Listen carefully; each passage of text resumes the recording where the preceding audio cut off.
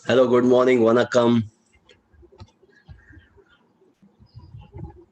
Hello, everyone. Hakuna Matata. Okay, let me just see if everyone has come. Oh my goodness. Still many people to join.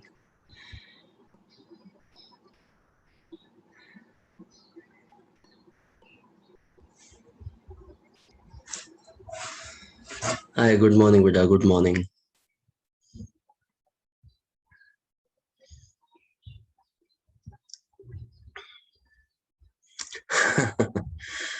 Sure, Lakshay.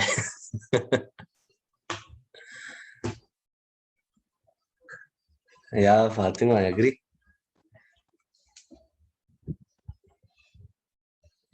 So I took today Vansh's request because he committed he will be showing some moves.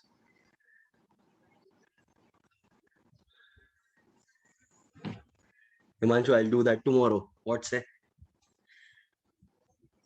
Hi, Jai Shri Krishna. Kushal.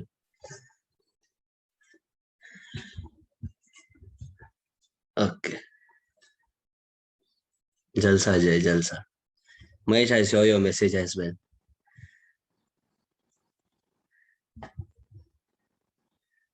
Yeah, Himanshu, that's what I'm waiting for actually. I thought everyone must join, but I think still we are having around 60, 70 people to join in. Hi Pooja, happy morning. So let's see. All right, we'll begin and then possibly let people join. Oh, is it Mahesh? Okay. Yes, Someshwar, yes. Is that the reason, Someshwar? For like students attend in the evening also then?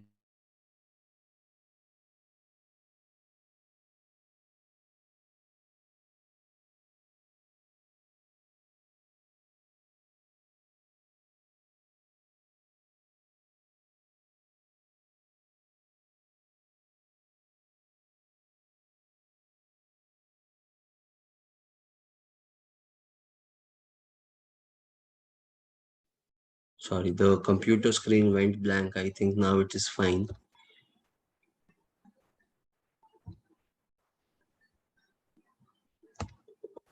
Okay. All right. So we were understanding chapter number 4, international trade. Is that right? In international trade, friends, if you recollect,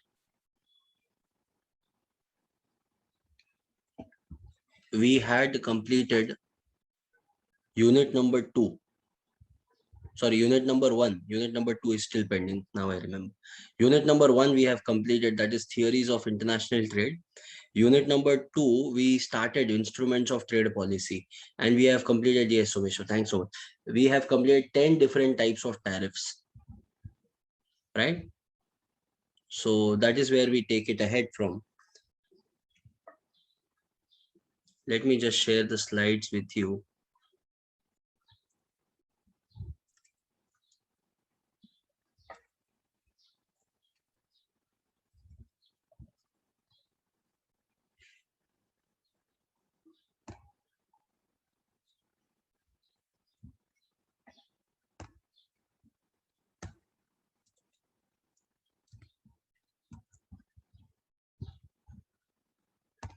Do you recollect all the different types of tariff? Specific tariff, ad valorem tariff, mixed tariff, compound tariff. Then we had variable tariff, other tariff or technical tariff. Tariff rate quota, yes, Mahesh. And I think prohibitive tariff, escalated tariff, yeah.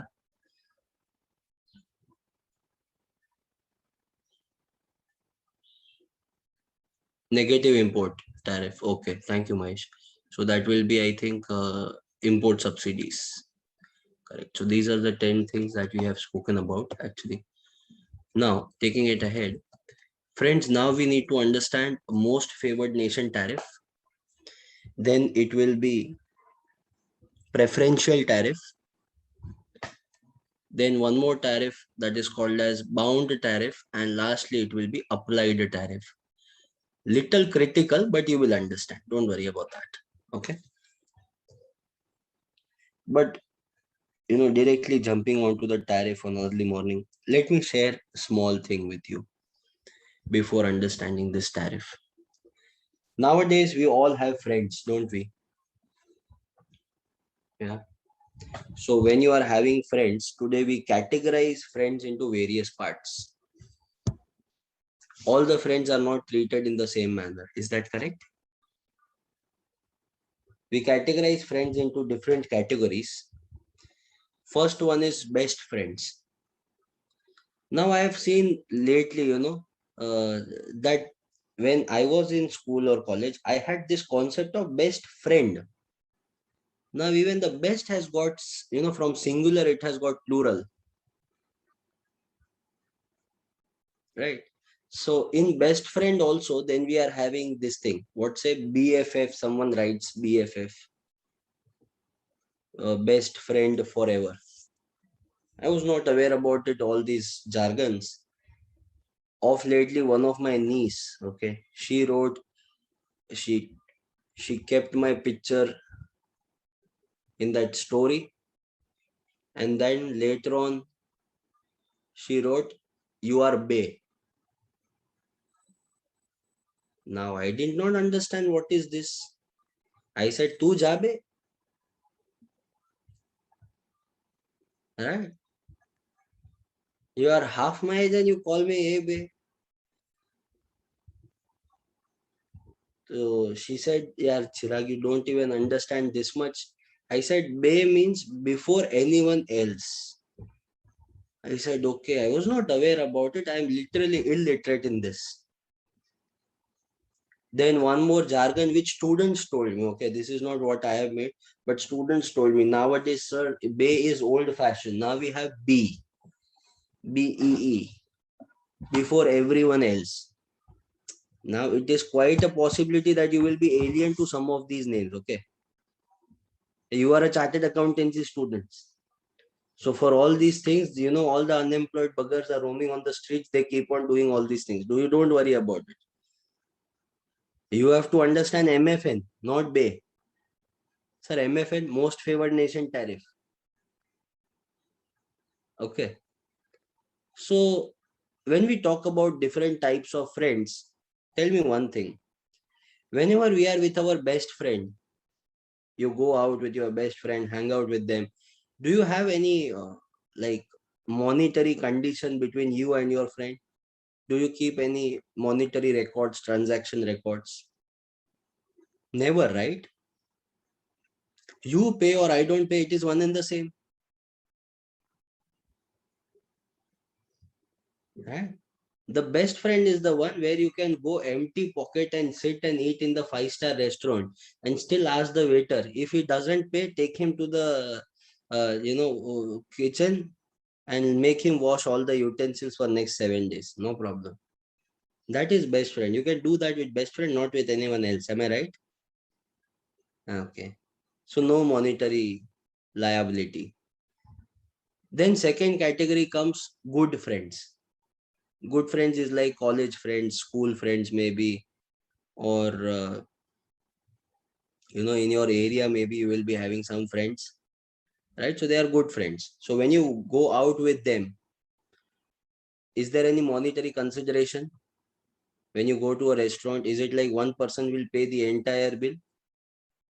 No. There we Dutch. I mean, we split the bill. Sharing is caring, isn't it? Right? So in that also there will be some fellow who will order something else or some fellow who will eat less, and then that person has to do drama.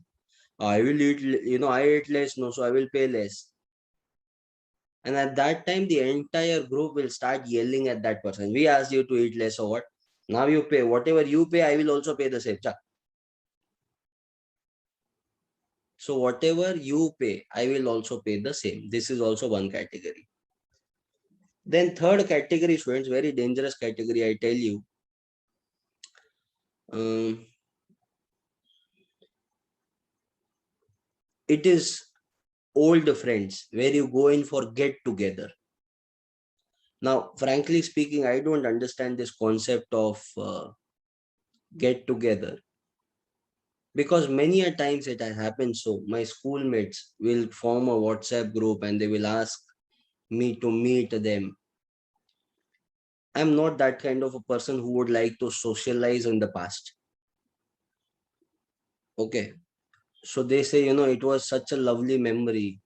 We will recollect it. Now, what you will recollect? Yeah. Right. What is the memory that you will recollect from school? Fighting over a vada pav. This is the memory you want to recollect and laugh today. What a day it was. What is this nonsense? Live your life peacefully. Let me live. So they had this reunion thing once, twice. I never visited. Then lot many people forced. So my wife said, "Yeah, this is wrong, Chirag. You are not right in your part. Don't do this. They are having expectations from you. So you should go once at least." So I said, okay. So I asked them where to meet, how to meet. So at that time, yeah, the red reunion, correct? Yes, I forgot. I think I told get together. Yeah, reunion. So in that reunion, I asked them where to meet. So they said there is this place called as Renaissance. It's a hotel in Mumbai. We'll meet there. So I said, okay. How much do I need to pay? Said 4,500 rupees. That's the maximum they charge, and we have taken that package. I said 4,500 rupees to meet you people. Right? Why do we want to meet at Renaissance? Come and meet at a local vada pav stall. We will be meeting at 45 rupees. He said, Chirag, come on now. I said, okay. So here, the value, the monetary liability, was it decided by me, my friend, or it was decided by a third party, the hotel? The third party, the hotel.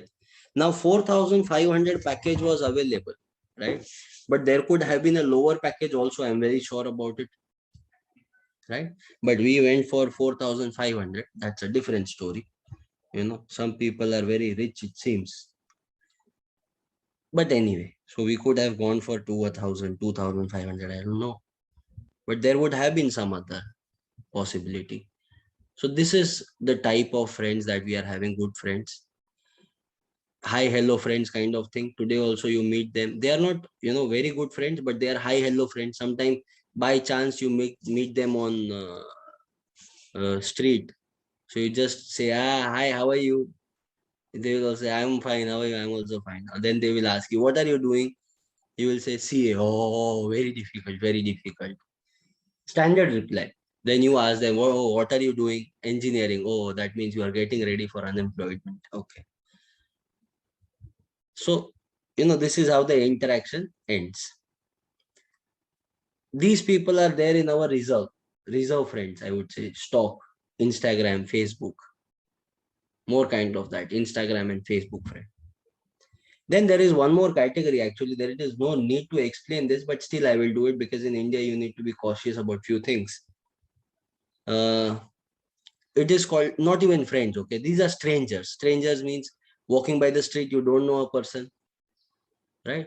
So when we are talking about strangers in United States, in UK, in other European countries, in Australia, whenever you pass by a stranger, they give you a smile. You exchange smile with them. You exchange regards with them.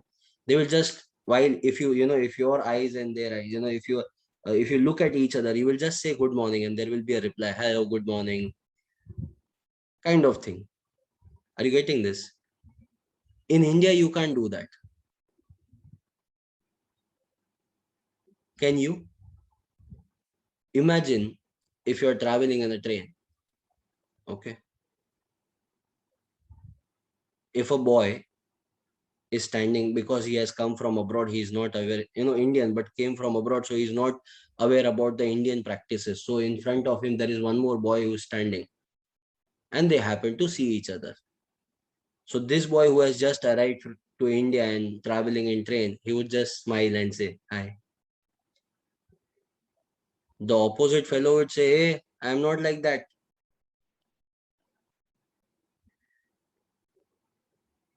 Right? So in India, we don't do that here.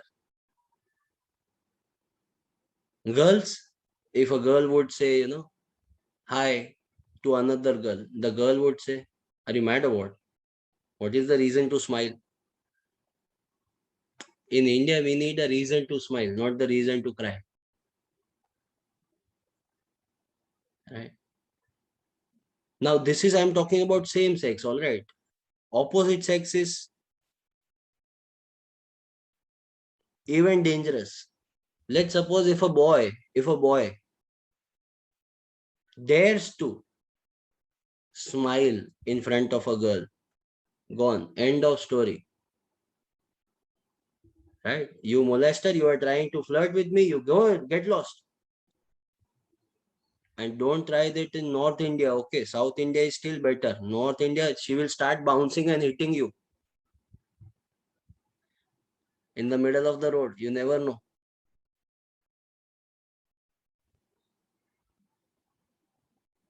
And girls, statutory warning. Whenever you go to foreign countries, don't forget you can't do this in India. Because I will tell you, if a girl, let's suppose, returned from foreign, now she is not aware about the practices which is here followed here. She is Indian, but she is standing in the train and some Indian fellow is staring at her. And this girl just happens to, look at him. And she says, hi. That gentleman must be deciding the name of the kids in his mind. He has gone on that level. So don't try this ever in our country.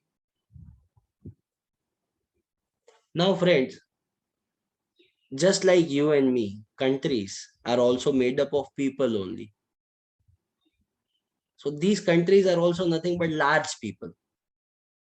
You must have seen Jajantram Mamantram kind of movie or any kind of movie where they show these large people, giant people. So India is one giant person. Okay, US is one giant person, right? Then China is one giant person. Pakistan is China, one small person. So all these people, okay. Now they also have these relationship, yes or no, best friend kind of thing. So India's best friend is who, Pakistan. Pakistan is a bad breakup we had, I think.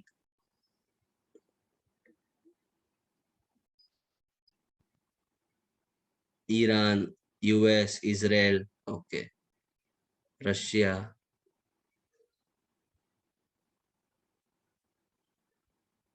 Okay. See, please understand, friends. We considering them best friend is not important. They should also consider us best friend. No? Best friend is not like one-sided love. No, it needs to happen both sides. It cannot work like that. You are my best friend. You consider me or no, that's your choice. What is this? That way, so I know Mukesh Ambani very closely.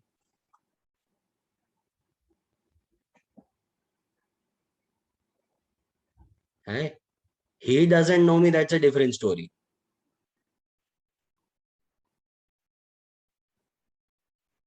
Eh? So it doesn't work like that. So best friend, oh my goodness, Afghanistan. Nah, nah, nah, nah. Please don't say that. It is horrifying. I won't be able to sleep for next 3 nights. Okay. Afghanistan is Afghanistan. So now when we talk about best friend, India's best friend, please remember Nepal. Nepal. Okay. Our Chintu best friend. Bhutan is also a very good friend of ours. Now, just like you and me, who don't keep this monetary valuation in case of best friendship, do you think India will keep this monetary thing in between Nepal and India? So 0% tariff, yes or no? Now, because it is 0% tariff, friends, it is not included in this 4 category.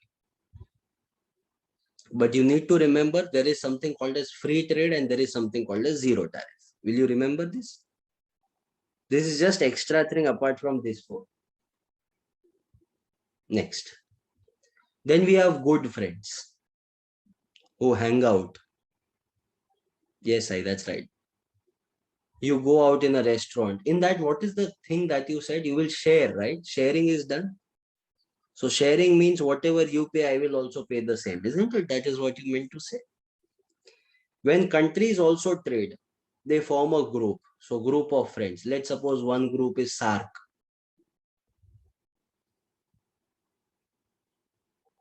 Then there is one more group which is called as BRICS. Are you aware about BRICS?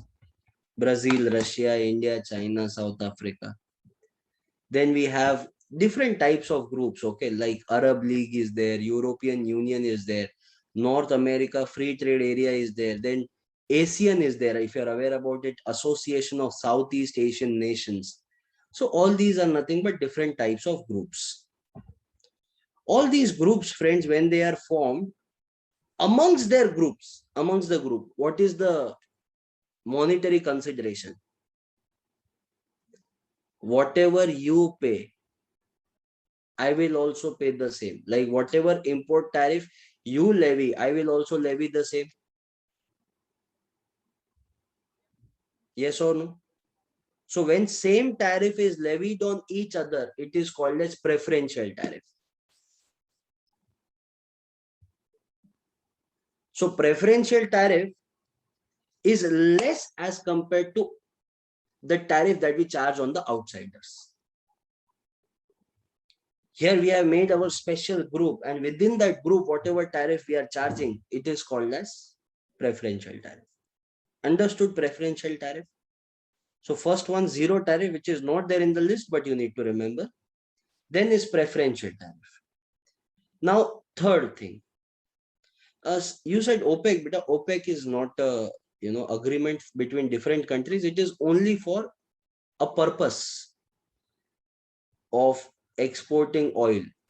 So it is not between them. Yes, Jay, we can take that. All right. Then just like in your life and my life, we are having Facebook and Instagram.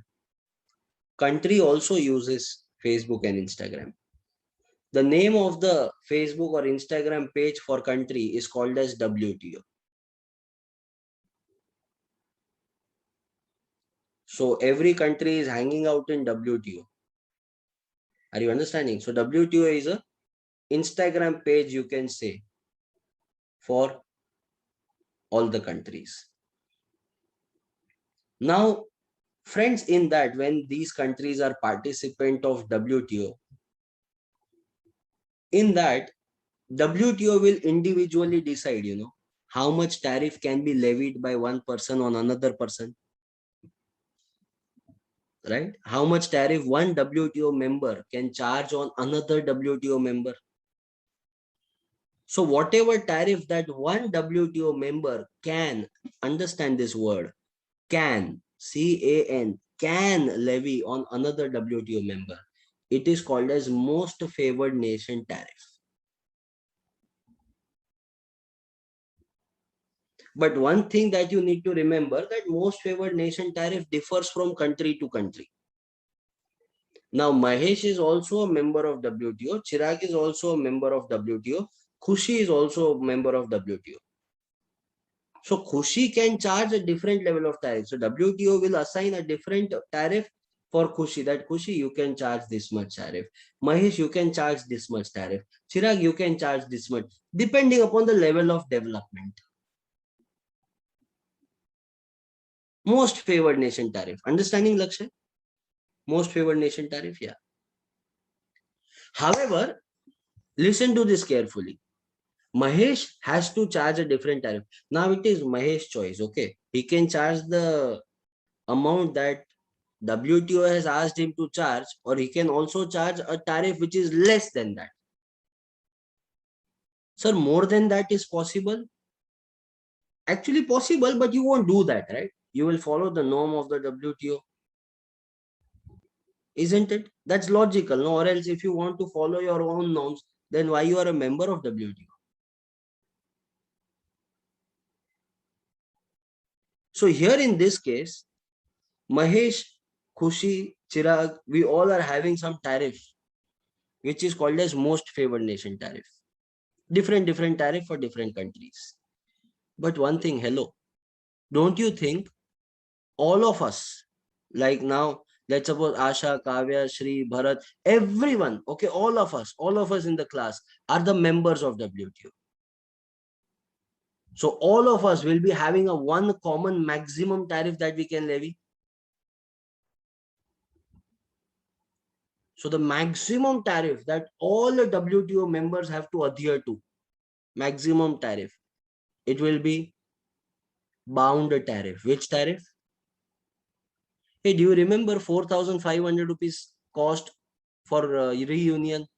That was the bound tariff, the maximum tariff. But what was I of an opinion? I was of an opinion we should charge. Go for lesser one, yes or no? Go for 2,500 one. So if let's suppose WTO has asked you to keep maximum 4,500 rupees tariff, but you can charge less than that also, no? So whatever one WTO member actually levies on another WTO member, it is called as applied tariff. Which tariff? Applied tariff. Now listen to this carefully. Okay. Manvi is one country. Maitri is one country. Ashreya is a country. And Rakshita is a country. These four countries come together. Charge 10% tariff on each other. Which tariff is this? Preferential tariff. I never said they are WTO members. They can be, they cannot be. That is their choice. But these four countries come together. As compared to others, they charge lesser tariff on each other. This is called as preferential tariff. Okay. Now we all are WTO member. All of us are who? WTO member. So Priyadarshini, you are a WTO member. Very good. Mahalakshmi, you are a WTO member. Fantastic. So Priyadarshini is asked to keep 20% as MFN, most favored nation tariff. Mahalakshmi is asked to keep 20% as MFN, most favored nation tariff. Shri is a very rich country. So Shri is asked to charge only 7% as most favored nation tariff. Are you understanding? So different countries will have different most favored nation tariffs. But we all have to adhere to maximum 40%. Wait, what is this 40%? It is the maximum tariff that one WTO member can charge on another WTO member. That is bound tariff. Bound tariff. Understood? But one more thing. If let's suppose now Mahalakshmi had 20% as most favored nation tariff. Now she says, I will give preference to Kavya because she is my very good friend. So Kavya is also a WTO member. Mahalakshmi is also a WTO member.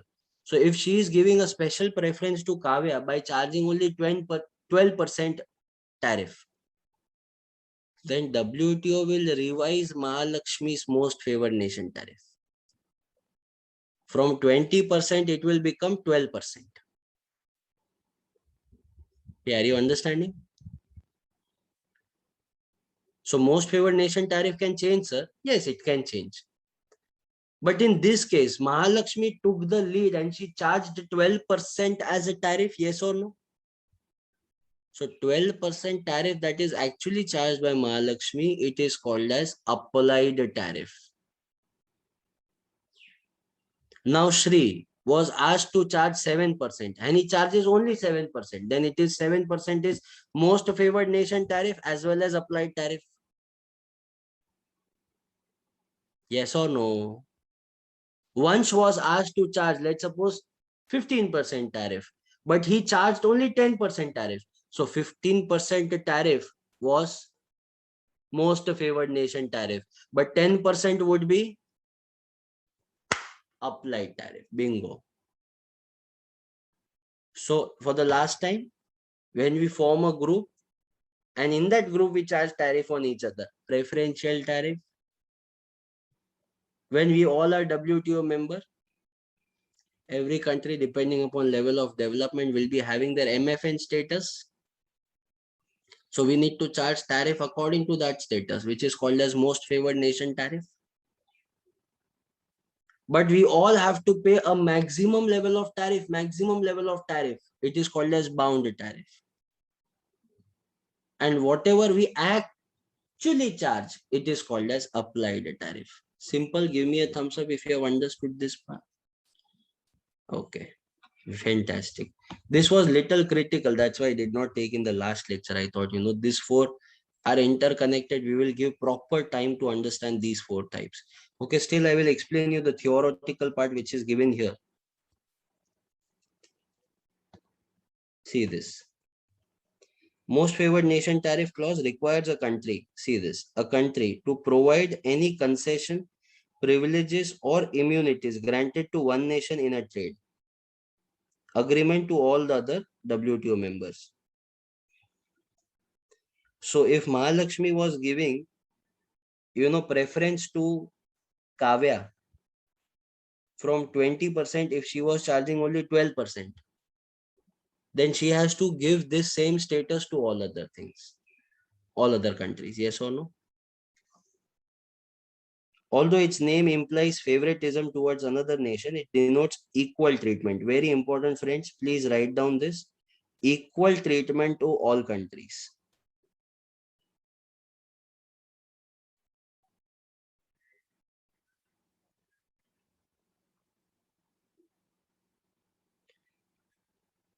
Rahul, that's a very good question. Sir, if WTO member reduces tariff for non-member, WTO will never intervene. Whatever you want to do, it is your choice.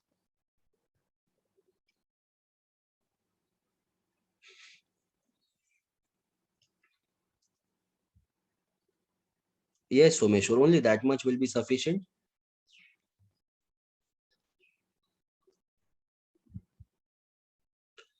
Do you remember what is preferential tariff, right?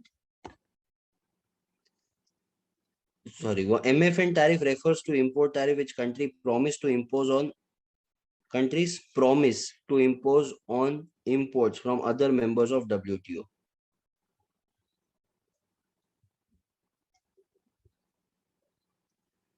This is an important part because it is a promise. See, it is not actual. Actual will be applied. So whatever we are promising, okay, we will sign an agreement. So agreement signed, that is MFN. So please write down this line also, no, very important.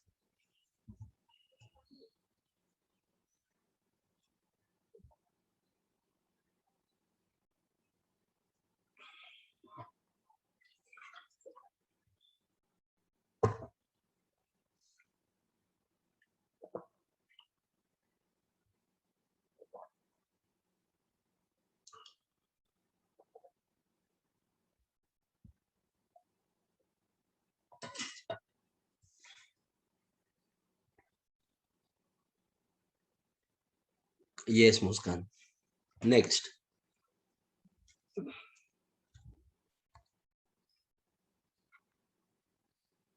See, that last line is not important to write, but this is just for your understanding. Some countries impose higher tariff on the country that are not part of the WTO. So you need not remember that. This is just a passing comment. Say that the WTO member, non-members can charge, any tariff. Preferential tariff.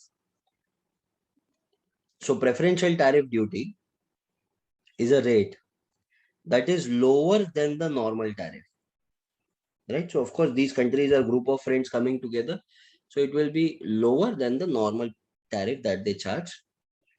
Nearly all the countries are part of at least one preferential trade agreement under which, see this, they promise to give another country's product lower tariff than their MFN rate. These agreements are reciprocal. What do you mean by reciprocal? Whatever you charge, I will also charge the same tariff.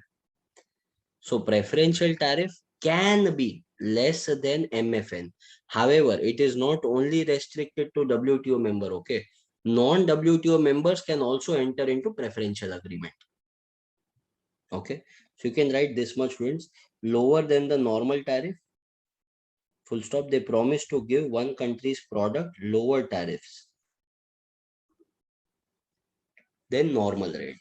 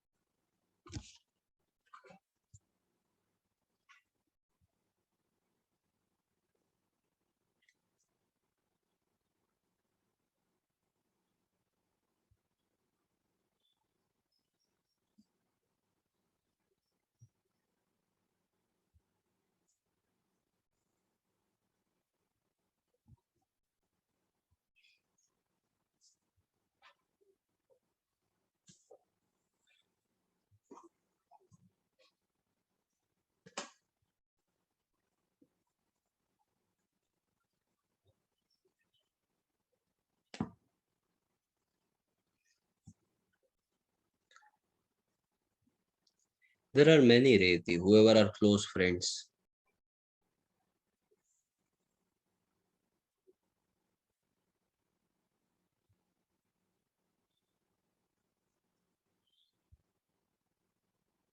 Mahalakshmi, it can be 20%.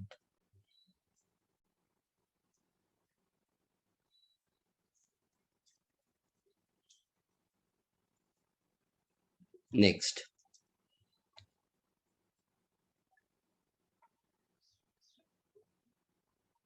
Yes, Sanskar.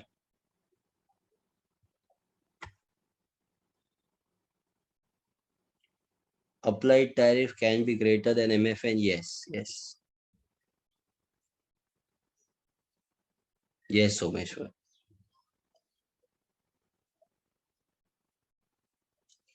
Bound tariff, you all are aware about bound tariff. It's a simple part. Yes, Rahul. Bound tariff are specific to individual products and represent, see this, you have to remember this much, maximum level of import duty that can be levied on a product imported by the member. A member is always free to impose a tariff which is lower than the bound tariff. Obviously, you can charge lower than the bound tariff, no problem. Right? So just write down this red underlined part.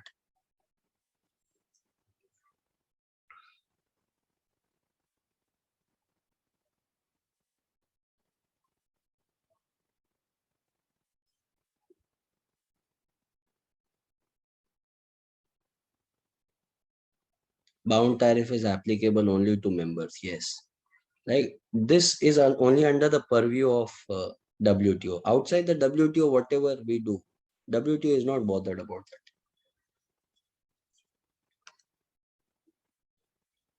Next.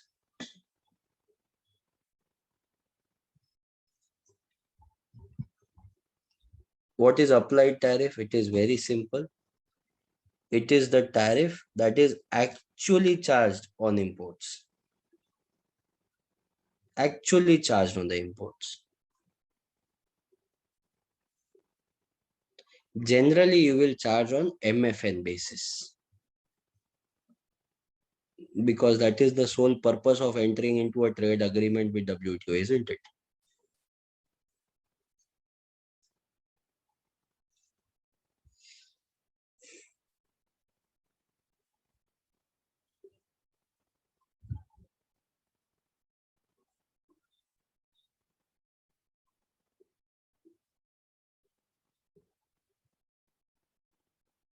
Done? Okay.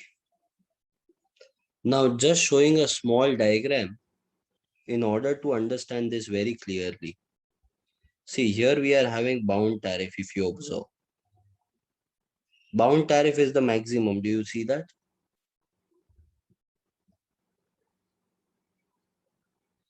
It is the maximum. And this maximum tariff is also nothing but the ceiling which is imposed by WTO, maximum amount of tariff. So let's take it as 40%. Fair enough? Everyone, hello? 40%? So that 40% is applicable to me, it is applicable to Mukilan, it is applicable to Kavya, everyone. But for Mahalakshmi, do you remember how much tariff WTO advised Mahalakshmi to keep? 20%, right? 20%. So 20% becomes MFN, which is less than the bound tariff. Now applied tariff can be 20%, it can be, Someshwar, you are right, it can be also 12%. Are you getting this? But if let's suppose Mahalakshmi is forming a group with 4 members and these 4 members start trading with each other, then of course the tariff rate will be less than the MFN. So preferential tariff will be 10%, let's suppose. So 40, 20, 12 and 10. Understood? Just for your understanding, please copy down this part in rough, okay? Don't try to draw it very precisely, just for your understanding, and write down the numbers also and whatever you have understood, because after 1 month when you revise this topic, you should not forget.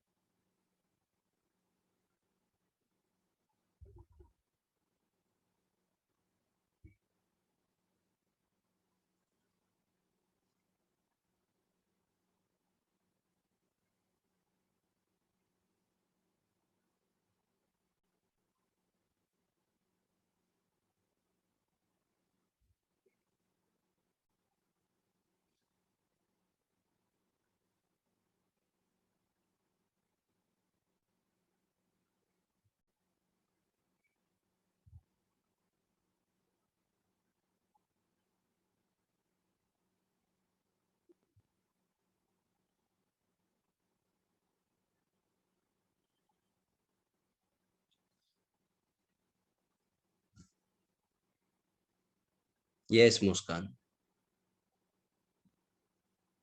Yes, Jay, it can be same, it cannot be same, it can be different also.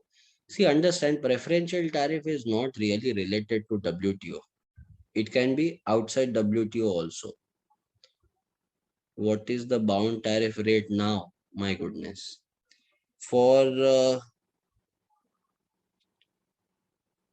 developing countries, it is recently it was revised. It is 99%, and for developed countries, it is 73%. Earlier, it was 21%. So this keeps on changing depending upon the requirement or the need of the global trade. Yes, Kaushik.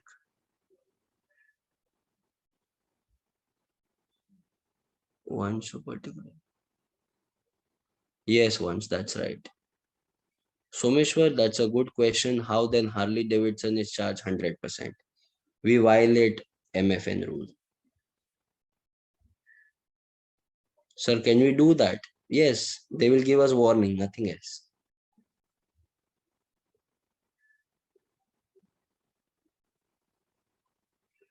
Yes, Manishwar. Only between the groups. Hmm.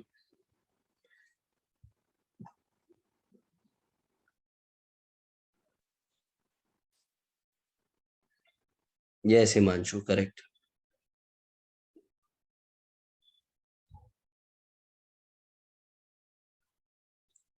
Jay, you are right. Actually, developed countries always favor, or rather, they get favors from WTO.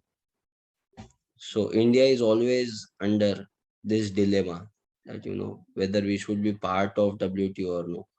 But of course, you are also aware about it. If we stop being part of WTO, we are a developing country. It will be a loss for us. However, India is a very progressive country, and from the past few years, I can see India's position in WTO becoming stronger and stronger. Right, the hold that we are having towards trade now has changed a lot. Like if I talk about maybe 10 years or 15 years back, India was only an importing country. But today, India is not an importing country. India is also a exporting nation. But still, we fell short of production in our country. Then came the master stroke by the government that if we can't export, at least we will go for entry port. We will import raw materials from some other country, manufacturing it in India, and export it to some other country of the world. Let's become a manufacturing hub. So that is what Make in India targets.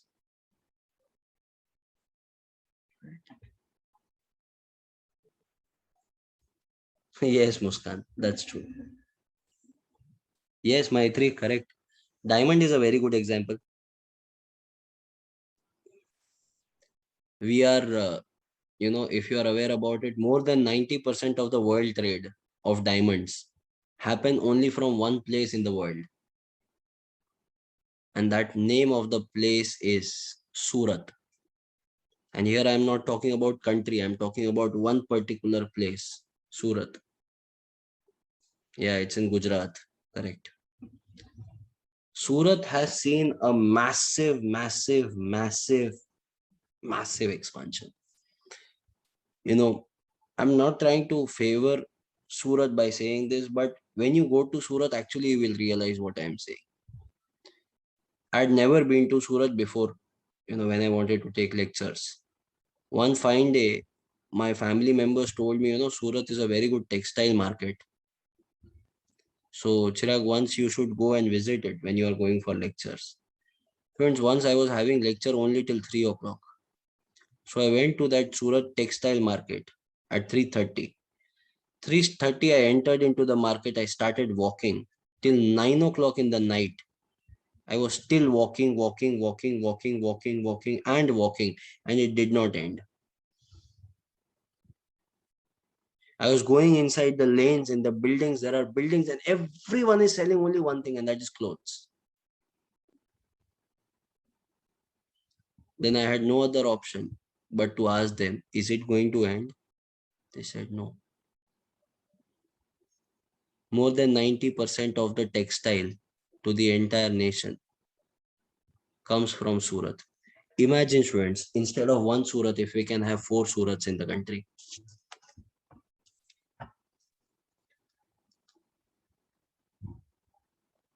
It will change India's position in the global trade map.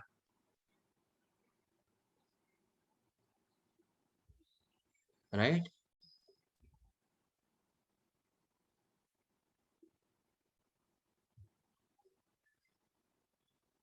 Correct, Janvi. Yeah, Someshwar. But if even if you have not tried to do that, you can think about it. You can think about it. Someone must have proposed to Kia, come here in India, I'll get you place. I will look after the production process. I will look after the people who can be hired in India. You just come and start selling in India. Kia agreed. Today, think about that person. how much money that person would have been having. Can you be that person? That's the question.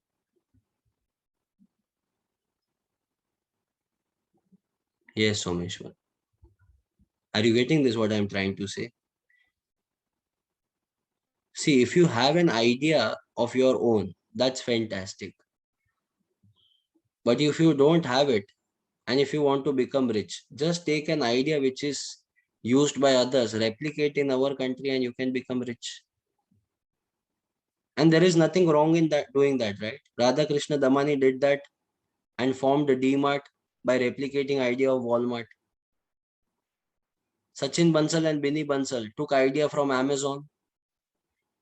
They made their own company which is called as Flipkart. Ritesh Agarwal took the idea from Airbnb and they started with Oyo Rooms. Bhavish Agarwal took the idea from Uber and started Ola in India. Right? So if they can do it, why can't we? Right? So just think about it. This is a case study which I have given to you possibly. If you're interested in business, I think this is one thing which you should definitely think of. Let's go ahead, friends. Next part. Escalated tariff, I think we have already completed. Prohibitive tariff, you are aware of. It is a very high level of tariff. Import subsidies are also, you are aware about it. Am I right, friends? That is the negative import tariff. Yeah. So next one now. Now, three tariffs I'm going to talk about, friends, one by one, of course. First one, and these are the last three tariffs. I think 14 are already done. Yeah. So we are left with three. Tariff as response to trade distortion. Now, first of all, it is, you can just remember like this, tariff as response. Now, what is tariff as response? See, we never thought of imposing a tariff. We never thought of imposing a tariff. But because of your unfair trade practices, we have no other option but to charge tariff on you. There are some countries, whom we think we won't charge tariff.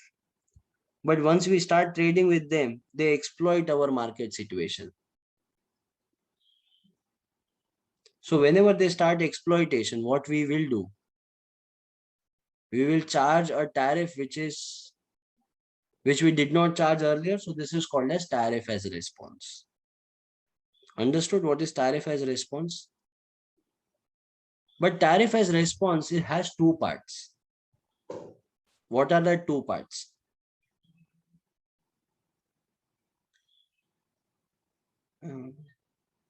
Okay, Someshwar, I answered that. Okay. What is tariff as a response? So there are two parts to it. First one is anti-dumping duty. First of all, do you understand the meaning of dumping?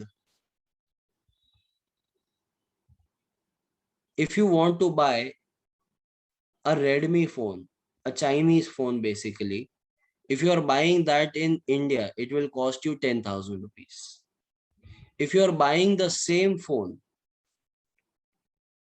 in, let's say, China, it will cost you 15,000 rupees.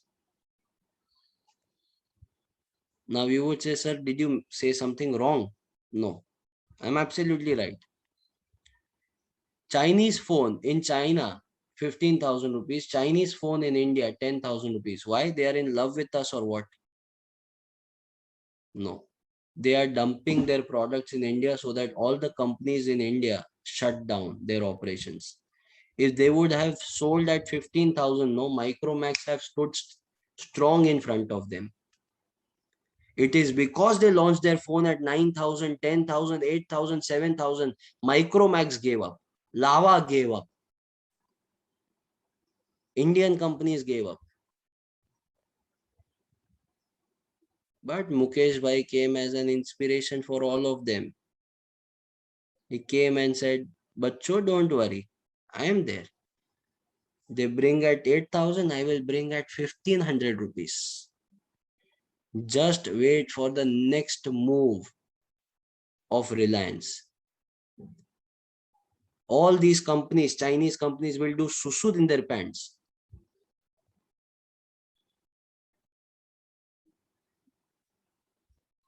Right? And why shouldn't they? They should run away from India.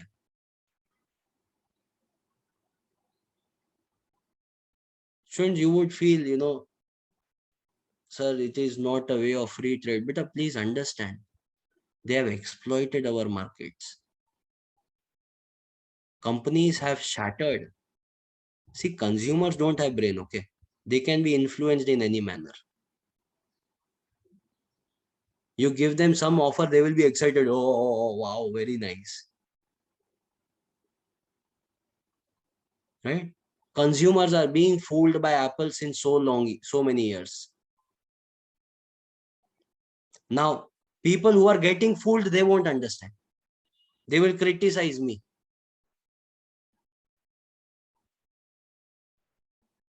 iPhone 5s, iPhone 6, 6s, 7. Ultimately, we need to understand it is a phone. You pay 10,000 rupees or you pay 1,50,000 rupees, it is going to do the same functionality. It is not the phone that should create your brand. It should be you who will create the brand of the phone.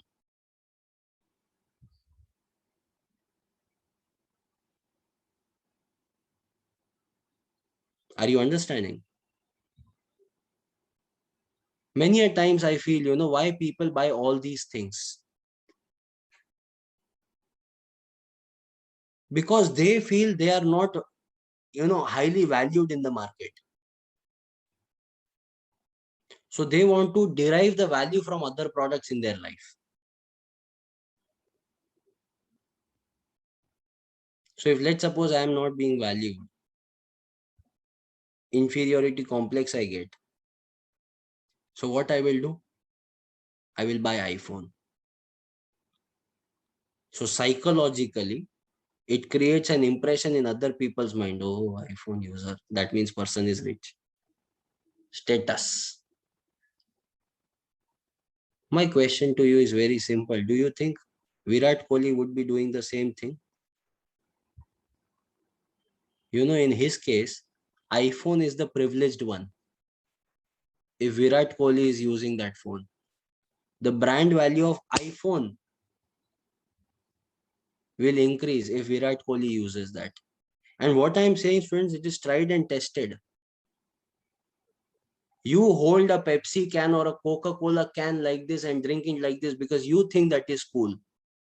That means you are trying to imbibe the value from that particular brand. But Ronaldo just moves 2 bottles of Coca-Cola from one place to another. And the share prices of Coca-Cola will start shattering. The brand value of the person is much greater than the brand value of the product. Be Ronaldo, be Kohli. Don't be anonymous who is trying to derive the value from all these artificial things in life. I hope now you understood what I'm trying to say. So, these companies, they are trying to dump their products into Indian market. Now, don't you think you and me can see this? Government can't see this. If government also vouches for this and they start charging a tariff which is against the dumping, it will be called as anti-dumping duty. Simple, understood this part? So one is tariff as response. Under tariff as response, we are having anti-dumping duty. Last one, we are having countervailing duty.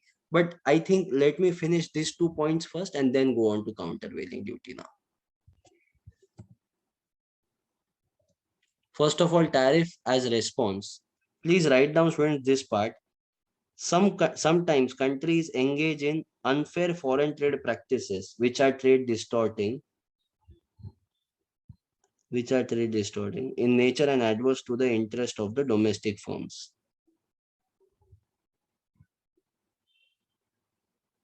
If country imposes tariff against the unfair practices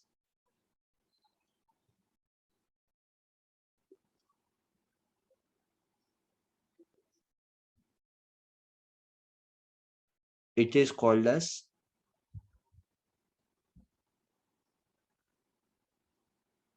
tariff as response.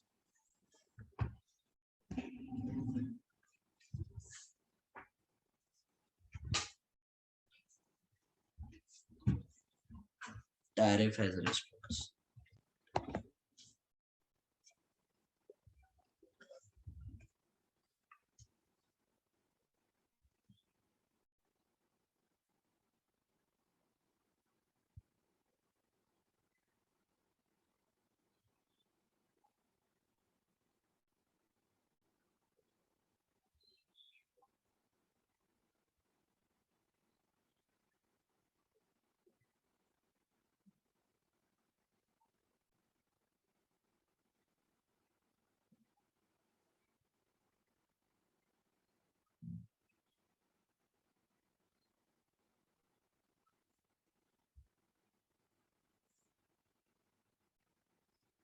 Which two tariff?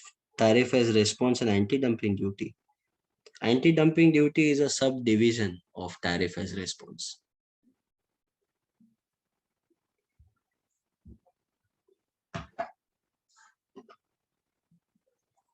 Tariff as response is Someshwar kind of general and anti-dumping is specific. Specific to only one aspect of unfair trade practice. Tariff as response says all the unfair trade practice is covered, but anti-dumping duty only unfair practice of dumping is covered. It differs from country to country and commodity to commodity, Shri.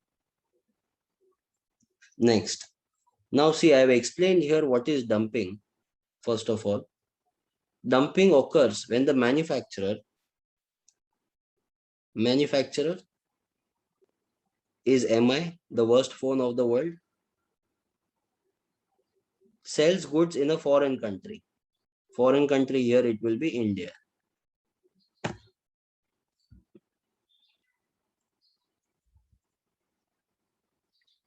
Below the sales price in their domestic market. Domestic market was China, or below their full average cost also of the product. Right? So sales price in the domestic market, you remember my example was 15,000. In India, they will sell it at 10,000 rupees. That is called as dumping. Now this dumping can be persistent, it can be seasonal, it can be cyclical also. See, once they start dumping in the market, and today students, whatever I am saying, it is not, a joke, it is a reality. They came in the country with a phone of 6,000 rupees. Right? And they have high appetite for loss. They started making losses and they went on selling phones for 6,000 rupees. Then they increased the price to 8,000. Then they launched. Look at their market strategy. They came with Redmi. Then they started MI, then Xiaomi, then Poco. They just went on expanding the product range. And today they are having a phone of how much? 50,000 rupees in the market. 50,000 rupees for that phone. 70,000. And there are people who are buying it. No problem. Jai Hind. Indians want development, but without they supporting India.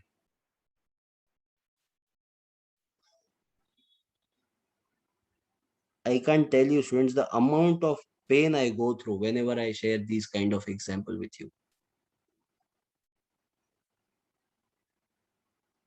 With a hope that at least some people can get influenced. Some people.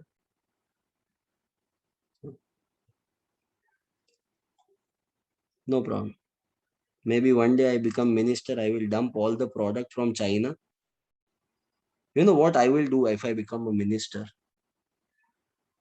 I will buy all the products from China at 10,000. I will go into China and sell the same product at 12,000. Because they are selling at 15, no? We are left with 2000 profit. We don't want more, Baba. This is enough.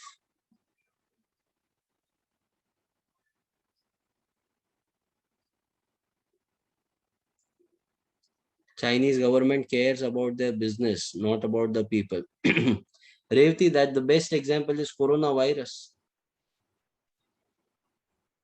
If that was not sufficient, look at their stand towards Afghanistan.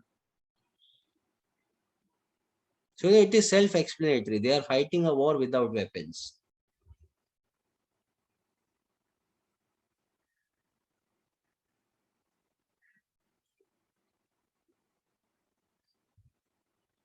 Cycling dumping. Ah, why not? I can. Kushal, I'll give you. So don't ask doubts now. Just 1 minute. I will first clear this one. Kushal, instead of imposing tariff, why can't government stop the products which are dumped? See, understand.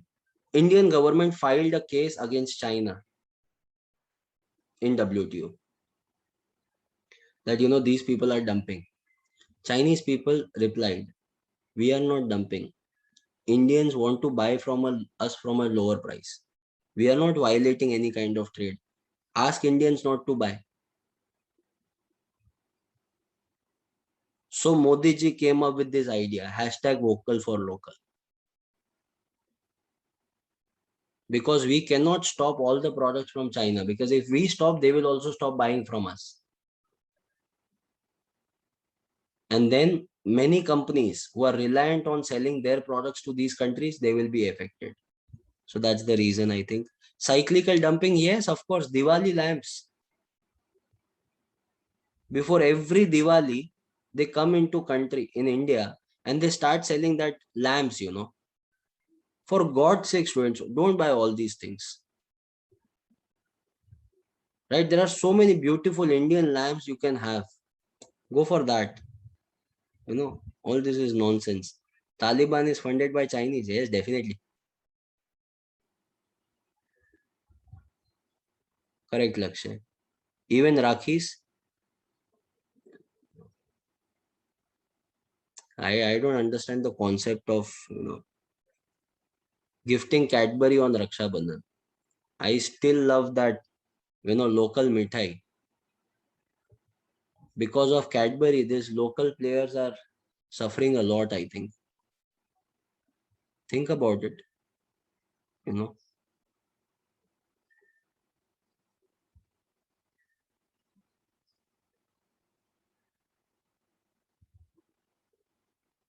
they also started policy. Yes, Pawan. Correct, Sri. Right, so all these points are there. Now, continuing with the dumping part, dumping is unfair and constitutes a threat to the domestic producers. Of course, we have seen that in India. And therefore, when dumping is found, anti-dumping measures may be initiated as a safeguard instrument by imposing additional import duties. So please underline, sorry, not underline, but write down these points.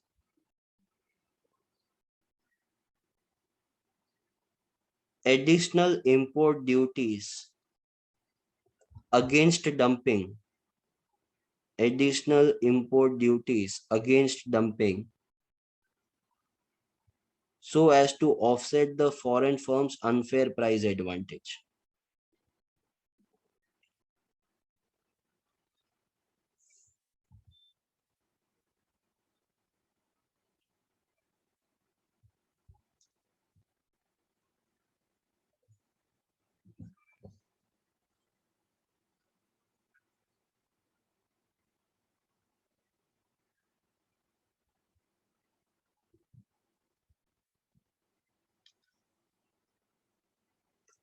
China making strategic plan against India. They are controlling Pakistan, Sri Lanka by giving loan in infrastructure and financial support. Yes, Rahul, that's true.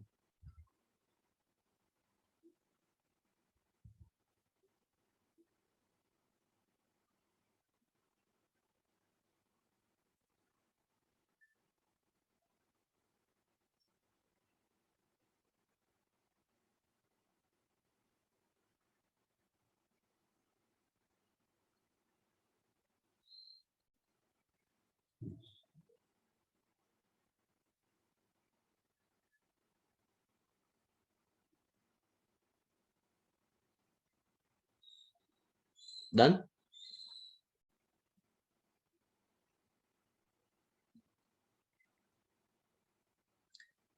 While everyone seems to making peace.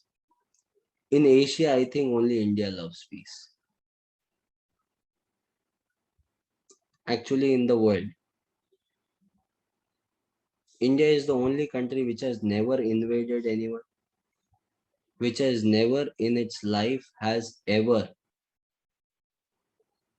initiated a war.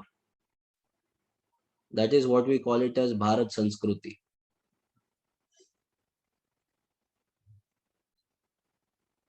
Right? We believe in live and let live.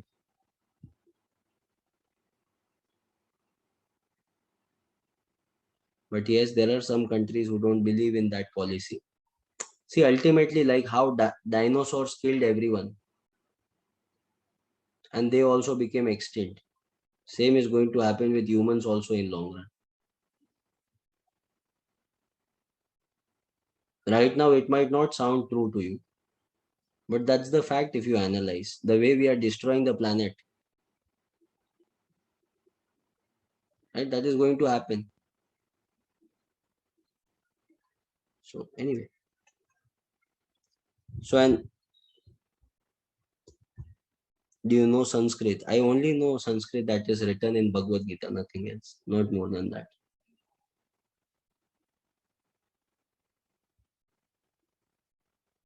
Yes, Lakshay, that's absolutely right. Himanshu, yes, you are 100% right. And we have seen that happening also.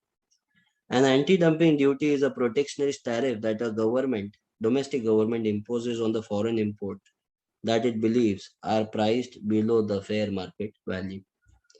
Next one, students, it is countervailing duties. I have given an example of ASEAN, these countries. Now,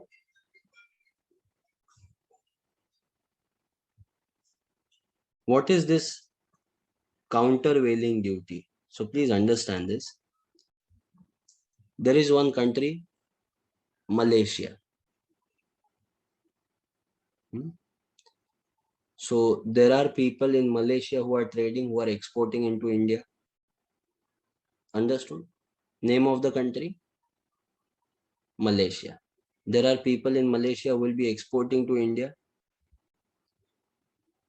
Malaysian government. Who? Malaysian government gives subsidies to its exporters. Who gives subsidies? Malaysian government. To whom? To its exporters. To export in India. To what? Export in India. See, they are not dumping their product. They are not selling at a price which is less than their market price. It is just that Malaysian government is encouraging their trade to export more in India. But from India's perspective, don't you think it's a loss? Because if they start selling in India at a cheaper price, our Indian domestic manufacturers will be getting affected because of that.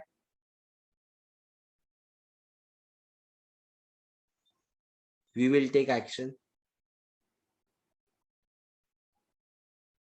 We will charge tariff against that subsidies.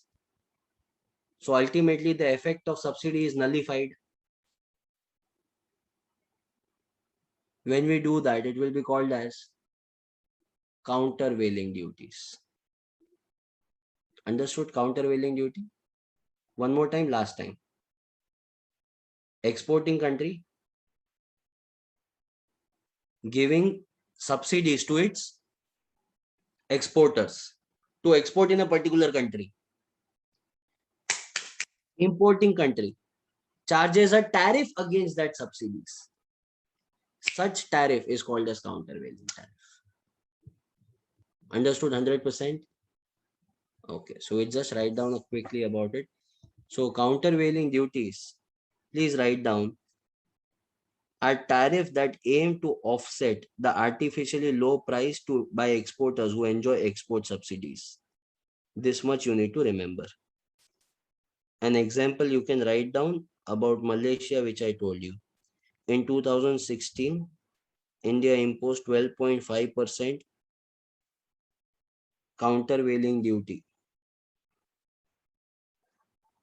for the gold which was imported from ASEAN, that is Association of Southeast Asian Nations.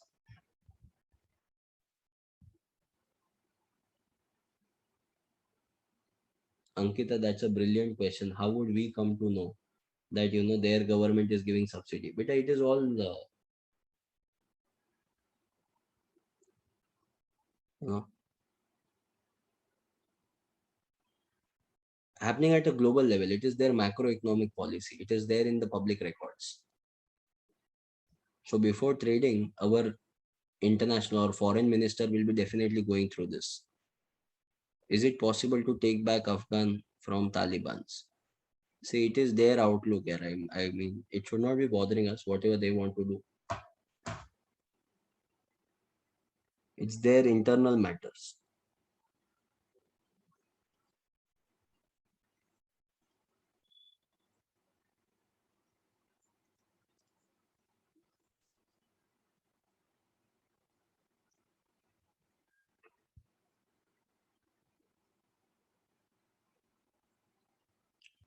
But by looking at Taliban and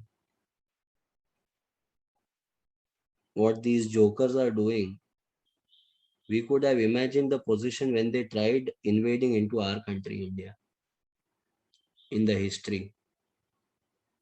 Right?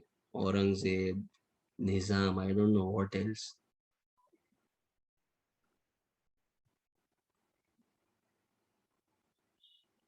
That time also the situation must have been similar only. They must have never seen so much of wealth. Came here, started dancing, enjoying the wealth.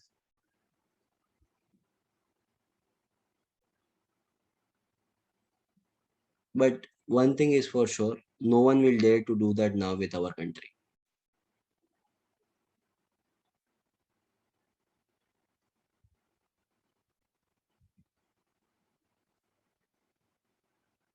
Mahalakshmi, this was much before that. Much, much, much before that. Indian government constructed parliament for them. Yeah, Revti, yes. For Afghanistan, we had built parliament. Now these people will be dancing and enjoying in that.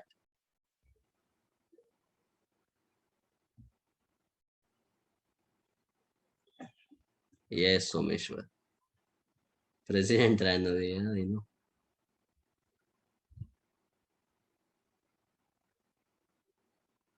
Unimaginable, when the leader keeps personal life more important, gives more importance to personal life than the nation's life. Amazing. Like what kind of leader people choose? I don't understand that.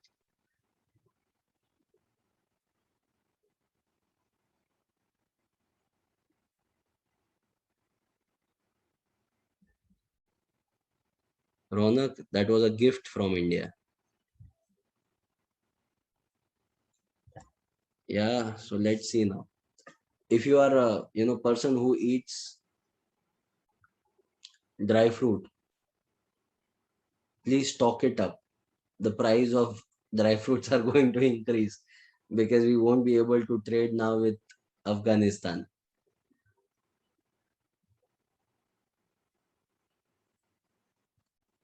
Okay. So that completes our entire types of tariff, students. I hope you are very clear in this part. Now, effects of tariff. Quickly, we will understand these points, students. Effects of tariff. Give the heading in your notebook and write down only the points, the words that you need to remember. Effects of tariff. First one, obstacles to trade.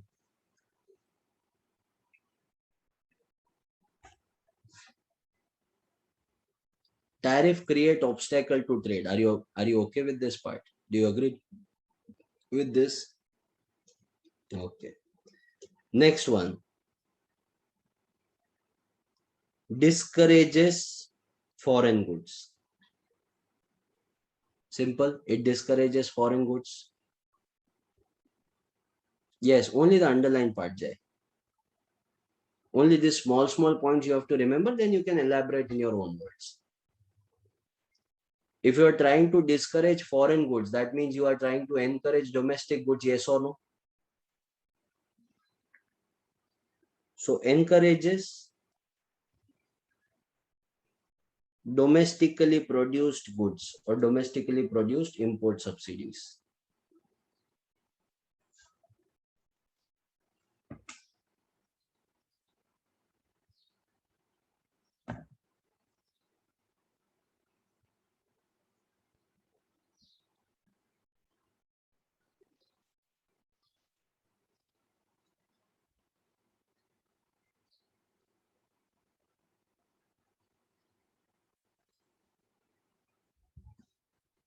Next,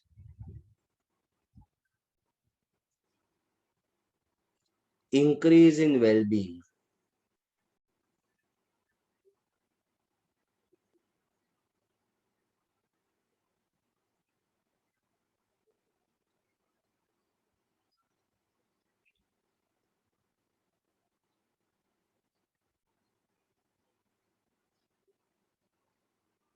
Increase in well-being. Now, what do you mean by increase in well-being? All the producers will be getting an advantage because they will be selling more Indian products, right? And they might also be able to charge a higher price to compete with the foreign competitors. So that will be called as increase in well-being. Yes, Shri, that's correct. Shri has said Micromax has released IN1 mobile phone. Yeah, that's the phone I want to buy actually. Once this phone is gone. So let's see now. But next phone I might will be Micromax or Lava or something. Next one is addition of new firms.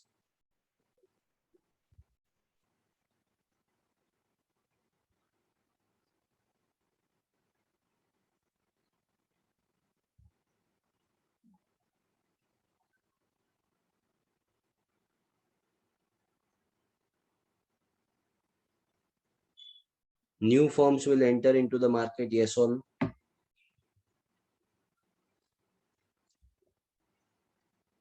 This is important. Disregarding comparative advantage.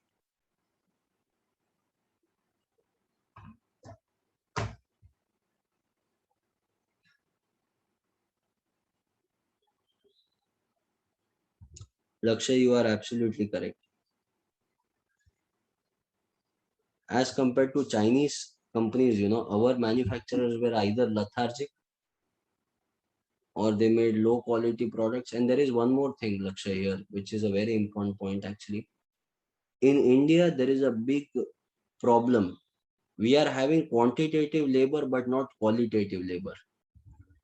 China is having quantitative as well as qualitative. You won't believe, recently I came across teachers who are teaching like this.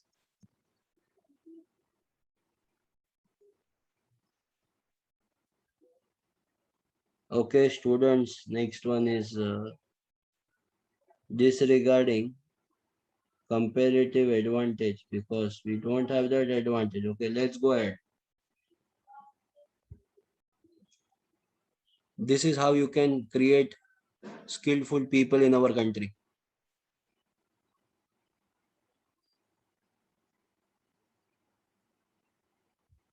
Huh? This is how skill can be developed. The reason I ask students to, keep your cameras on because you will be active when you see, I am watching you, you will be active. Are you understanding? That's the only purpose.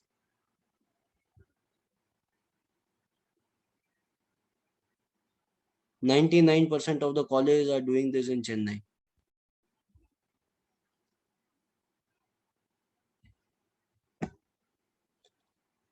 It's disturbing.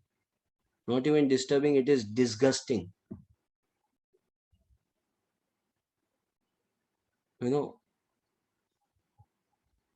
What kind of country we are trying to build here? I don't understand. Do you think Chinese teachers would be doing the same thing? Right?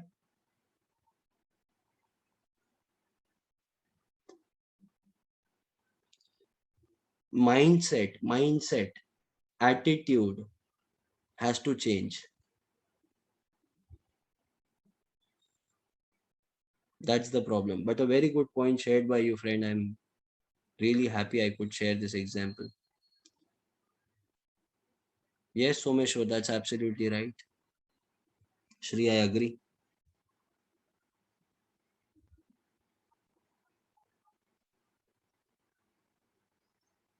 Yes, Pukal, that's right. That's very simple, yeah. Like now, if let's suppose I switch off the camera and I go on this Vishnu pose and I am teaching. If I am not interested, how can I expect you to be interested? And it's a cascading effect. The behavior of me towards my subject will imbibe your behavior towards this subject, and the effect will be seen in the marks. Here I am trying to give more and more examples, make it more realistic, connect it with the outer world. Why? So that you remember it.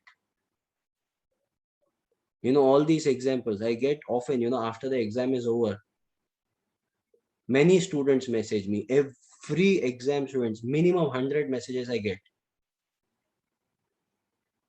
Sir, your examples were roaming in the head. We saw that question. So this example you had given. Sir, this you had said. Your voice was there in our head. That is how it should be here, I think. I hope Chennai colleges also agree to this. Next one. Acha, first of all, disregarding comparative advantage. What do you mean by this? See, when we charge tariff, we discourage imports, and then we start producing import substitutes, even if we are not good at, right? Imagine we banning what, let's suppose Windows, and then we create our own software. Now it is already more efficient than what we can do. Then why do you want to experiment on that? Are you getting this? So we should not disregard the comparative advantage. Any country is good at something, we should promote that country to produce that only. Unit number 1, we had understood this. Last one, of course, it increases government revenues. This is one of the major sources of government treasury. Correct, Sai.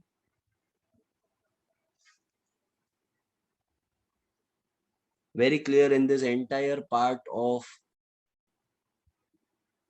what say tariff measures. Next part is non-tariff measures, students.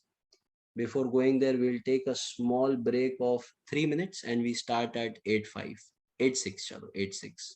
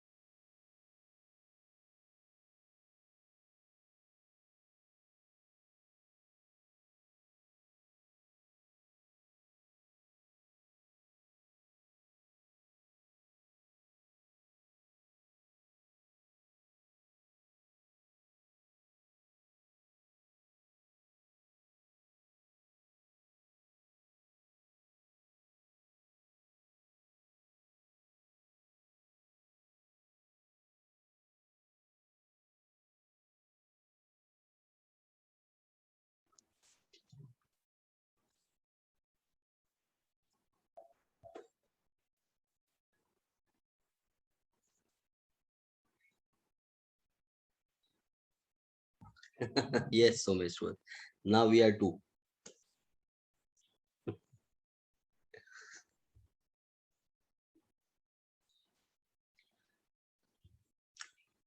Please take your seats, friends. Let's begin with the next part. It is non-tariff measures.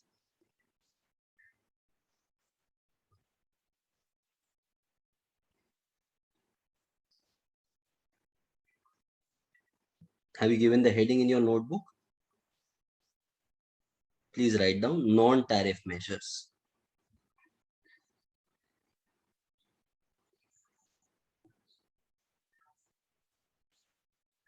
Now, friends, our tariff measures were all about taxes. In non-tariff measures, we are not going to talk about taxes. It is a restriction, but without tariff. Okay. So these are basically quantitative type of restrictions which will be charged in a different manner. And very easy points we will understand. So no worries. It is not going to be hectic at all. So just relax. So non-tariff measures, let's begin. It is going to be divided into two parts. First of all, first one is called as technical measures and the other one is non-technical measures. If you recollect, friends, technical measures, we are going to understand two types of technical measures. And in non-technical measures, we are going to have around 13 types of non-technical measures. You remember that? Okay, great. So first of all, let's talk about technical measures.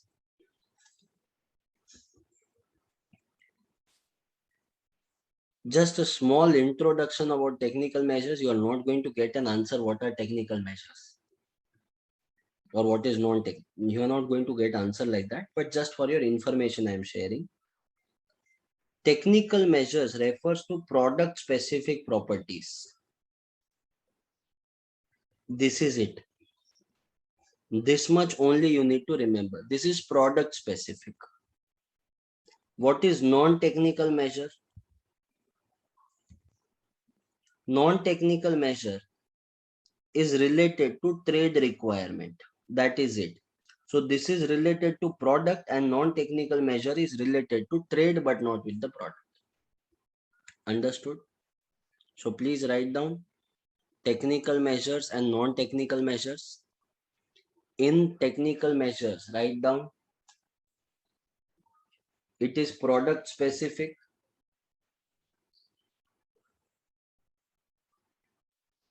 In non-technical measure, write down it is trade specific.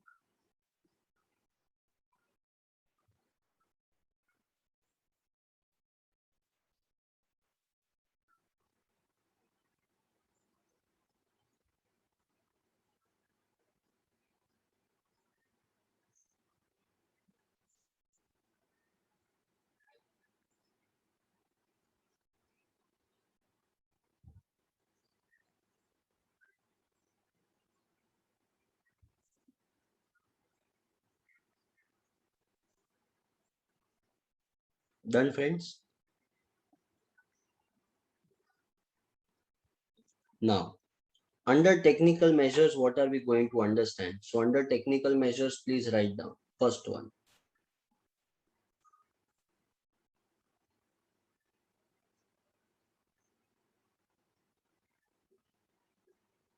Sanitary and phytosanitary measures. What do you mean by sanitary and phytosanitary measure?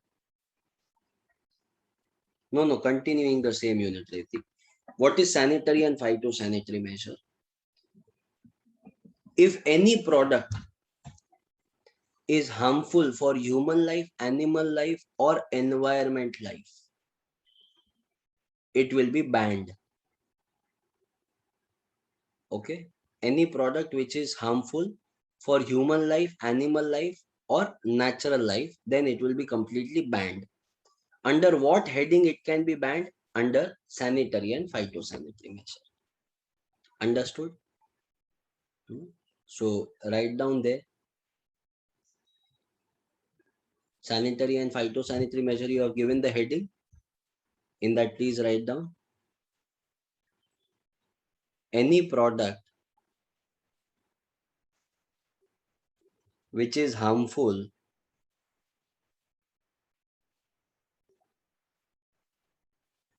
for human life,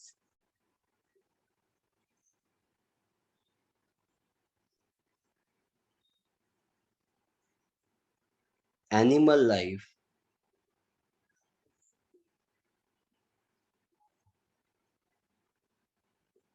or natural life,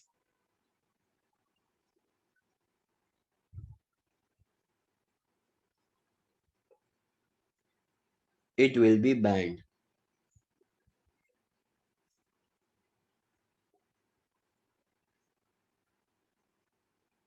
under sanitary and phytosanitary measures.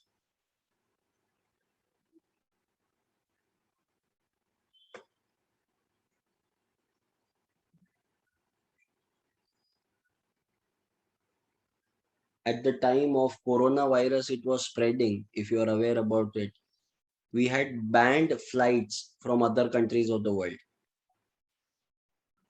We had banned imports and exports at that time, fearing pandemic. Under what heading did we ban at that time?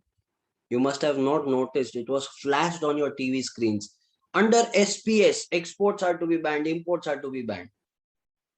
So today now you realize what is SPS, sanitary and phytosanitary measures, right? Sai, that will come now. Okay.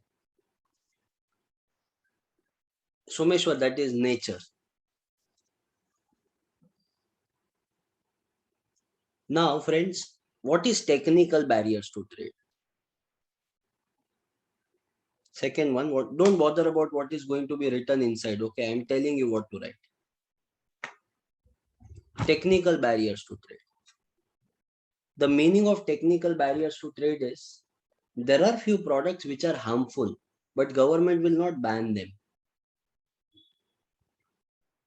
Some products are there which are harmful, but government will not ban them. Instead, government will put some restrictions on them, like quality, quantity, how much quantity can be sold. There must be labeling requirement. There must be advertisement regulation. All these things I think we have understood in chapter number 2, if you recollect. So on the cigarette packet, when it is written, it is injurious to health. On alcohol, it is written, alcohol consumption is injurious to health. Now they don't do it deliberately. The sellers don't try to do it deliberately. It is the government who is trying to keep all these norms on them. So these norms are kept under technical barriers to trade.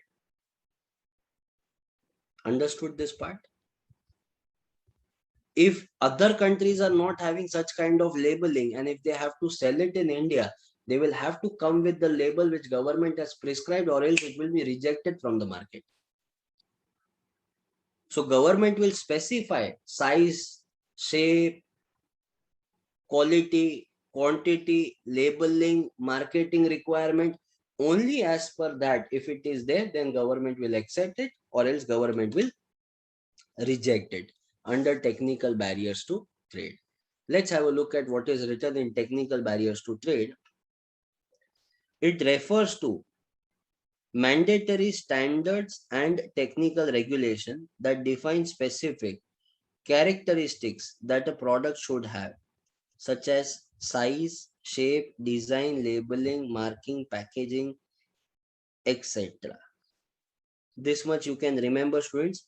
Rules related to standard and technical regulations, you can write, related to size, shape, design, labeling, marking, packaging, etc. is called as technical barriers to trade. And in example, just write down about cigarette or tobacco products and alcohol. You will be able to recollect that.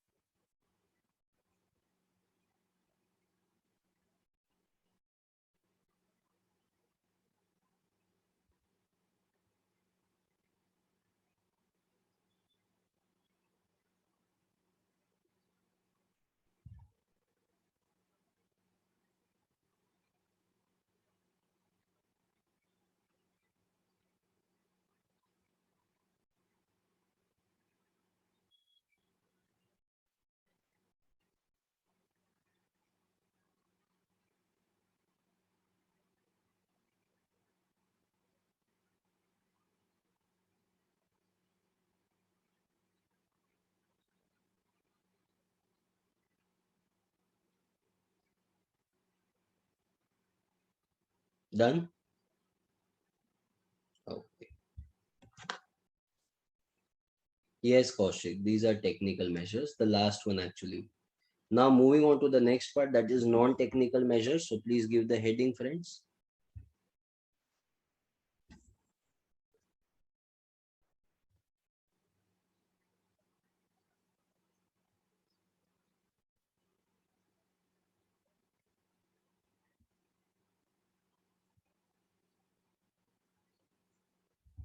Now non-technical measures, one by one we are going to understand, friends. Let's begin. First one is called as import quota.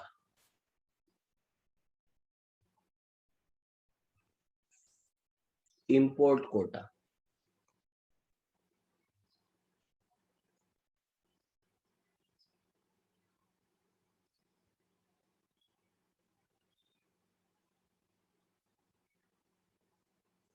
Quota is quantitative restriction.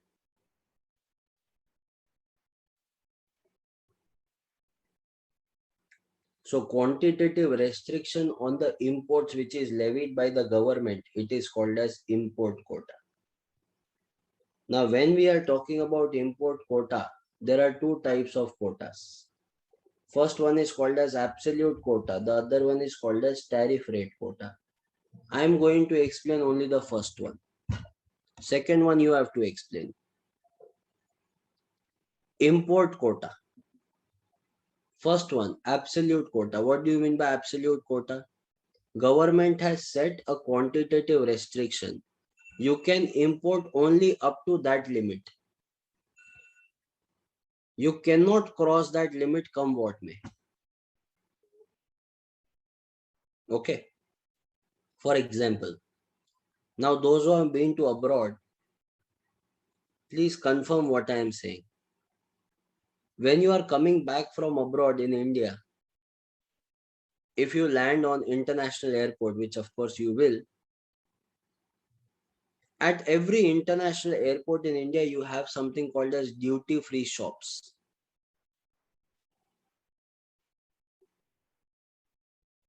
Duty-free shops means no tax will be levied. Now in that duty-free shop, the first thing you will see there, it is chocolates. There is no limit on chocolates, okay? Mukilan, you can buy any number of chocolates. Okay. Then we have cosmetics. Boys and girls, no limit on cosmetics. Whatever you want to buy, you can buy. Perfumes, boys and girls again, no limit at all. But there is something called as liquor.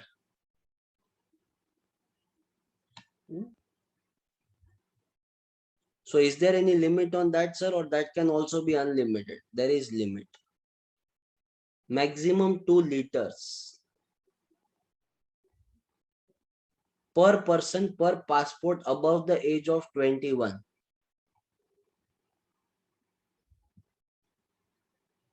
2 liters maximum. Earlier government had this norm as 2 bottles. This is fact, okay? I'm not joking. Considering that one bottle will be maximum 1 liter. Then in Punjab, people started bringing one bottle which was like 20 liters. When government asked, what is this? They said, you said 2 bottles. These are only 2 bottles, right? You can't do anything. So government had to change. Government said 2 liters, Baba. Understood? And thank God this type of norm is there, or else you will find people lying like this. So this is import quota, absolute quota for all of us. I hope you are very clear in this. Friends, can you tell me what is tariff rate quota? Do you remember that? We have already studied tariff rate quota. Correct, Priyadarshini, 100% right. Yes, Karina. Yes, Sai. Up to a particular level, no tariff at all. But once you breach that level, then the tariff will be applicable. See, in absolute quota, you cannot buy, okay, more than the prescribed level. In tariff rate quota, you can buy as much as you want, but you'll have to pay a tariff on that. Understood this? Please write these 2 points under import quota in your own words.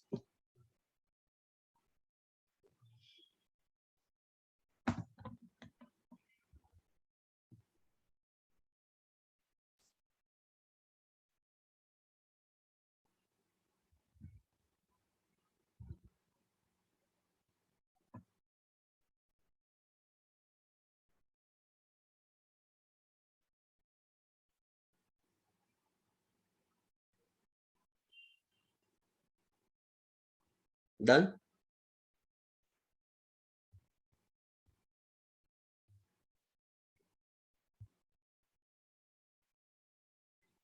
What's her name, Lakshay?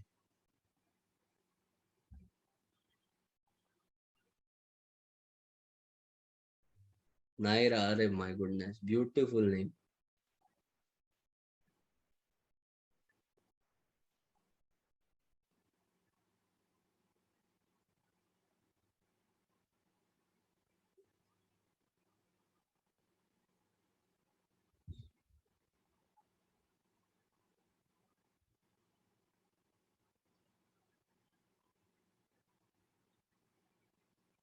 Done, friends? Absolute quota is only up to a particular limit you can buy. And tariff rate quota, you can buy more than the prescribed limit, but by paying tariff.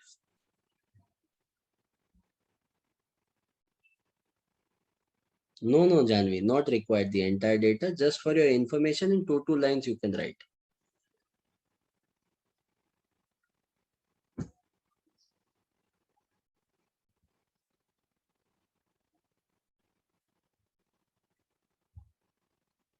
Done, Ashriya? Okay. Second one, students, is price control measures. Price control measures.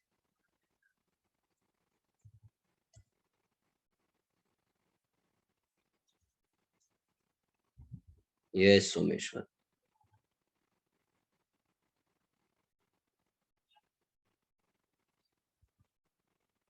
Government will not ban any product, but government will fix a price that you cannot import any product below this price. So whenever government puts a control on the price of the product, it will be called as price control measures. We were talking about mobile phones today. So let's say if government says, see, I cannot stop China from selling mobile phones at lower price, but I can ban the imports of all the low priced mobile phones. So Indian government puts a price restriction of 5,000 rupees, that if you want to import mobile phone, you can import the mobile phone only which are above 5,000 rupees. So automatically below 5,000 rupees, all the mobile phone competition which is imported will be eradicated. So a price is fixed only above which you can import. It will be called as price control measures. That is control over price. Understood, friends? So that is price control measures. So it is a mechanism used by the government to achieve socio-economic goal. Okay, these are the steps which are taken to control or influence the price of the imported goods. Please write down this. Price control measures are the steps to control or influence the price of imported goods. And this is what? This is to support the domestic price of certain products.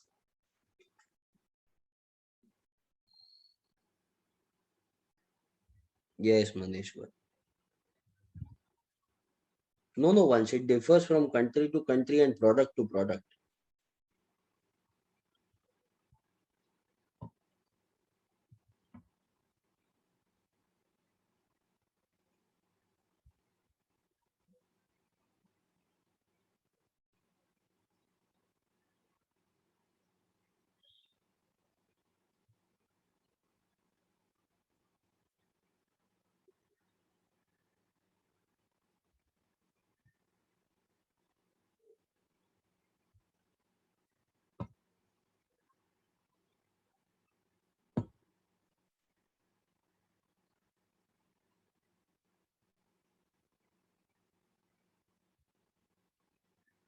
Trade specific as well as product specific.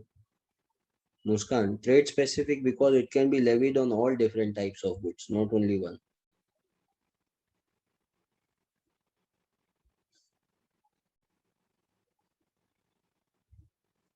Jay, that's a very good question. There are many people who would try to do that. Jay is asking, sir, what if you try to buy more than the limit which is said in absolute quota? Then simple, government doesn't do anything, government doesn't feel bad, doesn't charge you additional taxes or anything. They just change your residential address, right? So they will give you a new permanent address with open view where doors will not be wooden, it will be iron doors, free food, free shelter. Enjoy. Okay. Yeah. Yeah. And yeah, Sri, that's true. Free mar also. So if you try to disobey the orders of the government, then government will, give you a free bamboo massage.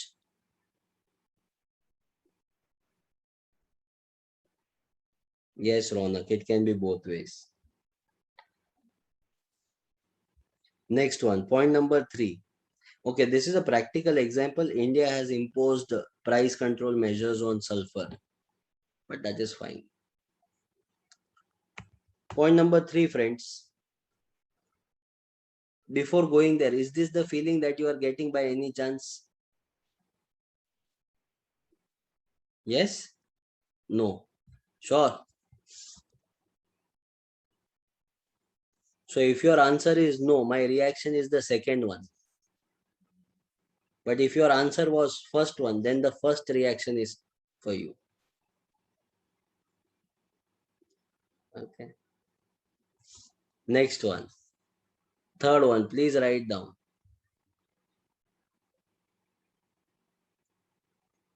Non-automatic licensing and prohibition.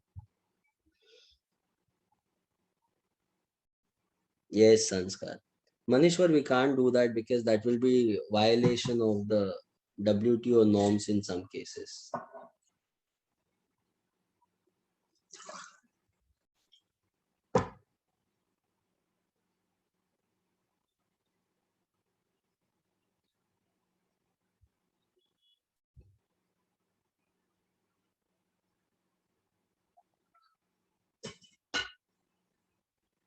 Non-automatic licensing and prohibition. Now, what do you mean by this point? See, when I'm talking about imports, okay, let's suppose Shri is having an import license of textile. So, in the entire year, Shri can purchase or import any number of textile, yes or no? His first consignment came in August, second came in September, third came in November. No problem at all. His license is valid for 1 year. He can purchase as much as he wants. Okay. But similarly, let's suppose Mahesh has started a pharmaceutical firm. Now there are many drugs which are banned in India, yes or no? But Mahesh wants to import one of the banned drugs in India for medicinal reasons, of course, for research in this pharmaceutical firm. So without any license, he can import, isn't it? Then it is not called as import, friend. It will be called as smuggling, isn't it? So in this case, what will Mahesh need to do? Mahesh needs to take a special license from the government, yes or no? So when you have to take a special license on the prohibited items, that license is called as non-automatic licensing. Because non-automatic licensing doesn't mean it will be automatically renewed. No. every time you will have to apply if there is this licensing. Okay. And there are many product students which are banned in India. I gave you example of drugs, right? We have all these kinds of things, right? Especially animal product students. India is a country which doesn't believe in, violence even towards animals. So fish fin, animal, elephant tusk, shark fins, rhino horn. That's correct, Someshwar. And apart from that, the animal bones, all these things are completely banned. You cannot bring. There was a case, actually. I will tell you. This is a very interesting case. Okay, tiger teeth, tiger skin. Correct, correct, correct. This case happened on Mumbai International Airport. Not now. It is an old story. There was this very rich lady. Okay, she bought a bag, a handbag probably, worth some 10 lakh rupees, let's suppose. So a handbag worth 10 lakh rupees was purchased. When she arrived in India, her bag was seized and legal proceedings were charged. Now she was unaware about the fact. Why is this all happening? She said, you have violated the rule of non-automatic licensing and prohibition. Why? Yes, Shri. Because it was a crocodile skin made bag. Bag made from crocodile skin. The Indians were very smart at that time. She said, then why it is my mistake? The company's name was Louis Vuitton. Probably today the richest man on planet Earth is founder of Louis Vuitton. Am I right? Yeah. So we are living in an era where people who are killing animals become richest people on earth. But people who are trying to sell betterment in their life, like Patanjali. So Baba Ramdev will be criticized if he tries to make money, right? Any spiritual leader, if they try to enter into FMCG, they will be criticized. Anyway, yeah, in first place, what is his name? Bernard Arnold, something like that. High level of disrespect I have for these kind of people because the only thing they earn ever in their life is money, right? No problem. So I hope you understood non-automatic licensing and prohibition. All these items cannot be imported in India. And even if you want to do for some reason, you will need a special permission from the government. Okay. Next one, fourth one. Financial measure. Yes, Shri. Financial measure. Now, what is financial measure? No, no, Someshwar, not needed. So wherever it is very simple point, I tend to avoid writing anything. I'm not sure if you will be able to, relate to the example which I'm sharing, but I will share a small example with from my personal life to understand these financial measures. One announcement which me as a student was very excited to receive in school. It used to come once in a year, and that is picnic, right? Super excited.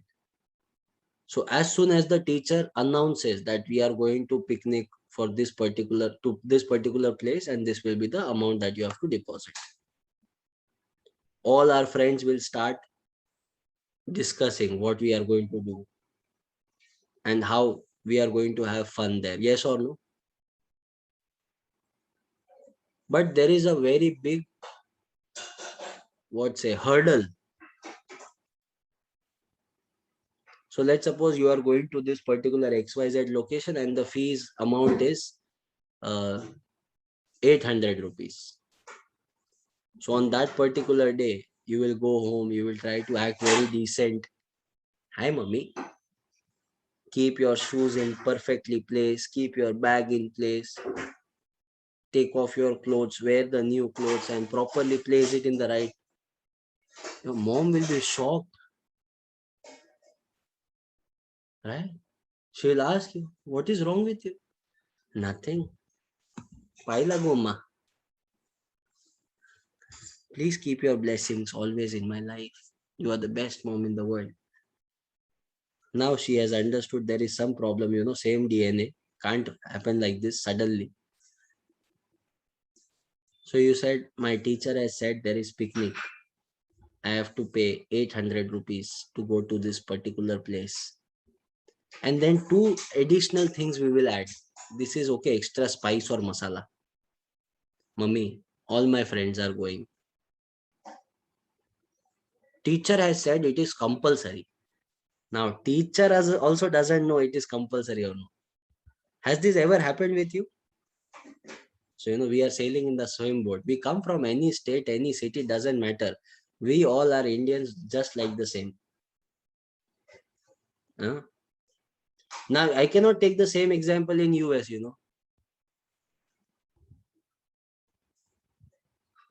right?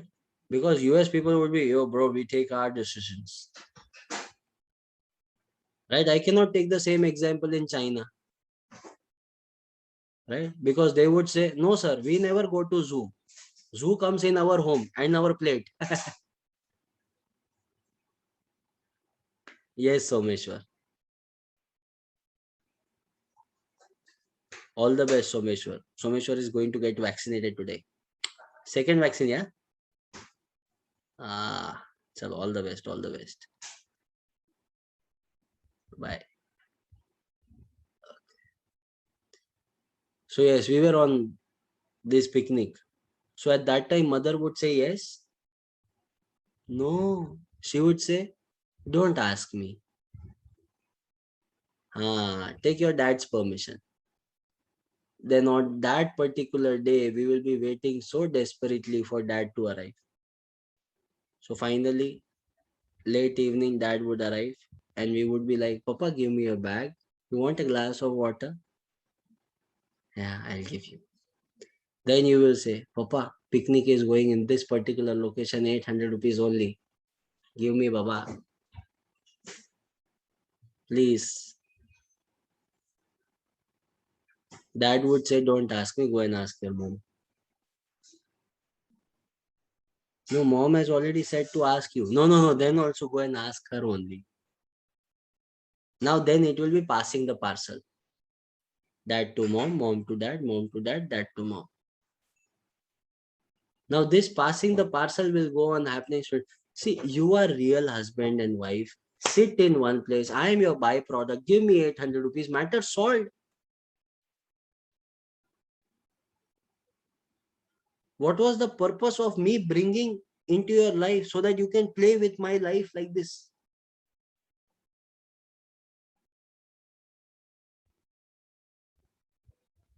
Right? No respect only. Come on, bro. At least we share the same surname. You should be.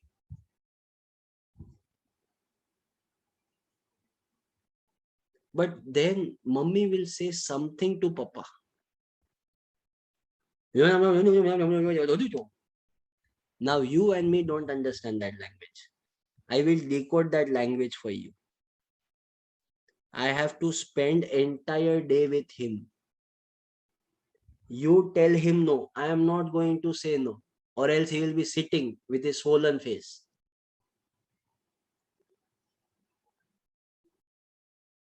Then dad would say, okay, beta, you want to go to picnic? Yes, papa. Yes, yes. Okay, how much money? 800 rupees. Dad would say, okay, okay. No problem. Go. Arey, thank you, Papa. You are the best dad in the world. Yeah, yeah, beta. Go. All the best. Very nice. Enjoy. Okay. Yes, yes. 800 rupees. That we don't have. I can't give you money, but you go, okay, enjoy.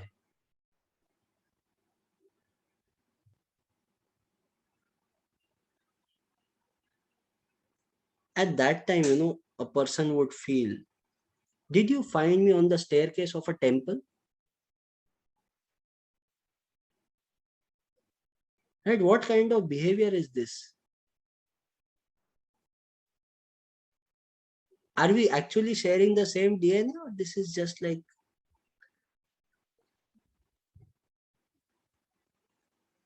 so at that time, friends, you have permission, but do you have finance?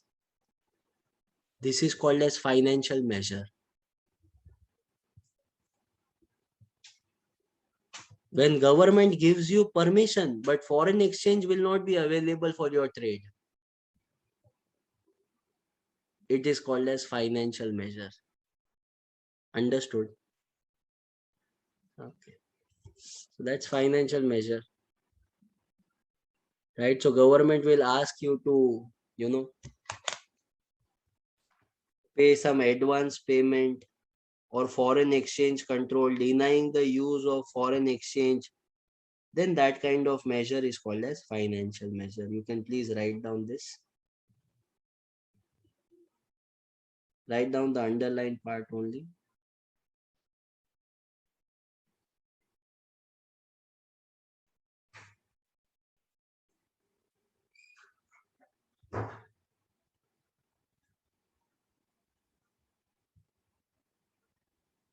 Vijay Lakshmi, I totally agree.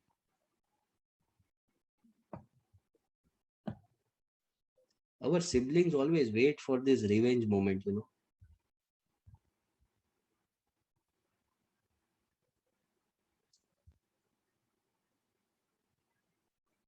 What are you saying, Mahalakshmi?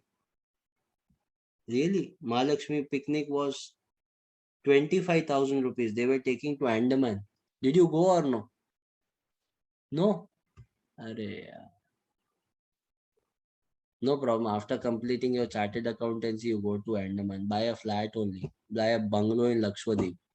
We are soon going to have water villas in Lakshadweep. See, just like Maldives.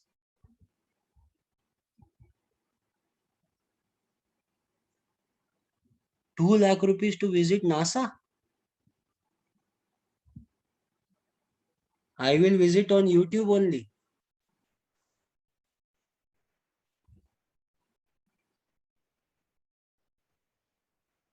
That jail is very famous in Udaipur. 40,000.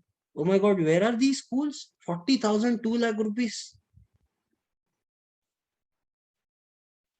My school picnic was 450 rupees. That also I had to beg.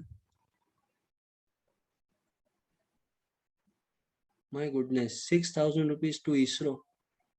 Amazing, yeah. Amazing schools nowadays. They are taking such a long trip. Gupta ji, you're seeing this, right? Gupta ji's school has never taken a picnic for us even a single time.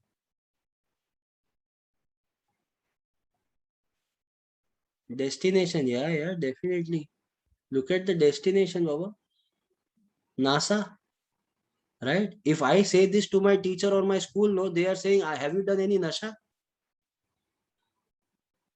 We can't take you to NASA and all." Okay, sit. Wow, wow, wow, wow. US visa for 10 years, my goodness. Correct, Ovia. I am from same group. Okay, nice. So financial measure, you understood, no? That is more important. So see, when you ask government or RBI, where is the money? RBI would reply, I don't have money to buy poison. Where will I give you money to? Yeah, Sri Nandini, correct. My goodness. So this is our financial measure. No means no. What is the reason? Just no, nothing else. Next one, friends. Please write down point number 5, measures affecting competition.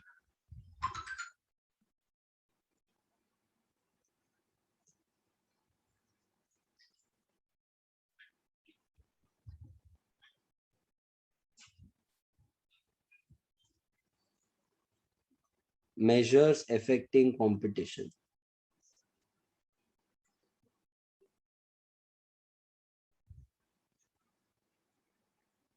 Ready? Now, what do you mean by measures affecting competition? See, government doesn't want to have competition in a particular product. So they will restrict the number of people who can participate in that business.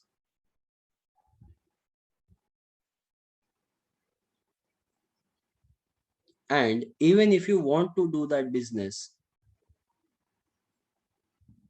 government will specify a channel only through which you can buy and sell the goods. So to restrict competition, whenever government fixes a channel or they make a syndicate only through which you can buy or sell, it will be called as measures affecting competition. Let me help you with an example. Now, geographically, we are very diverse today. But if you understand from national point of view, we are having 6 companies that you must have seen petrol pumps of around you.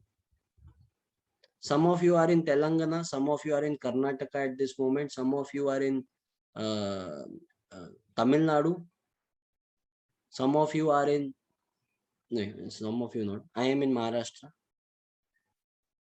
Okay. Like sometimes I visit California, that's a different story. Okay. Imanshu, you are in Kerala. My goodness, amazing. So some of you are in Kerala as well, it seems.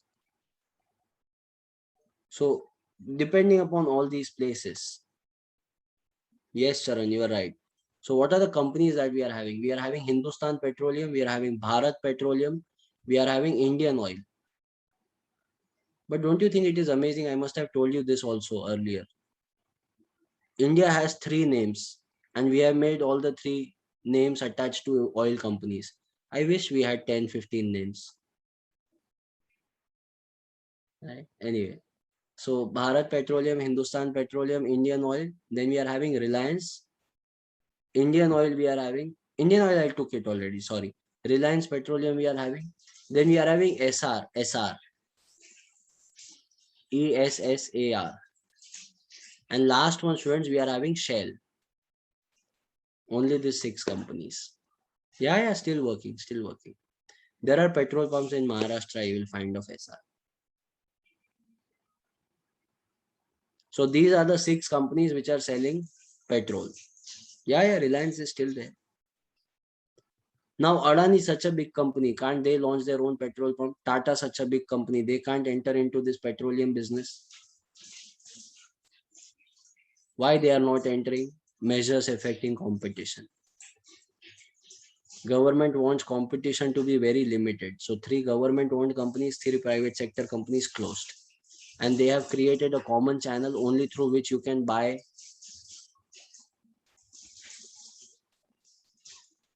the petrol.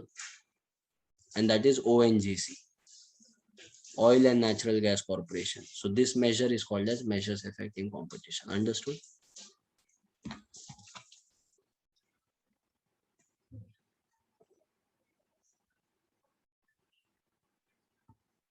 See, I'll give you one more example. But before that, measures affecting competition refers to measure that grant. Please write down this: grant exclusive or special preferences or privileges to one or more limited group.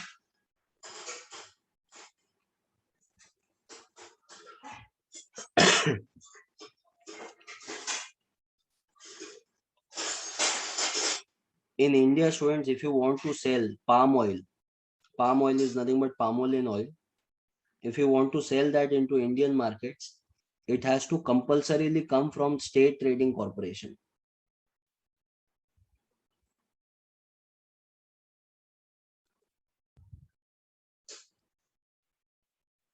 Yes, Satvik.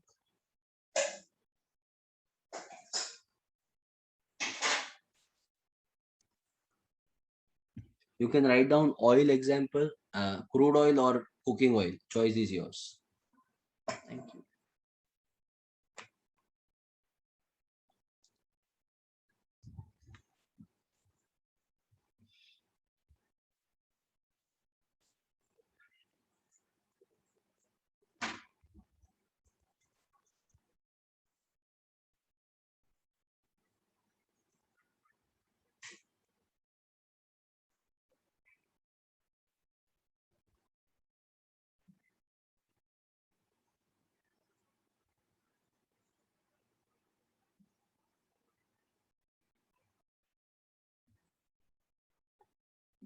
Done, friends?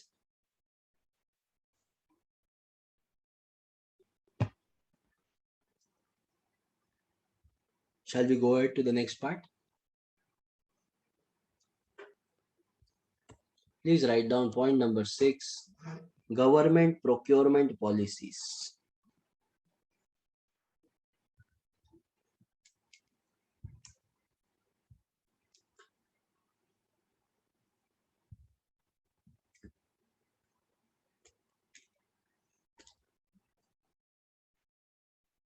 Government procurement policies.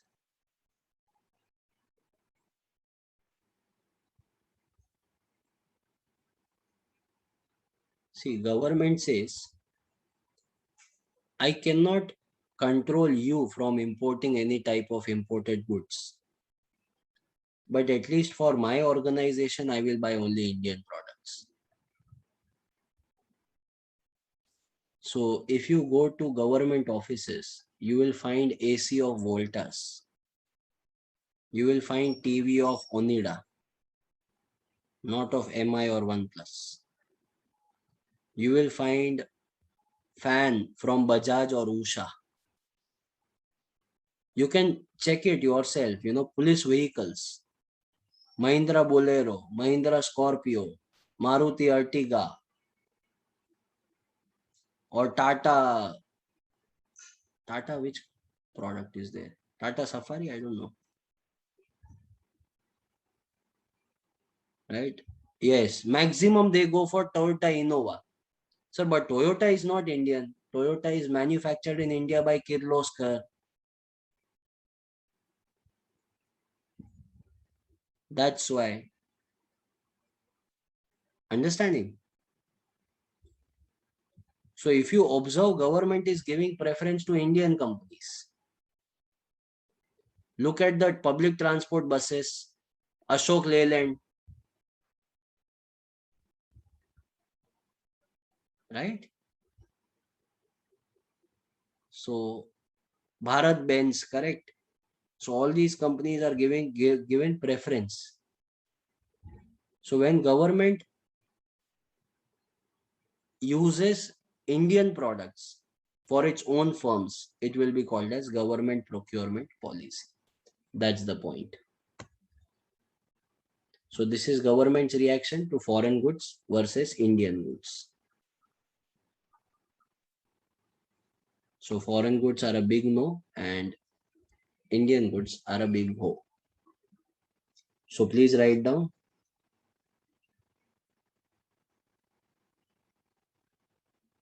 Government procurement policy says that government purchases should be from domestic firm rather than foreign firms.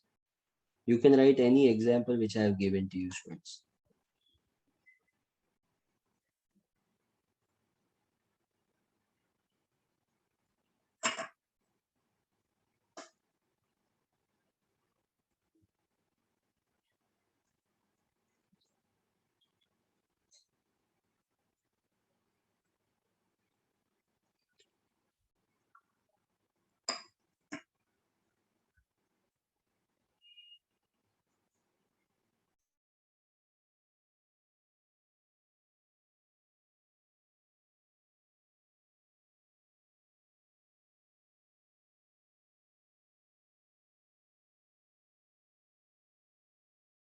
Done, friends? Point number 7. Please write down trade related investment measures.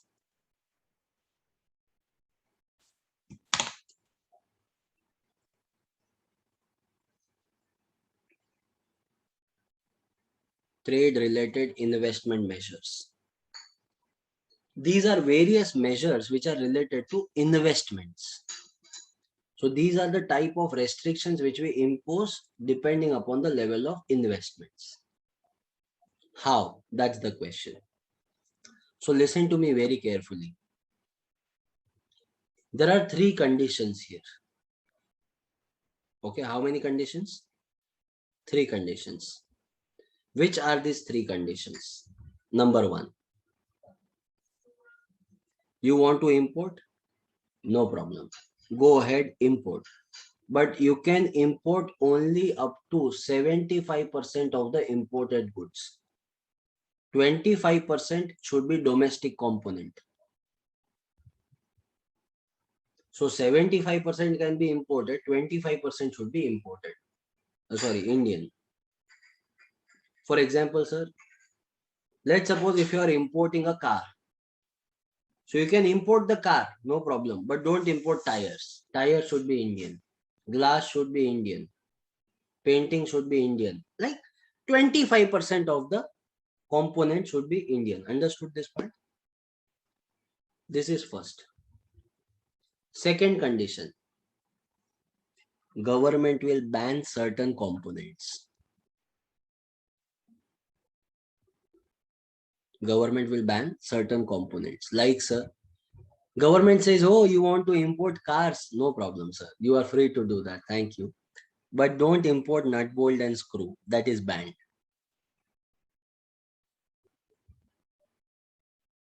Car can be imported. Nut, bolt and screw cannot be imported.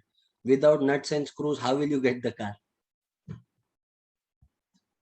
What you are saying, government, how is it possible? Not possible, no? So you bring the parts, no? Assemble it here. This will create the employment opportunities in the country. Yes or no? Right? So these are nothing but various measures which government uses.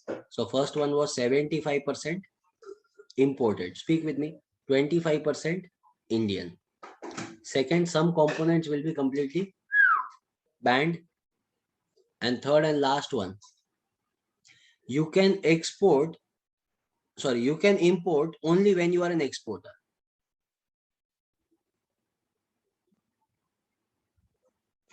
So let's suppose in 2021, Vansh is exporting worth 100 rupees.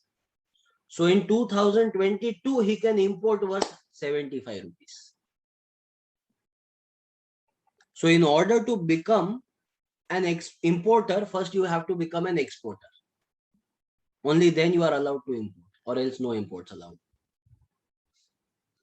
Getting this, friends?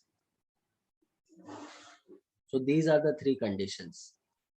Come on, repeat with me. First one, 75 can be imported. 25% should be Indian. Understood? Second case, some components will be completely banned. Third one, in order to become an importer, first you have to become an exporter. If you export worth 100, you can import worth 75. Perfect. Understood this entire part? Right? So that is our trade related investment measures. You can write down these 3 points, friends, which are written here. I will mark it for you. Requirement to use certain minimum level of locally made components. Second one, restricting the level of imported components. And third one, firm may import only up to 75% of the export earnings. Yes, Janvi.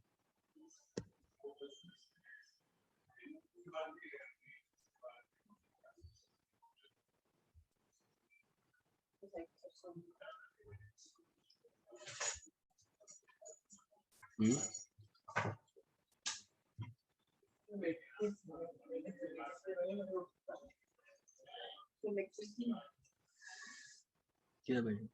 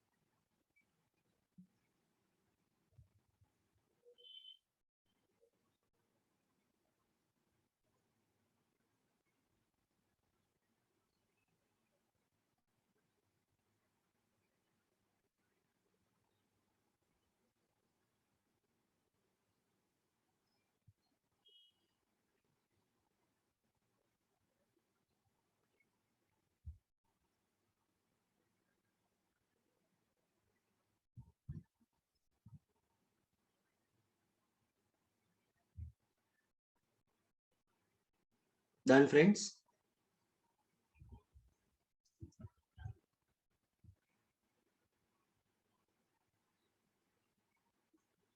Point number 8, distribution restriction. Point number 8 and point number 9 are extremely easy.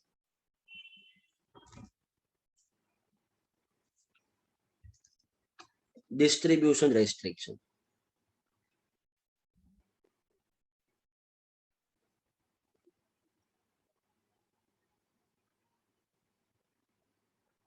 Now, yeah, Janu. What do you mean by distribution restriction? Let me help you with a small example in this case.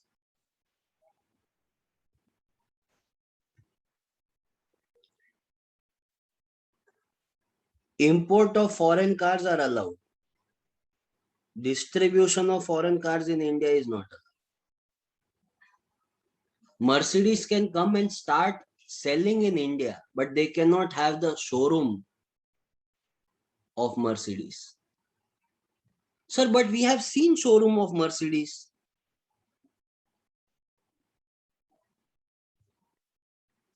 It is some Indian firm. You must have seen Navneet Motors, right? Or let's suppose Lakshay Motors. So Lakshay has taken agency from Mercedes. Getting this?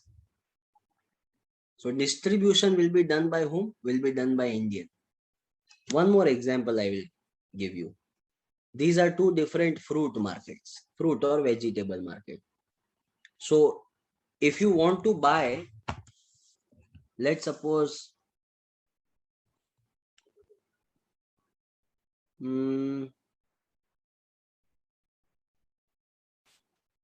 dragon fruit,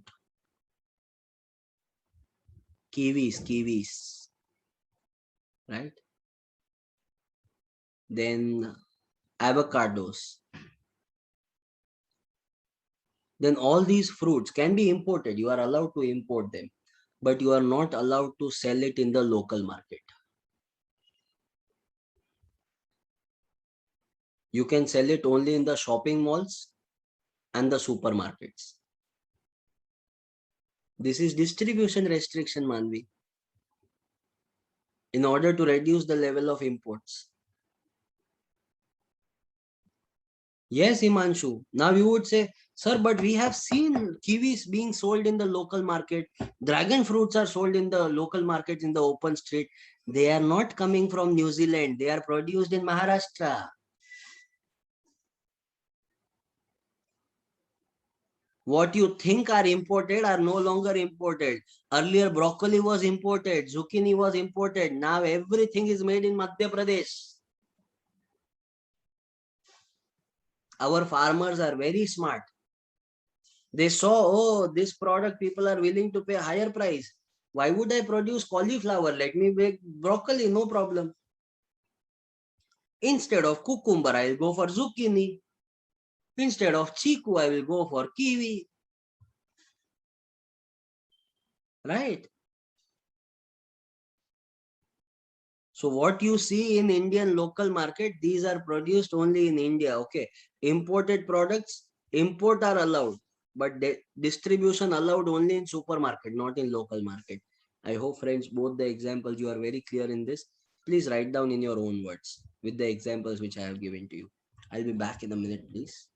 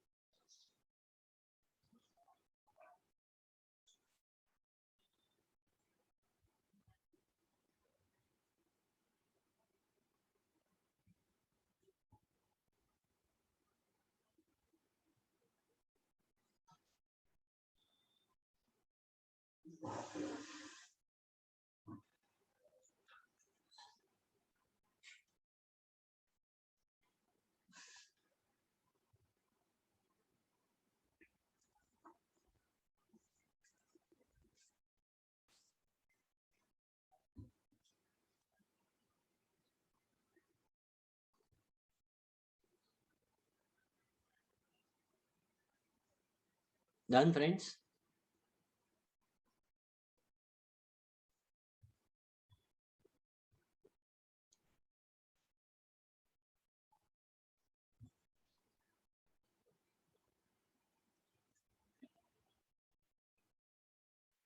Next, restriction on post-sale service. Frankly speaking, this is self-explanatory.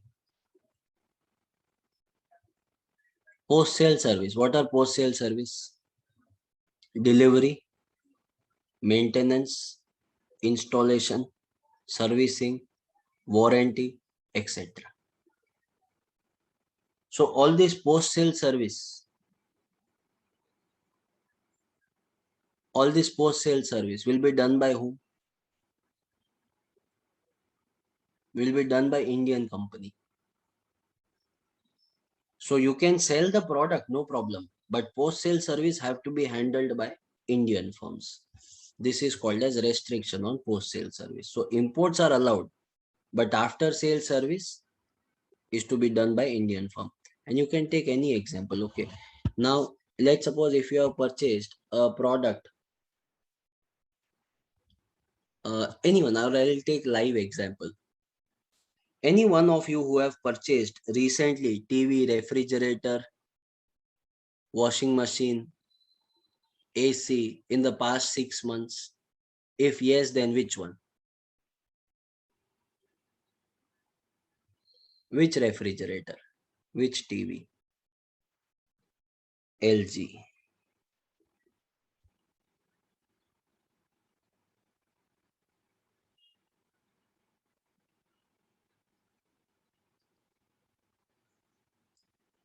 Now LG is from South Korea, right?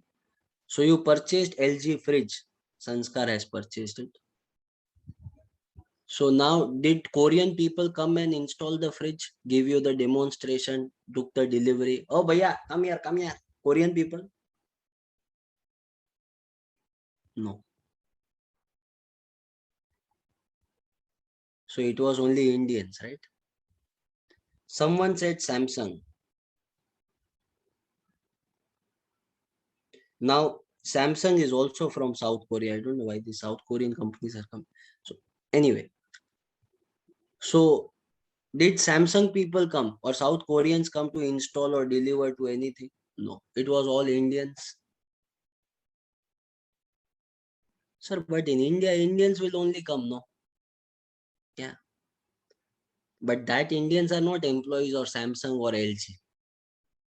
They are employees of some Indian firms. Samsung has outsourced its post-sale services to them. So whenever post-sale services are done by Indian companies, it is called as post-sale service restrictions. Understood, friends? Easy. Okay. Next. Next one is administrative procedures. Listen to this very carefully. Some points now onwards can hurt your sentiments. 10th, 11th, 12th, 13th. Okay. Can damage emotionally. So don't worry. 10th one, administrative procedures. Do you remember taking admission in JK Shah classes? Very tedious process or easy process?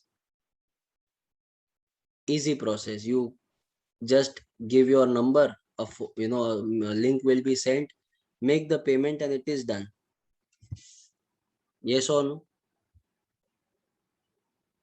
But when we talk about your college or university admission, now I can see some of you doing like this. Some of you are going like this. Sir, I'm not there. Don't even try. That was our dark past, sir. Please, we are still trying to fight. So many procedures. They ask us to submit so many, documents. Who asks for 11th standard mark sheet? We left the entire 11th standard in option.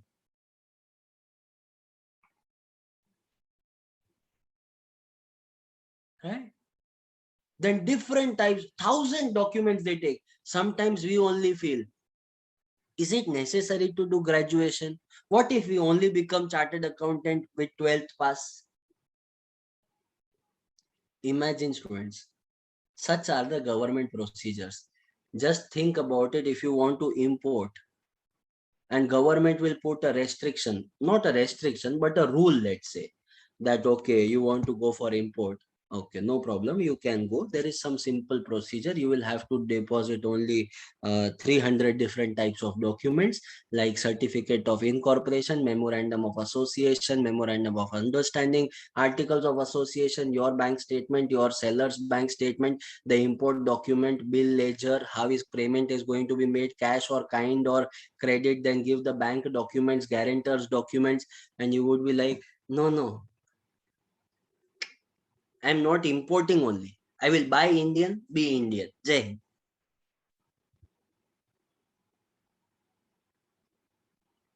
Right? Correct. To provide all this certificate, Mahesh, you are right. We will only become insane. Right? Then we will need imported medicines. Administrative procedures is what we call this. Government will try to impose this kind of procedures because they don't want you to import more. So excessive procedures are administrative procedures. At times, whenever you see there are excessive procedures, please remember that is deliberate action. Because of this administrative procedure, I am telling you, I have not even made my marriage certificate from last 6 years.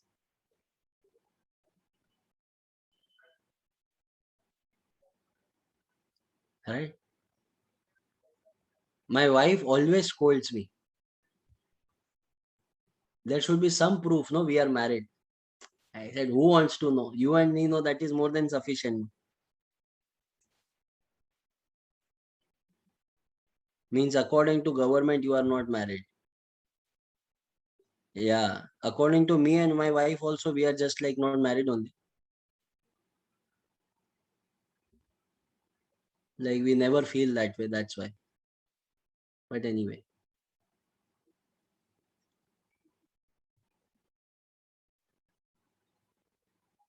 So excessive procedures, my goodness. I always remember my marriage certificate whenever thank God she has gone to gym, so she is not here to listen to this, or else she would have also said, Chirag yaar, come on yaar.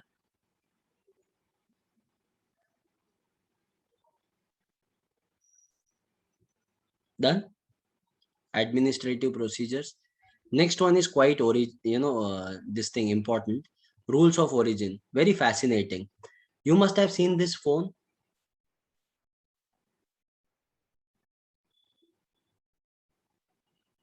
No, no, Jay, not required. Right, this is iPhone, students. In the back of the iPhone, you must have seen something written like this: designed by Apple in California, assembled in China. Now, whenever this kind of phones come into Indian territory, Indian government will open it. Will say, open, open, no problem, open.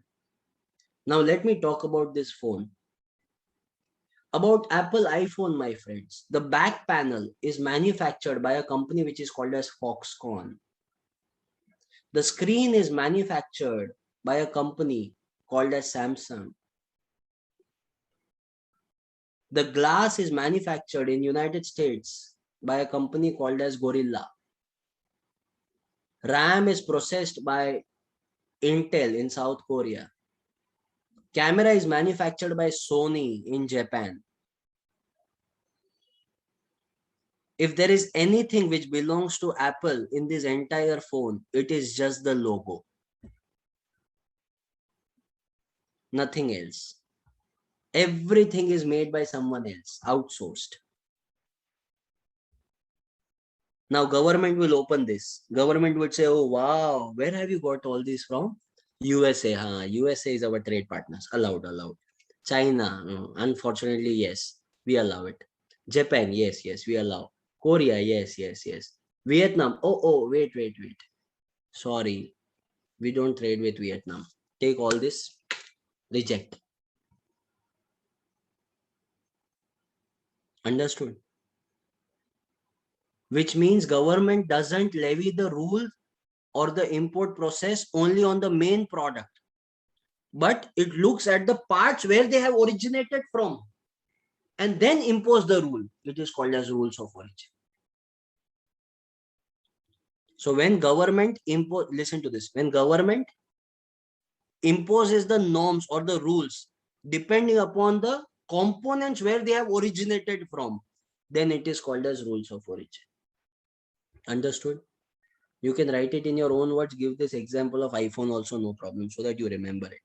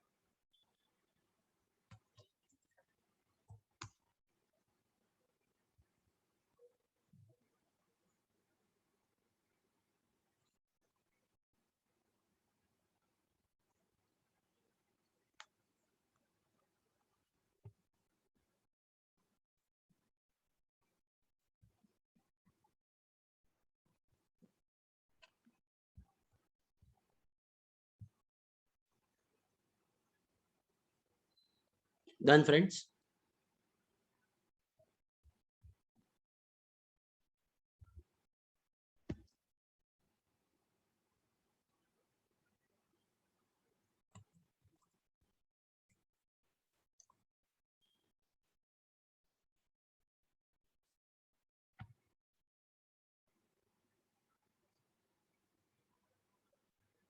Yes, Manvi.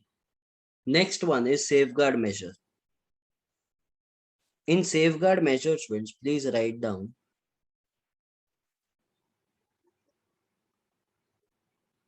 temporary ban.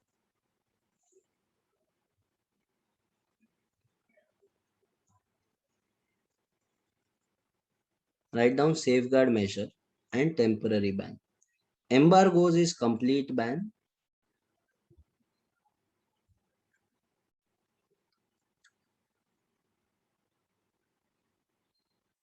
Now, what is temporary ban? Let me help you with one example here. Do you see these beautiful apples in front of you? Right? All of them are artificial apples, friends.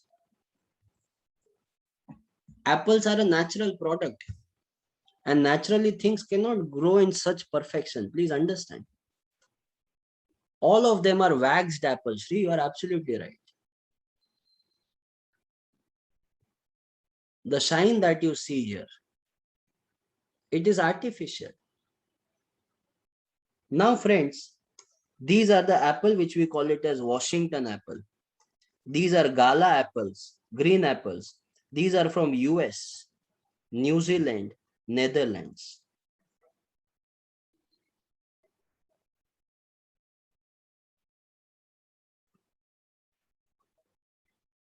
Indian apples, available at half the price of that of other apples. Still people buy Washington apples, Gala apple, green apple. Do you agree to this or no? Why? It is just beauty, nothing else. We pay for beautification, nothing else, my friends. Now these sellers, they don't have so much of idea. They should also stick a sticker on that, keep it very beautifully, wax it, and then contaminated product will be given to us and we will be happy.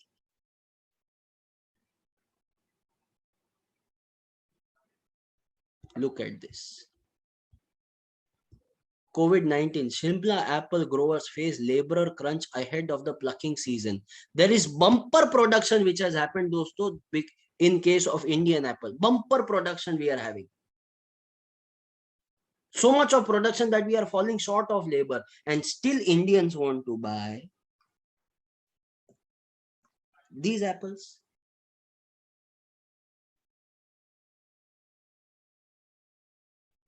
Government will put a temporary ban on imported apples so that our apples can be easily sold in the market. It is called a safeguard measure. Understood? 100%. Okay, so you can write down in short in your own words about the apple example.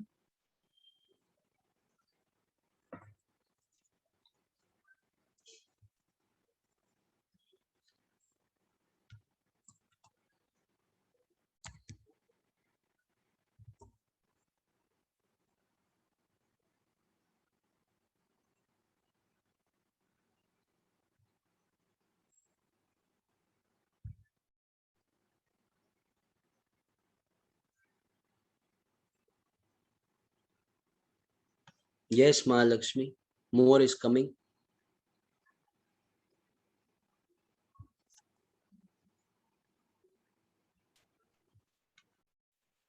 Ready? Embargoes. Before I show you the next example, just a small request from my side. Please don't get over emotional about any example which I show you, because next example might raise your blood pressure. Okay, but this is for the sake of understanding this. Okay, going to show a picture to you.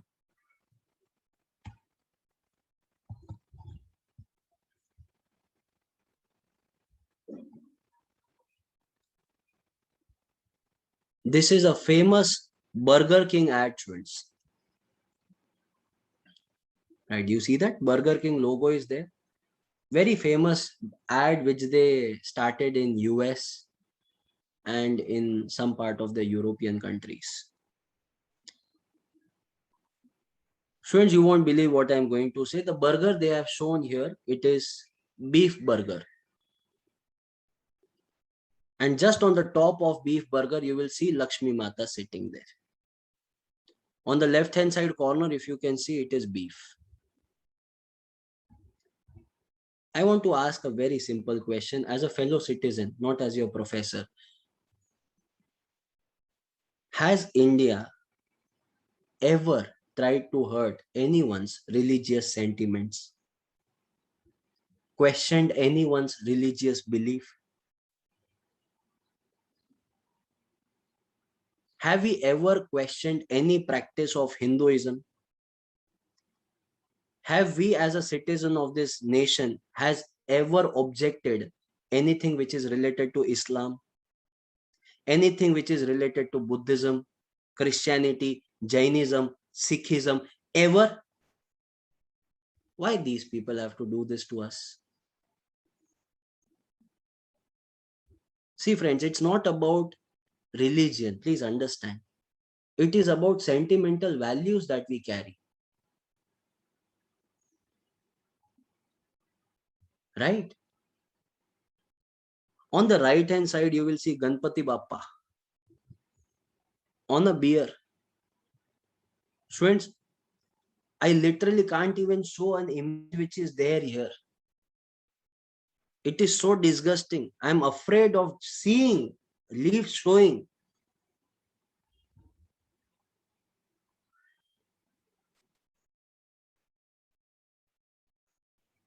Friends, these are the brands who come and launch their IPO, launch their stores in our country, and people like idiots go and buy from them. I came across this advertisement 8 years back. I'm proud. From last 8 years, I have not had anything from Burger King. I have taken an oath. If I die out of hunger and Burger King is the last thing which is available on planet Earth, I will not be eating that. I will choose death over Burger King.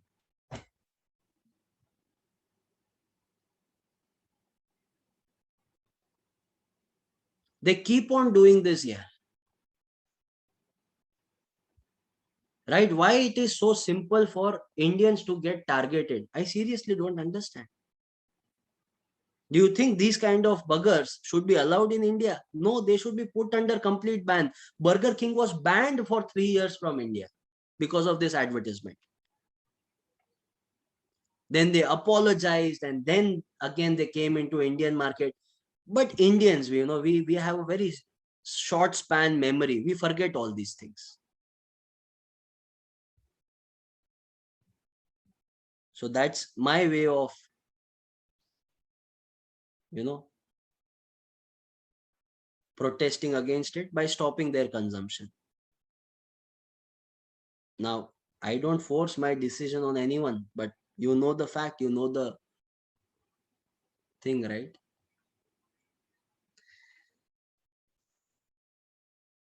Yeah, Shri, that is also part of our example. I will share it with you. One more thing which I will share it to you. Amazon selling all these things. This is not Indian flag, okay? First one is not Indian flag. It is a floor mat with Indian flag on it. Here it is no religion, right? Here it is our country which is targeted. Then it is shoes with Indian flag on it. Mahatma Gandhi on the chappal.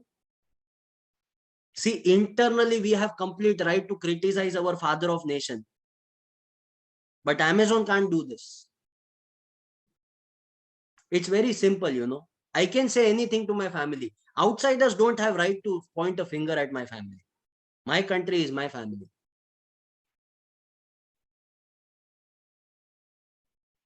Friends, all these things, I'm telling you, literally, all these things are banned completely. Amazon was, warned by Indian government. If you sell all these things, Jeff Bezos, you will be thrown out of the India. How can the products get listed? I don't understand. Right? Is it? I was not aware about it. Correct, Manvi. All stupid people. So all these things are banned, which is called as embargoes. I hope you are very clear in this. That completes our all the non-technical measures. We are just left with export related measures, but I think now it's time for the doubt solving and the break. So I'll pause here. If you are having any doubts, queries, you can ask me right now, or else you can enjoy your break. We restart at 10. Yeah, so we restart at 10. Thank you.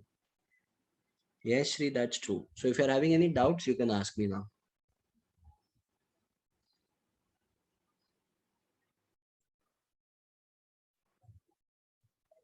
Okay.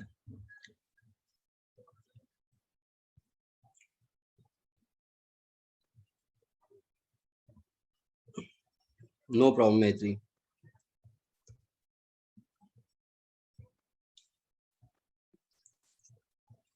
So far, friends, we have completed the entire import related measures. We have understood the tariff measures and the non-tariff measures. In non-tariff measures also, we understood both the aspects, that is technical as well as non-technical measures. Is that correct? So let's take it ahead from there.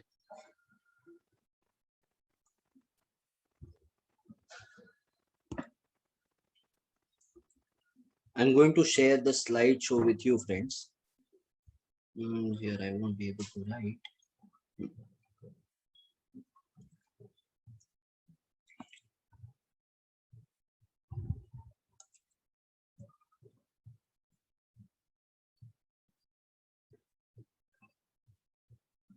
And Lakshay, I told you, right? It is going to happen like that. All these startups that they have started listing, not a fair deal.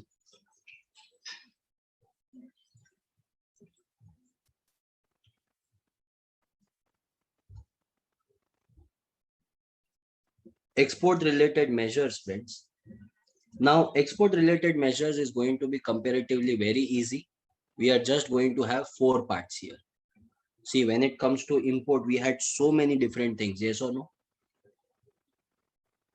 But in case of exports, just 4, correct? So what are these 4 methods? First one is ban on exports. What do you mean by ban on exports? Please write down point number 1, ban on exports. What is the meaning of ban on exports? See, if there is a product which is having shortage in our country, and if you start exporting the same product outside India, then what government has to do now? Government will have no other option but to impose a ban. So such kind of restriction which is imposed by government, it is called as ban on export. Example can be onions, right? So there was a time in our country where onion prices were very high. Instead of diamond ring, people were giving onion rings. You know, so onion. So during period of shortages, export of agricultural products such as onion, wheat, etc. may be prohibited. Just this much you have to remember, friends. During period of shortages, export may be prohibited to make it available for domestic consumption. Example, you can write onions.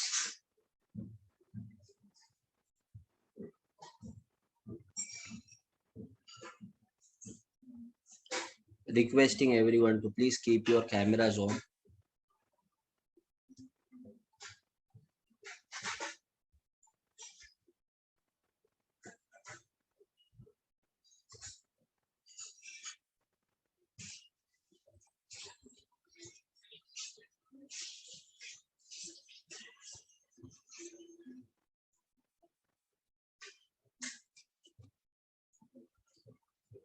Done?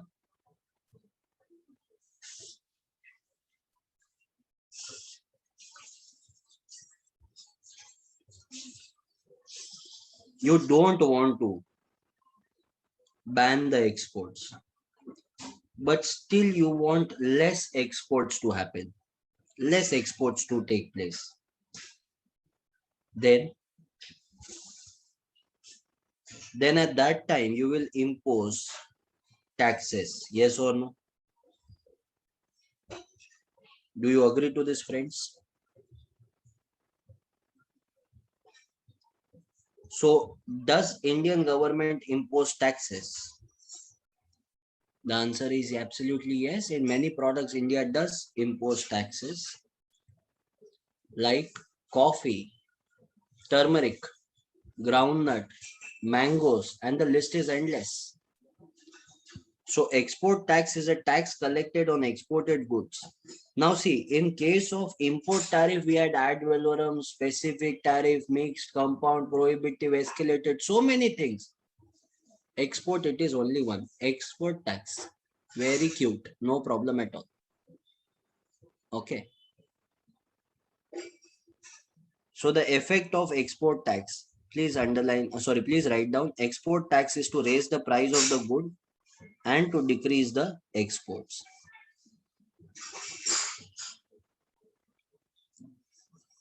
And why would we do that? Because it reduces domestic prices and leads to higher domestic consumption.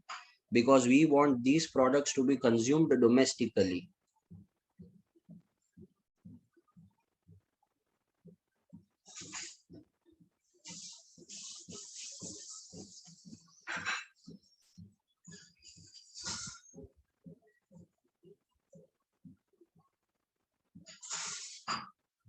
Understood this part?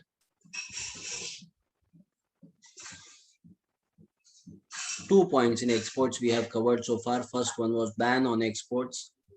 Next one is export taxes. Third and fourth point, students, it is going to be export subsidies and incentives and voluntary export restraints.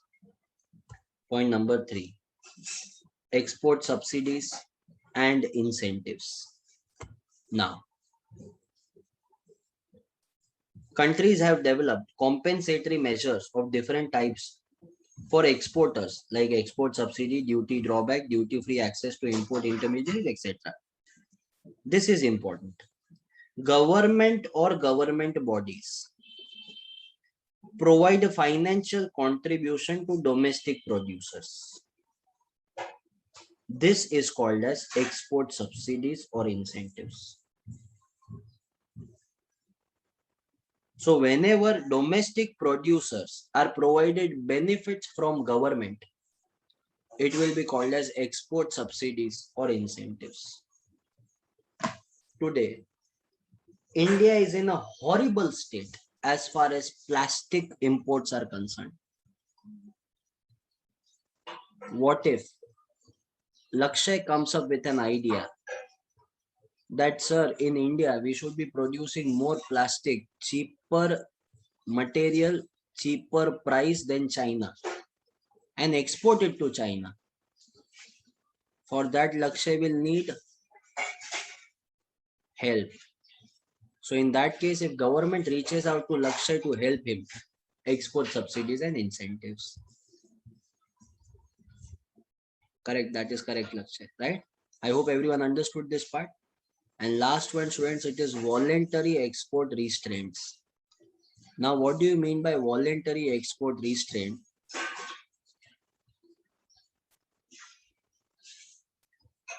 We know because of us, if there might be some problem, some havoc in the other country of the world, because of our product that we are exporting, it might result to a disruptive situation in the other country. Will we still export?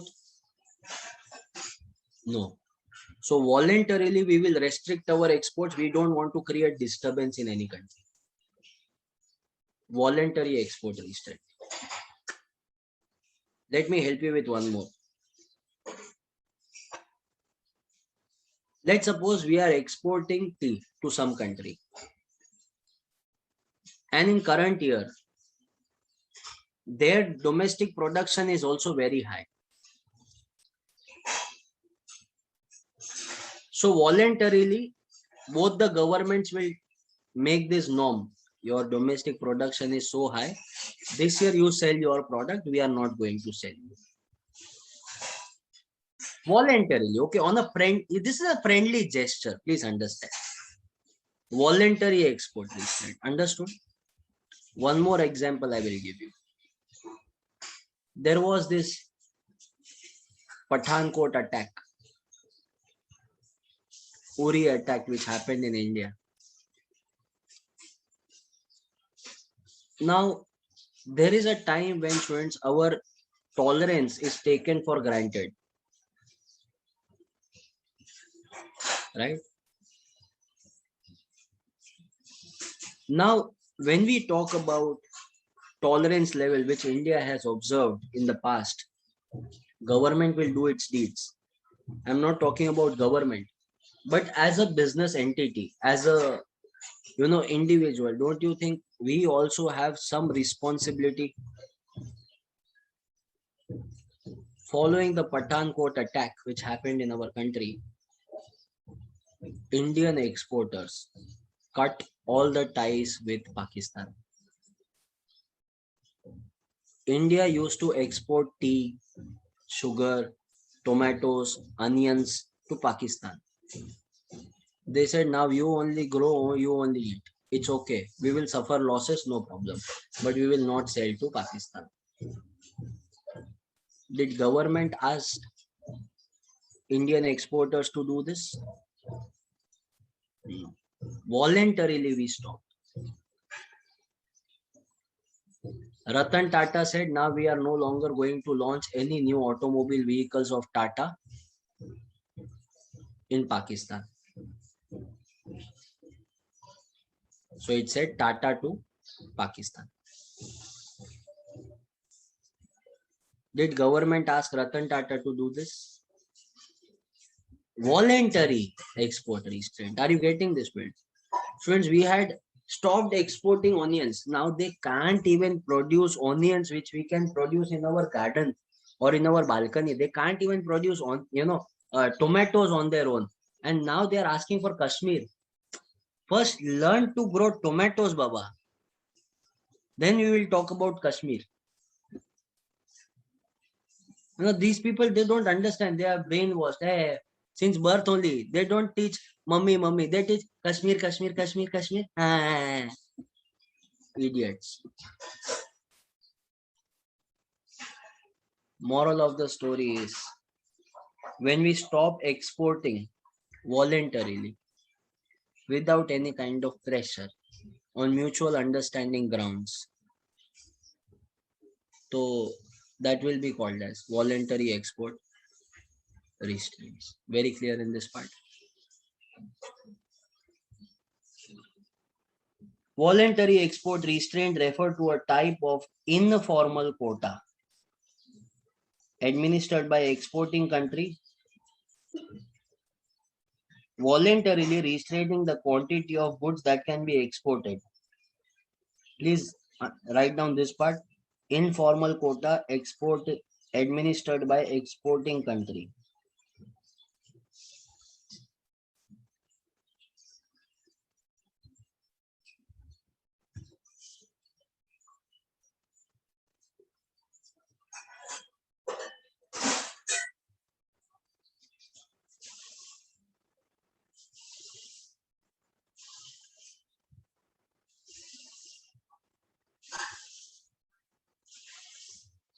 Correct, Mahesh, I agree.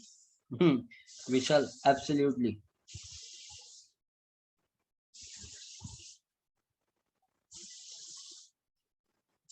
Understood this part. Don't bother about the image. This was Pakistani anchor. He was disappointed on live screen because tomato prices in Pakistan went up to 200 rupees. And my friends, 200 rupees Indian currency. These beggars currency 400.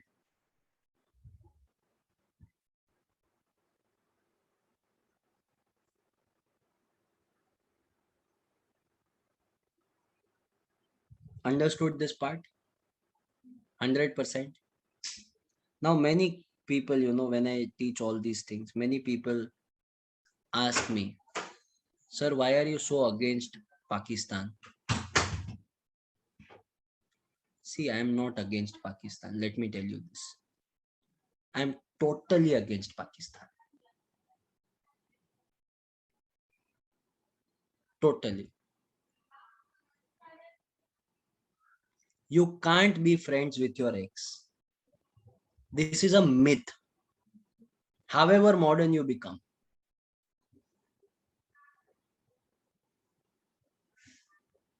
Okay.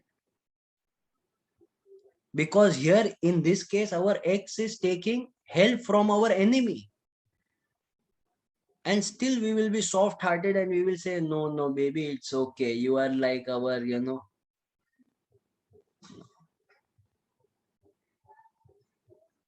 never ever do that. Never. Okay. Yeah. Then rest you already know what has happened in the past. See, we are like lions and tigers. We won't attack till the time we are triggered. If someone comes and pokes, let lion be in the open forest, in the national park, in the zoo, or in the circus. If it is poked, it will revolt.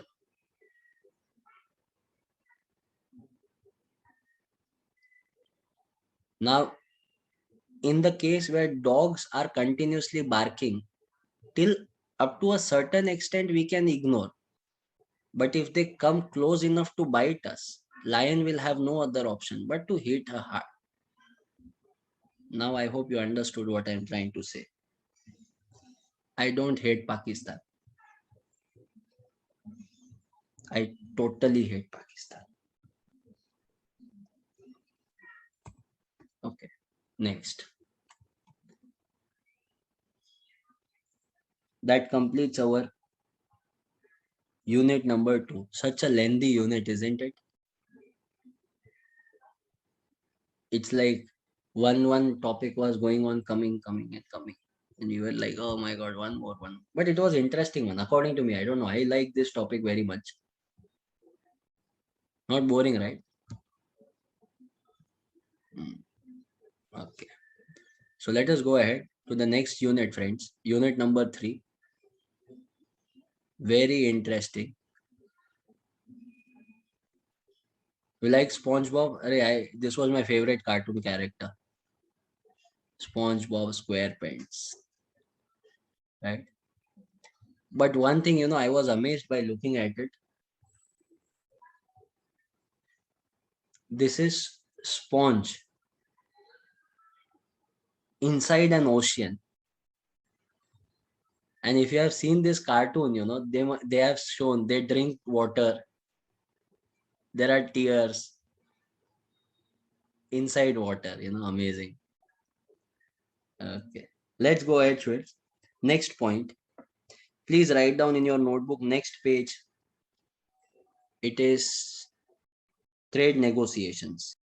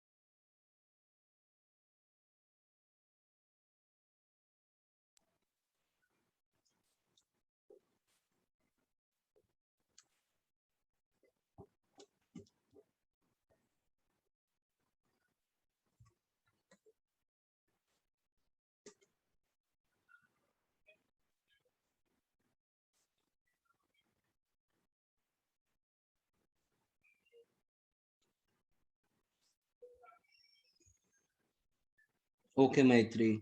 Yeah, Shri, I agree.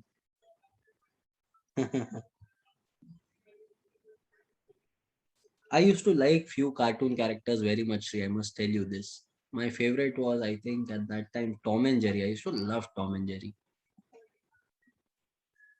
Right.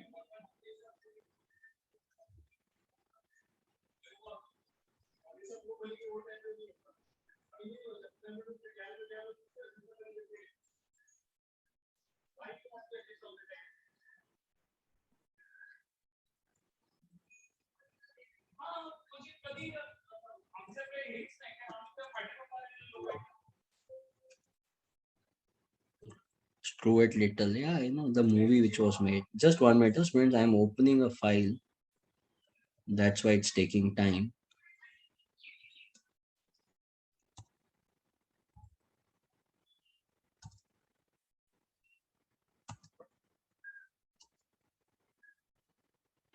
Yeah, Sanskar, day before yesterday, I saw it.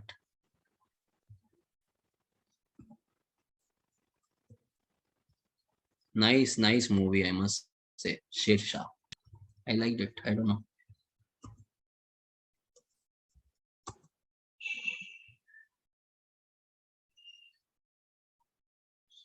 It was good. Pukal, that is Samsung. I don't know the model name. Samsung, some made in India phone I am using. UP government to give 1 crore. Oh, Ronak, is it? I was not aware about it. I would be the first person to criticize this then.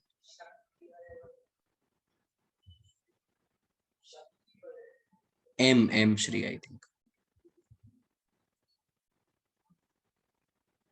Okay, let's begin.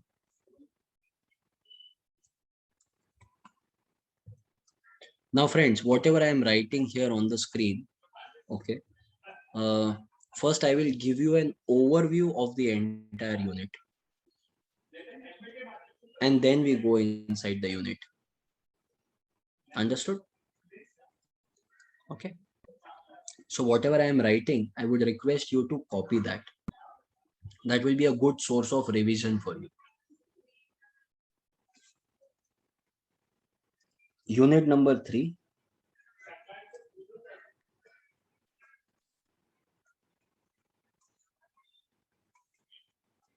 Trade negotiations.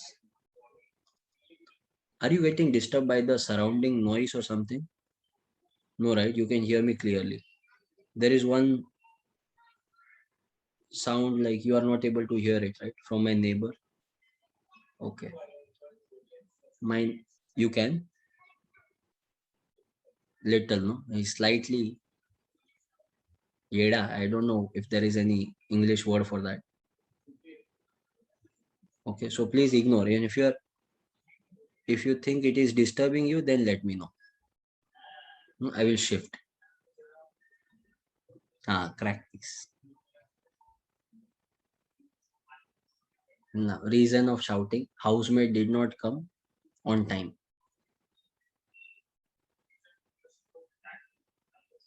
So much of,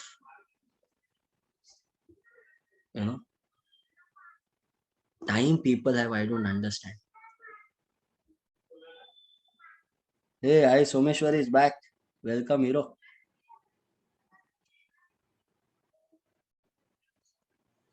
Trade negotiation, friends, will be divided into 3 parts.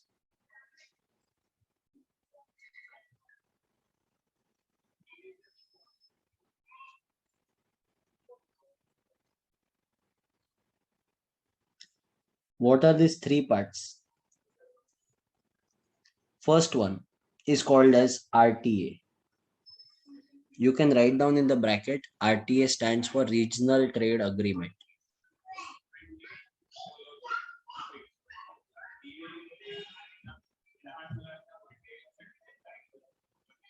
Regional Trade Agreement.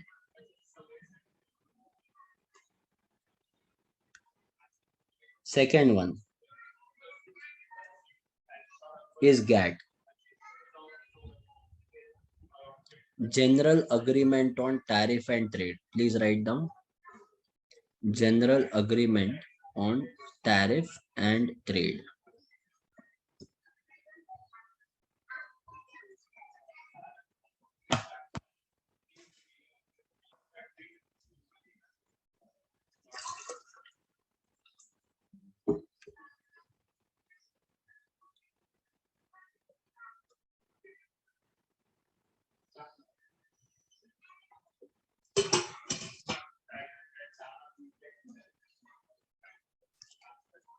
Last one will be WTO, World Trade Organization.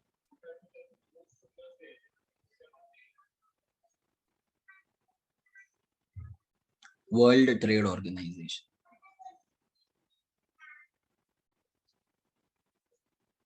So these are the 3 parts, friends, that we are going to understand in detail, a very interesting topic. But what is it exactly that we need to understand? Oh, wow, Jay, that's amazing. Jay is saying you had this in your 11th standard. So that will be amazing if you're aware about it. Anyway, Now, see students, if you trust someone, hmm, and if that person breaks your trust, then it is not your mistake. But if you trust the same person again, then it is 100% your mistake. Do you agree to this statement? That's 100% right. Correct? Same is with countries. India trusted Britishers blindly, students. We had blind faith on Britishers. We allowed them to trade. We gave them space. We gave them our treasure. We gave everything we had. Still, they were not happy in a relationship with us. Then there was domestic violence. Then we had no other option to fight back, to revolt. Friends, tell me one thing. 15th August 1947, we got our independence. Does that mean from 16th August 1947 we became self-reliant? Does that mean now we were self-sufficient and we don't need anyone's help? See, we should not forget we were servants.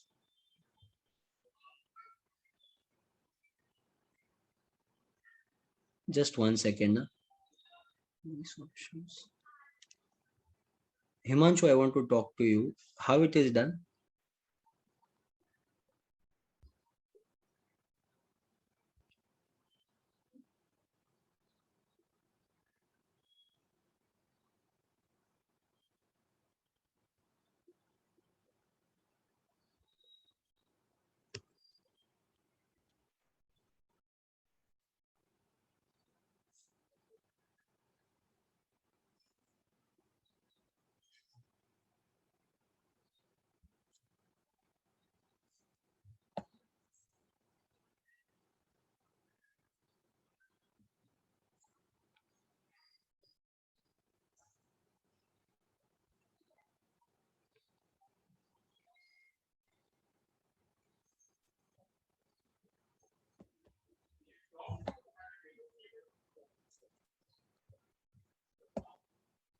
Just hold on, friends.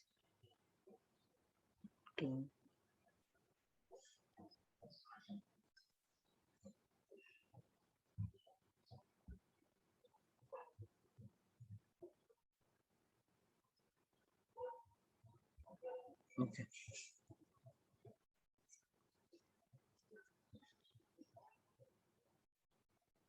Now is it fine, Himanshu? I've tried to do what you said. Let me know if it gets better. Yeah, better. The background sound, I was not aware there is a option of cancelling the background sound in Zoom. So now it got better, is it? Okay. Wow, amazing, yeah. Thank you for teaching me this. I liked it. So I used to always get stressed because of this fact, that you would be getting disturbed. But now this is peace of mind. However, I wish there was some way I could clear background voice live. But yeah, let's begin. So when we were talking about 15th August, see, we were not self-reliant. We still needed to trade, yes or no? Now, when we needed to trade with them, what do you think, friends? We had so much of money, we had so much of knowledge, we had so much of resources. The answer is no. We still wanted to trade with them. Now, in this case, when we want to trade with them, will we trust them entirely the way we trusted them in the past? No. So we will keep some restrictions. Yes or no? So now that restrictions which are made will not be easily avoided or exploited. Correct? See, understand. Whenever two people fight, right? Let's suppose a girl and a boy. In a relationship, they start fighting, quarreling against each other, and they don't talk to each other. Then comes a third person in picture. Okay. This third person would come and say, leave it, no, you are smart. He's mad. Then the same person goes to he. Leave it, no, you are smart. She is mad. You forget it. Same script, okay? Same dialogues. To both the people, they will say. One advice from my side. You become whatever you want to become in life. Never ever become this third person. Because this two-person, you never know, they will come together and they will start cribbing about you only. You know, there are few people in my life who come and ask me, you know, I am having this trouble here in my life.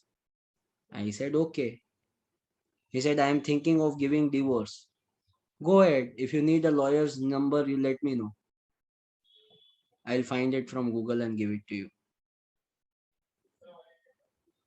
Other friends, what do they do? Hey, how can you say that? Yeah? Don't do it, yeah. Don't do it. I will explain her. I will explain him. Nah, nah. You are mature people, okay? It is not that they are asking you which diaper is good for me, and they are kids. Let them decide. Who are you to decide their destiny? No. And this has recently happened. Okay, that's why I'm sharing this. One of my very good friends, he said, I want to go for divorce. I said, okay. He said, Chirag, how can you be so casual? I said, I am like this only. It's your life, your choice. I cannot force you to stay in that marriage. Who am I to do that? Right? So whatever you think is right, go ahead with that. Your decision, your life, who cares? Right? So anyway, but there are some people who are always trying to poke their nose in this. So countries also fight, countries also face breakup, right? Countries also have Babu Sona Janu problems. So in countries situation also we have a third party who will try to say, no baby, come together, stay together. Who is that? It is GATT. So GATT is the third party. But as I told you, never become that third person in life. Exactly, this is what has happened with GATT also. GATT used to say all the countries, come together, no baby, come together, come together. Ultimately, these countries came together, formed their group, which is called as Regional Trade Agreement, and GATT collapsed. Are you understanding this? So GATT collapsed, gone, gone, gone. Okay. So don't worry in life. Don't be disappointed. Yes. Because only when one goes, other arrives. So you should be happy someone is going. Go. Other will come, and always remember the other one who comes will be much better than the previous one.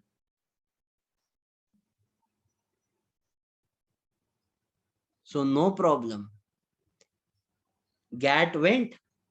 WTO said, don't worry. मैं हूं ना. WTO arrived. I hope you are very clear in this. So regional trade agreement, when countries come together, form their group, it is called as RTA. GATT is that third party who tries to bring all the countries together for the purpose of trade. but ultimately it went. And in the GATT's position now we are having, new third person who is WTO. But shall I say one thing? Ultimately, WTO is also third party only, no? You will remember me for this forever. Let me tell you, even WTO will not survive. Come on, friends, this is human nature. This is human nature. Same countries who are now in love with WTO, same countries will criticize WTO in the long run. They will find out loopholes in this. But don't worry, WTO will collapse. Maybe some other organization would come, like GTA. Global Trade Agreement, my friend. GTA, Global Trade Agreement. Things are meant to change in life. Only thing which is constant is change. You are aware about it, yes or no? Right? Just excuse me. Time, please.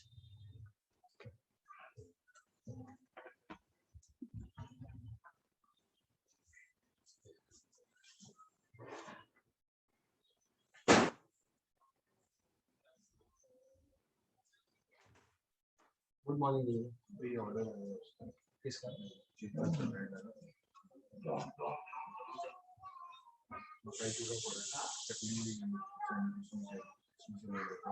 मंगवा दो ना जो भी sandwich वगैरह वाली चटनी और pizza का हाँ चलेगा जो भी एडजस्टमेंट का बुलाना है चलो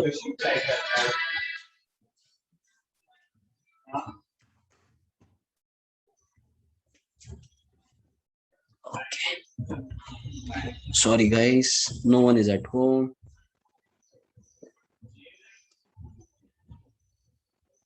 Okay. So RTA, GATT and WTO. Now we are going to understand one by one the entire RTA, the entire WTO, entire GATT. What's it? Let's begin. Okay. So before going there, can I just dictate a small meaning of RTA, Regional Trade Agreement? Can you note it down? Please write down.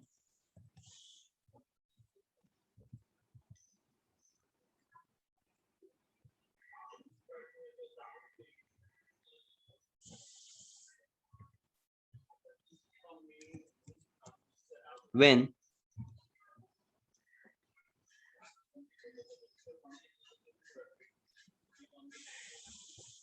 two or more countries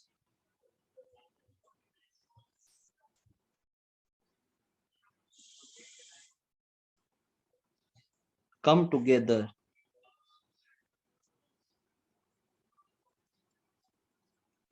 for the purpose of trade,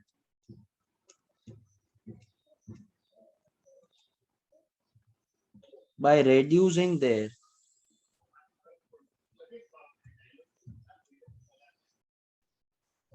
trade barriers,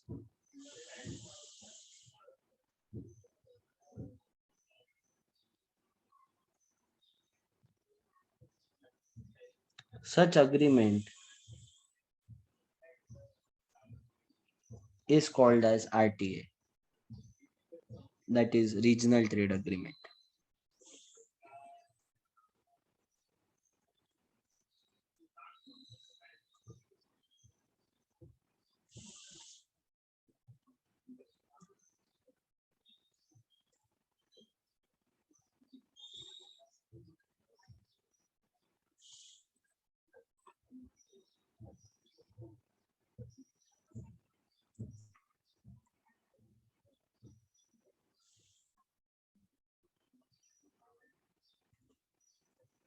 If you see students, the overview of this unit, you will be having three things here: RTA, second one is GATT, and third one is WTO. Now, first one is taxonomy of regional trade agreement. What do you mean by regional trade agreement? So these are nothing but key fixtures in the international trade relation. Over the years, RTAs have not only increased in numbers, but also in depth and complexities. That means now there are many different RTAs across the globe. WTO members and the Secretariat work together the information and foster discussions on the RTAs to enhance transparency and increase understanding of their impact on the wider multilateral trading system. However, you need to remember this word. Please write down, as of 1st June 2020, there are 303 RTAs. Right now, students, it has exceeded that number also. And please write down this part. Trade negotiation result in different types of agreements, which are as follows. Points we are going to understand one by one. Just give the heading.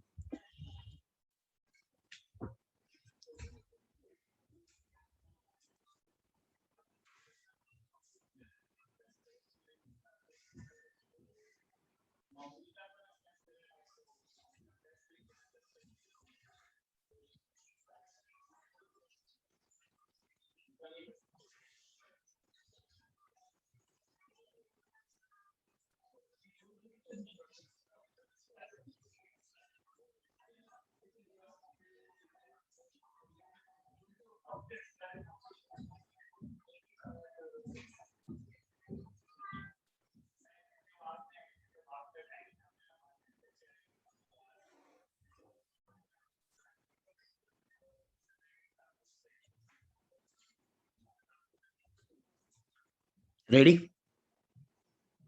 So now we are having different types of RTA, students, that we are going to talk about one by one. Let's begin with the first one. Please give the heading. Point number one, unilateral trade agreement.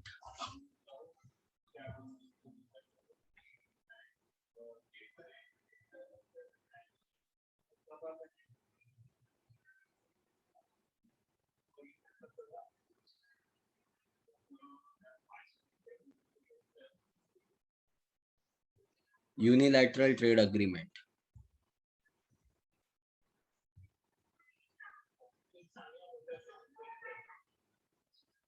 Now, friends, what do you mean by unilateral trade agreement? Basically, these are one-sided trade agreements. One-sided trade agreement means, let me help you with one example. India and Nepal. As compared to Nepal, can I say India is a developed country in comparison with Nepal? And Nepal is a very good friend of India, because once, when we talk about India as a nation, so Nepal, Bhutan, Bangladesh, Pakistan, Afghanistan, we're all part of one country.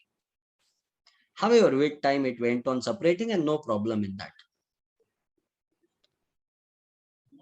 But Nepal has been always very kind, except few times.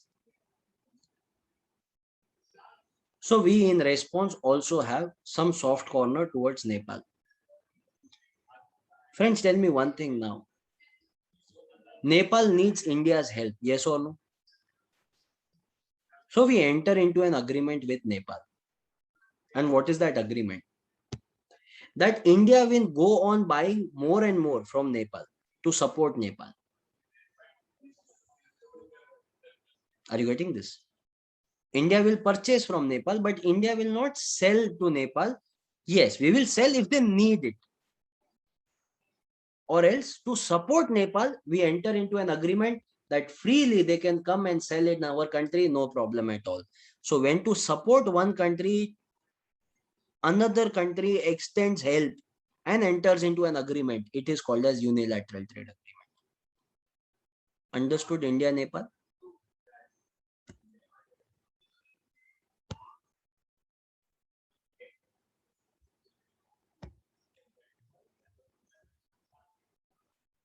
Unilateral trade agreement under which importing country, India, offers trade incentives in order to encourage the exporting country, Nepal, to engage in international economic activities. This is called as unilateral trade agreement. You need not write anything here, students.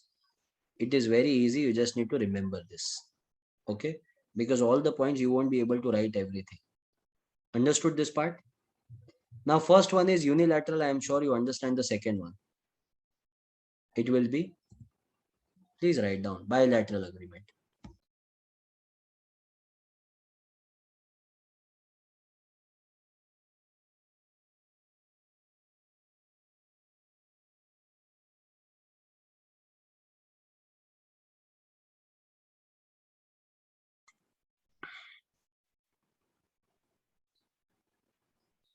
Now, how we had unilateral means one-sided. Bilateral will be both the sides, yes or no? Do you agree to this? It will be both the side, import as well as export. Correct, Someshwar? So when I talk about bilateral, one thing that you need to remember, please understand. Sri Mahesh, me and Someshwar, four of us have made a group which is called as RTA, Regional Trade Agreement. Okay. And Haripriya, Rakshita and Mukilan have also made one group, which is another RTA. Okay. So we are having an RTA of 4 members. They are having RTA of 3 different members. Now, if let's suppose Pukal wants to trade with Khushi, can Pukal trade with Khushi? The answer is yes. So Pukal sells goods and services to Khushi. Khushi in return sells and goods and services to Pukal. This is bilateral agreement. My group means me, Mahesh, Shri and Someshwar. Another group, Mukilan, Haripriya and Rakshita. So we are both different groups. Can this group trade with each other? Yes. Still it is called as bilateral trade agreement. Now Khushi wants to deal with our group. Can she do that? Yes, she can do that. Still it will be bilateral agreement. So bilateral agreement can be between country to country, one group to another group of countries, or one country with another group of countries. Understood these 3 parts? Yeah. So just write down this. Bilateral agreement can be between 2 countries, 2 different groups of country, or between one country and a group. Yes, Jay, definitely.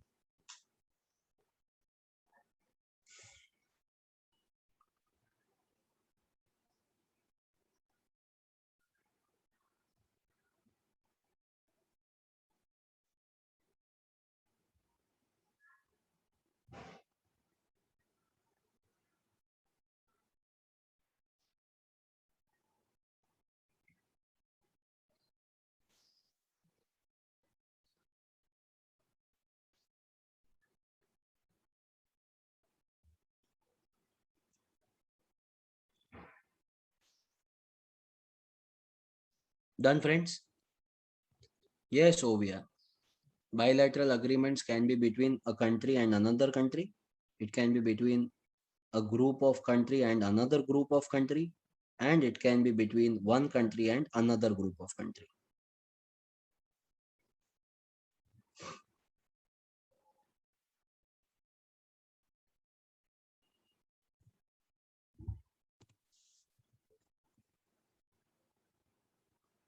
Right? So it can be between one country and the flag that you see. One is, of course, the most wonderful flag of the world, India. The other one is of ASEAN, Association of Southeast Asian Nations. So we have a tie-up with India and ASEAN. That's a bilateral agreement. Next, regional preferential trade agreement. Try to decode what would this mean.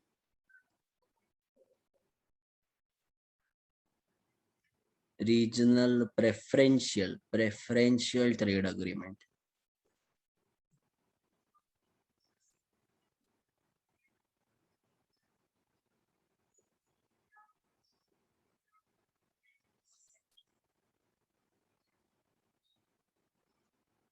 Sai, you are right.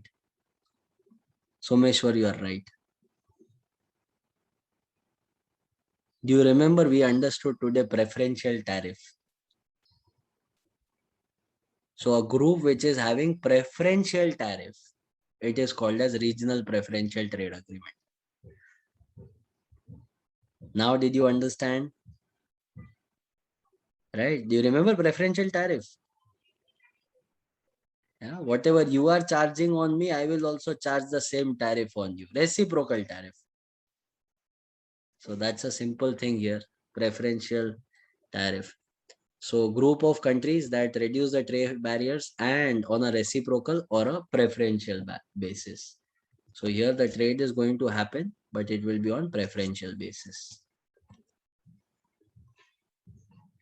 Next, point number 4. Trading block. Spelling of block is BLOC. Okay, that means a group. Don't add K to it.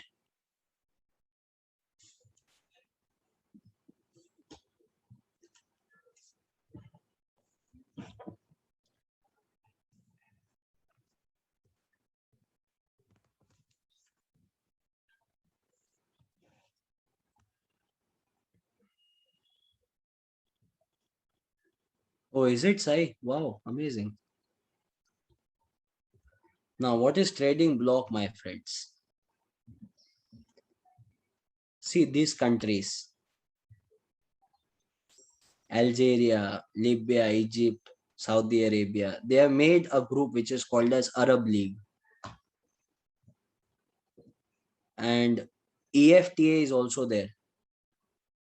European Free Trade Association, Iceland, Liechtenstein, Norway, Switzerland. Now, what is this trading bloc all about? Within the member nation, free trade, that is 0% tariff. If outsiders want to trade with them, then they will have common external barriers. So within the group, free trade, outside group, common barriers. That is called as trading bloc. Just write down this much in bracket. Within the group, free trade, outside group, common barriers.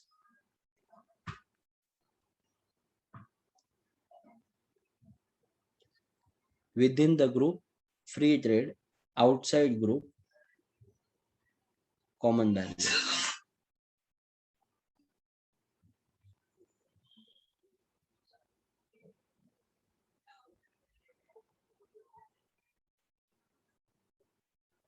Yes, common barriers.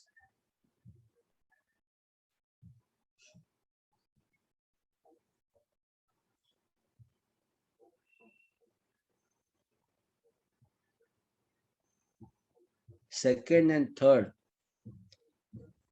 just hold on, Prabhu. You can take the screenshot, Prabhu, please.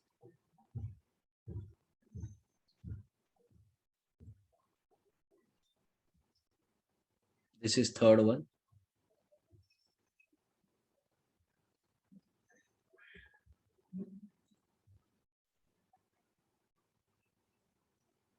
Next, please write down point number 5. Free trade area.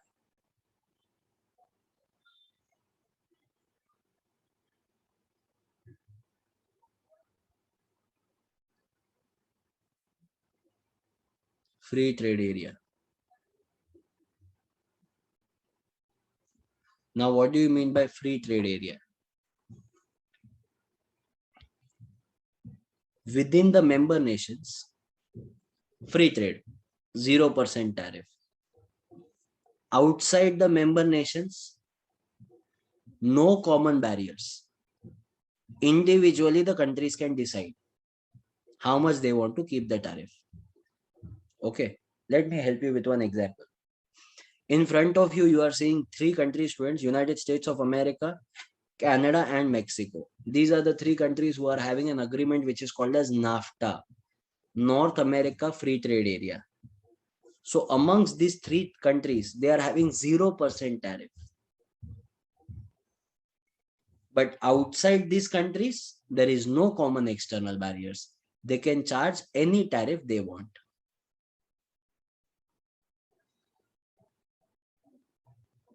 See, these are nothing but different terms and conditions of the group, nothing else, okay?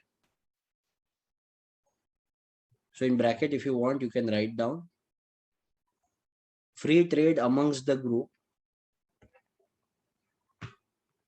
free trade amongst the group. For outsiders, no common barriers.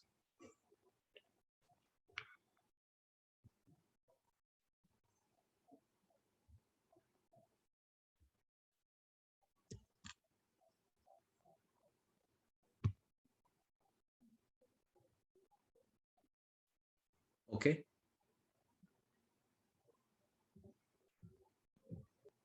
Next,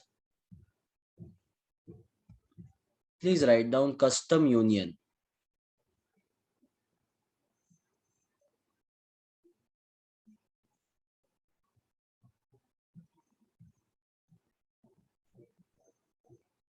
Custom union.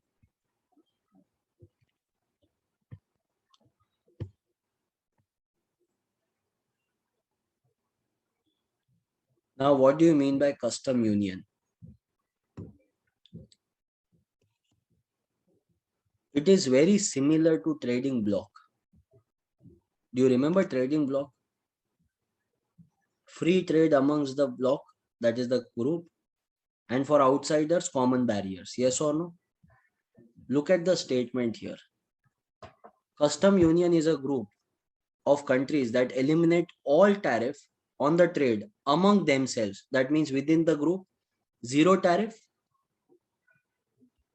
but maintain a common external tariff on trade with countries outside the union. Now, don't you think, students, this is the same thing? Yes or no? Exactly the same thing. Yes or no? Then what's the difference? Why we are having these two types then? The only thing here it is different. This will be violating MFN principle, whereas trading block will be following the MFN principle. Most favored nation tariff. So here it will not be following MFN. That means, though they are the members of WTO, if they are charging lower tariff or zero tariff amongst each other, that doesn't mean they are going to offer the same tariff to the outsiders. So here MFN principle is violated. That is why it is called as customs union. Moral of the story, trading block follows MFN. Custom union violates MFN. Everything else is same. Next. This is the example of custom union actually. This is called as Gulf Cooperation Council. Next one is common market. This is quite interesting. Have a look at it. What is common market? Few countries are marked in red in front of you: Malaysia, Singapore, Indonesia, Thailand, Vietnam, and Philippines. These countries are part of ASEAN, Association of Southeast Asian Nations. Now, what do these countries do? Let's suppose people from Thailand wants to sell goods and services to Vietnam free of cost, 0% tariff. You would say, sir, same was there in free trade area also. How it is different? Let me tell you how it is different. You know, Philippines can easily invest in Indonesia. That means investment is also allowed along with goods and services. Yes. People from Malaysia can travel freely to Singapore for work. So here it is not only about product, it is also factors which can be exchanged easily and freely. So along with product, when factors can also be freely traded amongst the countries, it will be called as common market. Understood the meaning of common market? 100%. So please write down in the bracket, it is products plus factors.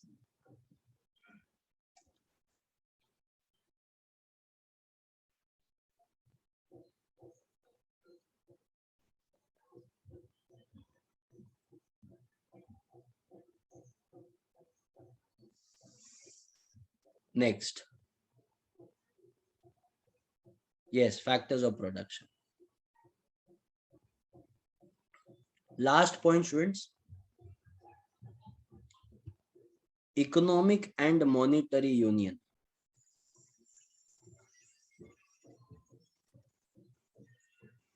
In economic and monetary union, we just have one example in the entire world. Just one example. And that example is of European Union, which is there in front of you. This is the list of countries who are participants of European Union. Austria, Belgium, Bulgaria, Croatia, Cyprus, and so on till Spain and Sweden. All these countries have come together for the purpose of doing trade. Not only that, but they have abolished their own currency and adopted one common currency, which we call it as euros. So when the countries come together and abolish their currency for the purpose of trade and adopt one currency, it is called as economic and monetary union. In the entire world, we just have one example so far, which is EU. Right? Sanskar, you are absolutely right. Yes, definitely. My friend, even Switzerland has its own currency. Sorry, Sweden has its own currency. Then some other countries also, they have their own currency. But still, they can, for trading purpose, they will be using euros. England is not there. Correct, Lakshay. Done, friends. That completes our entire RTA. I hope you are very much clear with entire regional trade agreement. Shall we go ahead with the next part, that is GATT? General Agreement on Tariff and Trade. Please give the heading in your notebook. General Agreement on Tariff and Trade.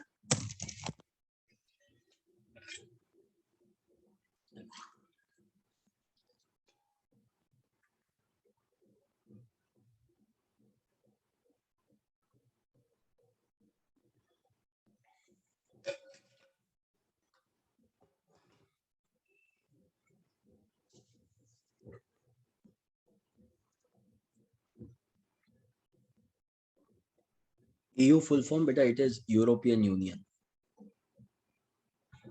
Okay. Now, what is GATT? So it is a legal agreement between many countries whose overall purpose was to promote international trade by reducing or eliminating trade barriers such as tariff or quotas.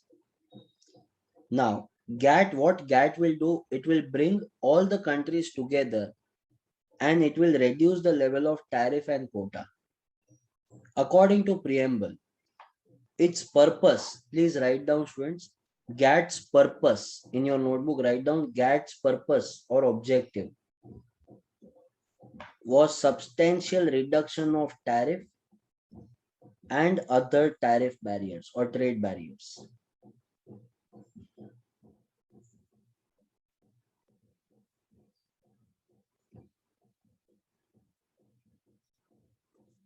No, Someshwar.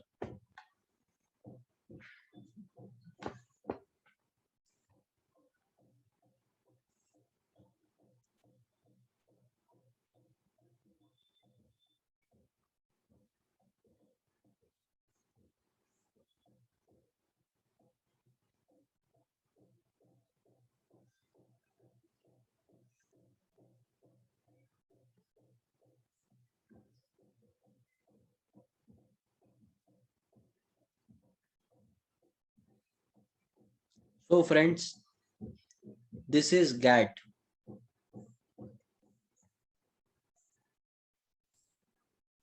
Yes, Someshwar. Yes, Vishal.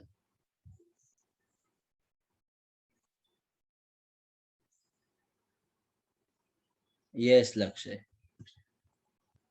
Next, the GATT provided rules for the world trade for 47 years. Date of birth 1948. Swargwas 1994. Incoming 1948. Outgoing 1994. Now, whatever you want to say and remember. Okay. It was a multilateral instrument governing international trade or provisional agreement along with two full-fledged institutions, that is Bretton Woods institutions, World Bank and the International Monetary Fund. So along with GATT, there were other institutions like Bretton Woods, World Bank and IMF who were working. Next, very important students, please write down 8 rounds of multilateral negotiations known as trade rounds were held.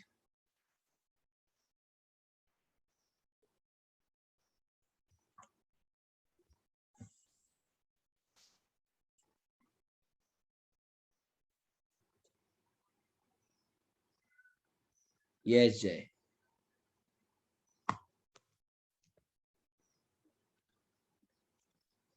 What is this trade round? See, it's quite simple. When you meet me, it's a lecture. When you go out with your friends, it's hangout. When you meet your family members, I mean relatives, get together. When you go with your boyfriend or girlfriend, it is called as date. Oh, sorry, you are chartered accountant students, not applicable. When you go for employment, it is called as interview. When all the board members come together and meet, it is called as board meeting. Similarly, when GATT members meet, it is called as trade rounds.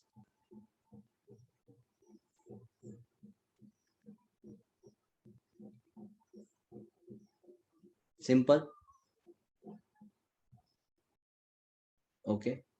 Wow, Vishal. Vishal is saying, sir, what is date? I don't know. I just know due date.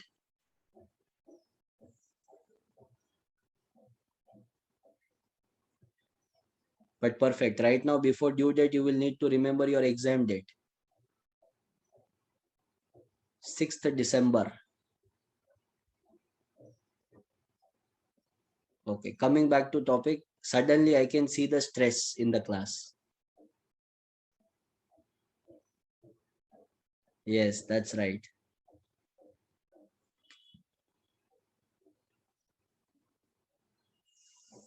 Yes, Pukal, I agree. So these are trade rounds. Okay. Now, though the GATT trade rounds in earlier years contemplated tariff reduction as their core issue, students, Kennedy round in mid 60s and Tokyo round in 70s were the most successful rounds of GATT. Sir, what is this Kennedy round and Tokyo round? See, it's very simple. In whatever place this rounds took place, they have just named it on their round. Okay.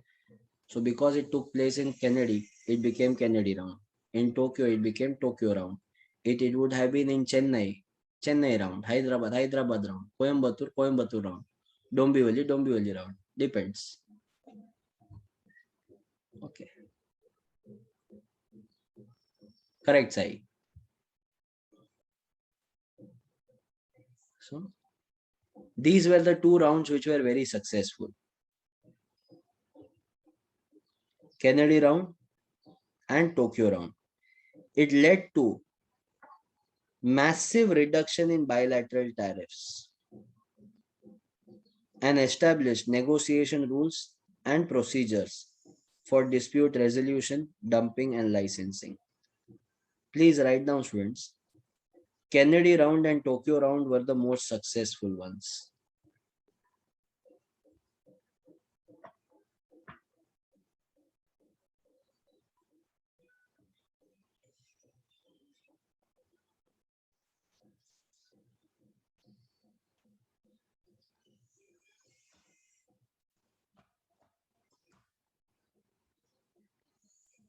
Done?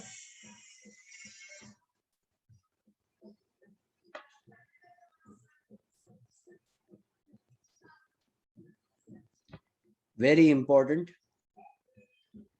The eighth round, Uruguay round. This was the most dangerous round. Why? Because this led to fall of GATT. See, because before this round, all the rounds were successful. What do you mean by successful? Whatever GATT proposed, it was accepted. Agreements and negotiations were done. In this round, in Uruguay round, the countries not only refused from signing the agreement, but they also started criticizing GATT. Now, if you start criticizing your own group, don't you think the group will collapse? So exactly the way Shri is saying, rest in peace, GATT. One round held for 8 years. Yes, Someshwar, 8 years. So see, it is not a meeting where, they come and meet and sign and go. No, no, no. Don't think like that. They meet, they negotiate. For example, India will negotiate terms of trade, whether we want to open our agriculture or no, whether we want to open our textile or no. If it is opened up, then how it will intervene in our country, how other countries will try to sell into our country, how much they will purchase from our nation. All these things have to be taken care of. Understanding?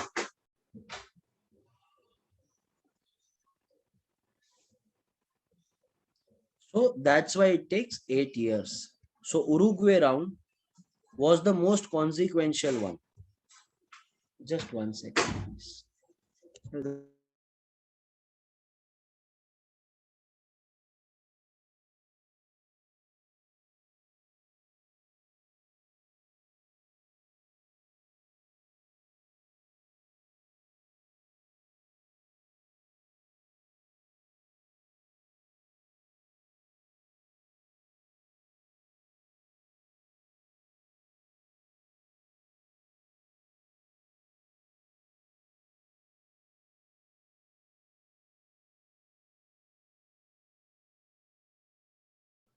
Sorry, I just read out the last statement, students. Let me repeat it again. I was not aware it was on silent.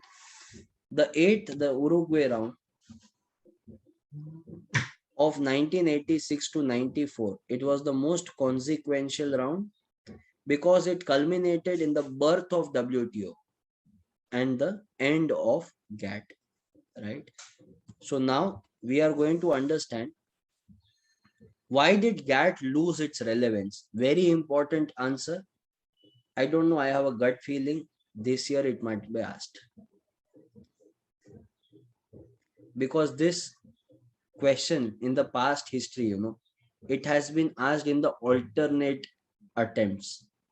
This year in July, it was not there.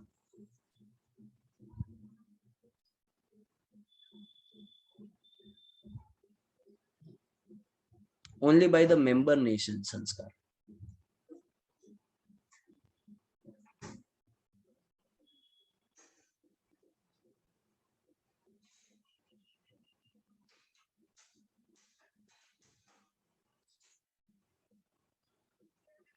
Ready?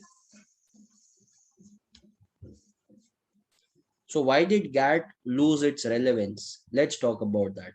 Number one, obsolete. Please write down just obsolete. Obsolete means what? GATT became outdated.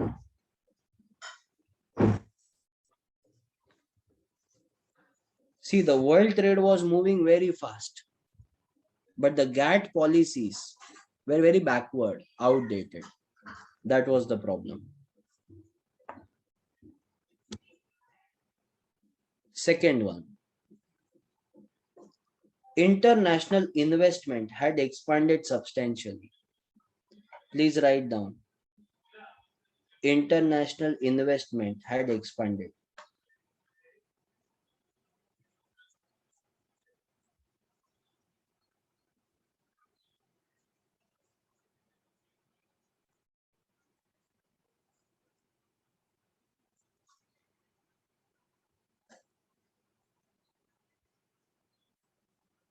Friends, you know what?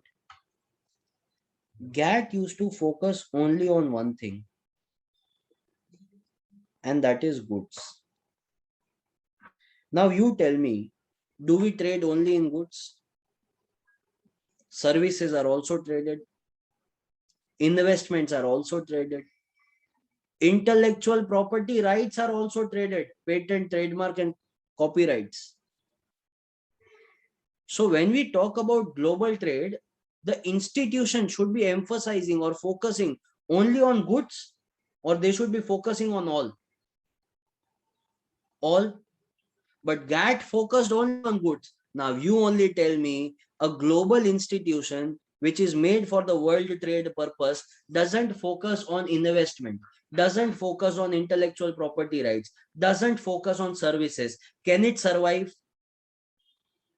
Ultimately, it will collapse. This is exactly what happened. Are you understanding what was the problem with GATT? Why did people not listen to GATT? Why did the countries oppose GATT? Because of all these norms. Next one. See, as I told you, please write down intellectual property rights and trade in services were not covered.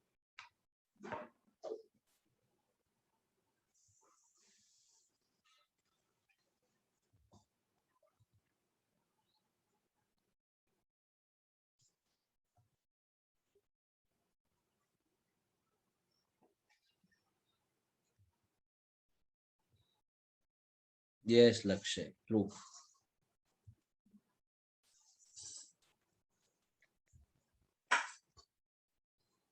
Next. World merchandise trade increased by leaps and bounds. Please write down.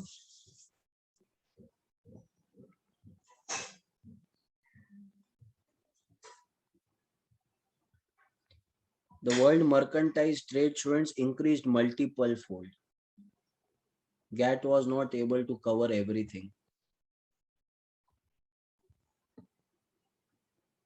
It was beyond the scope of GATT.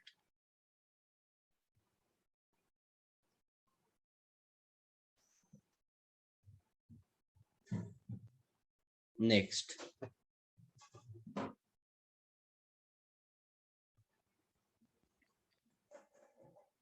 Please write down. System could be heavily exploited.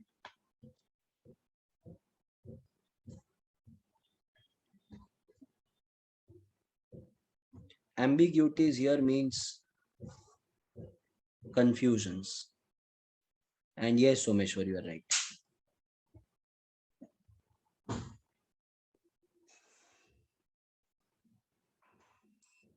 So there were many confusion as far as the world trade or the multilateral system is concerned.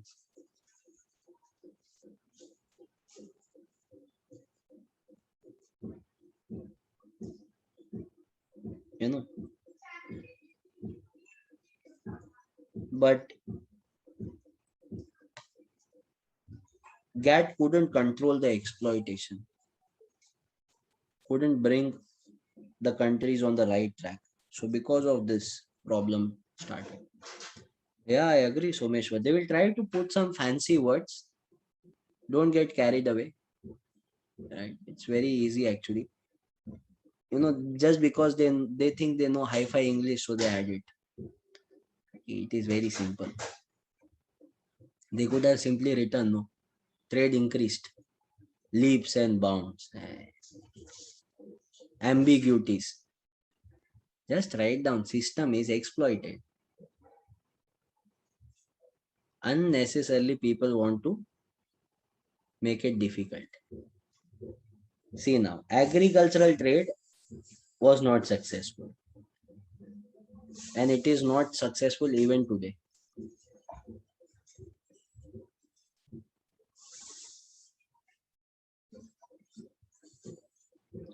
Agriculture is a very sensitive topic. No government will allow it, right? These foreigners are trying to tell us to open our agricultural trade. Do you think India will open it?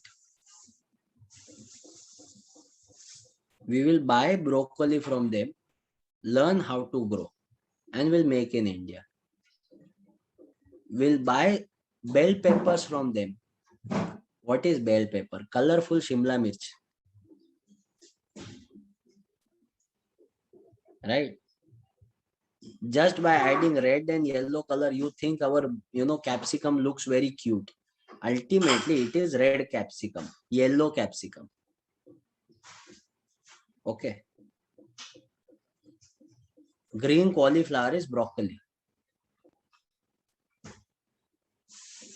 So our traders, our agricultural farmers bring all these things from abroad. They learn it how to make it and they grow it in that conditions.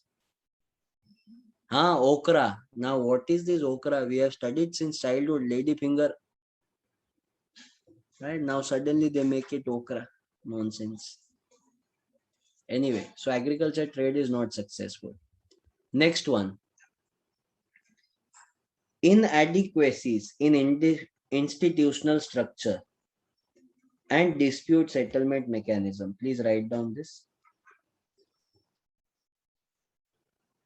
Inadequacy in institutional structure and dispute settlement mechanism.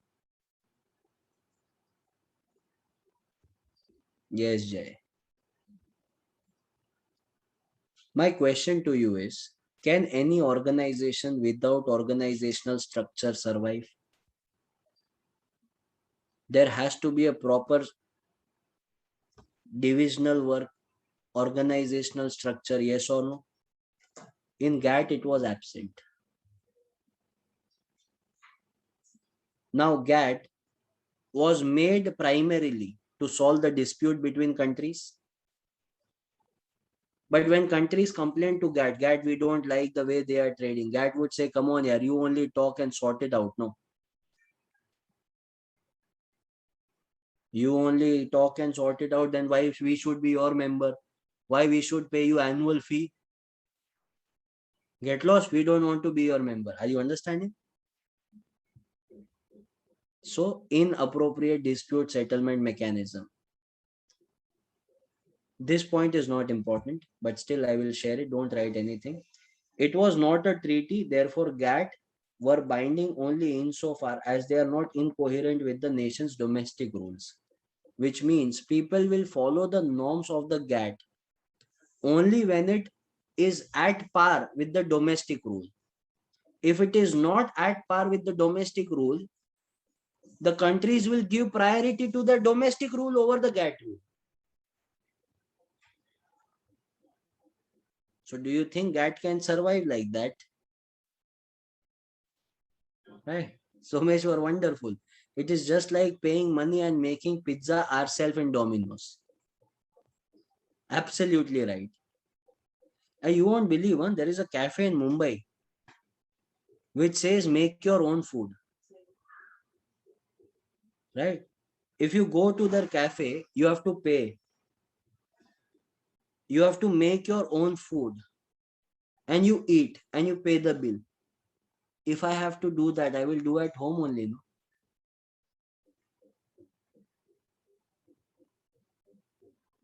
But still people go. Crazy amount of money, I tell you, people have. Right? I should only make one classes. Students will come, teach themselves, and pay the fees to me.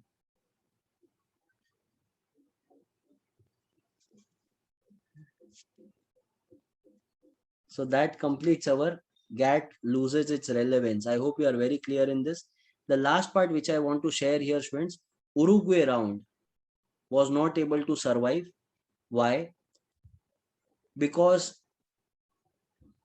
123 countries who took part in the Uruguay round were against the norms of the GATT. So that's why it couldn't go through and it failed very badly. That's a simple one. Yeah, Ronak, you can see this slide, no problem. Okay. Uruguay round is also a small part. So Uruguay round and the establishment of WTO, students. Just a small note here for all of you. In December 1993, Uruguay round, the eighth round and the most ambitious and the largest round of multilateral negotiations was completed after 7 years of elaborate negotiation. The agreement was signed by most of the countries by April 15th, 94 and took effect on 1st of July 95. It marked the birth of WTO and encompassing the GATT as modified by the Uruguay round. Right. So this was our Uruguay round. Simple. In simple words, if I want to tell you, it abolished GATT and put a founding stone for WTO. No need to write this, beta. This is not going to be asked in the question. This is just for your understanding. Okay. So I hope you are very clear in this. Gone. Okay. So I am back to India, and then we will start with WTO. Let's take a small break of 5 minutes and then we continue. Okay. So we start again at 11:39.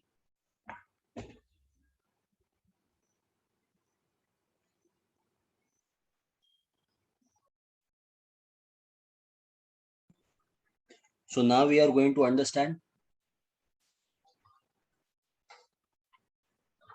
the next part, which is nothing but WTO. So give the next heading in your notebook, World Trade Organization. Someshwar, drink more water, okay? Today and tomorrow. Take care. It's your second dose, so you are already aware of the things.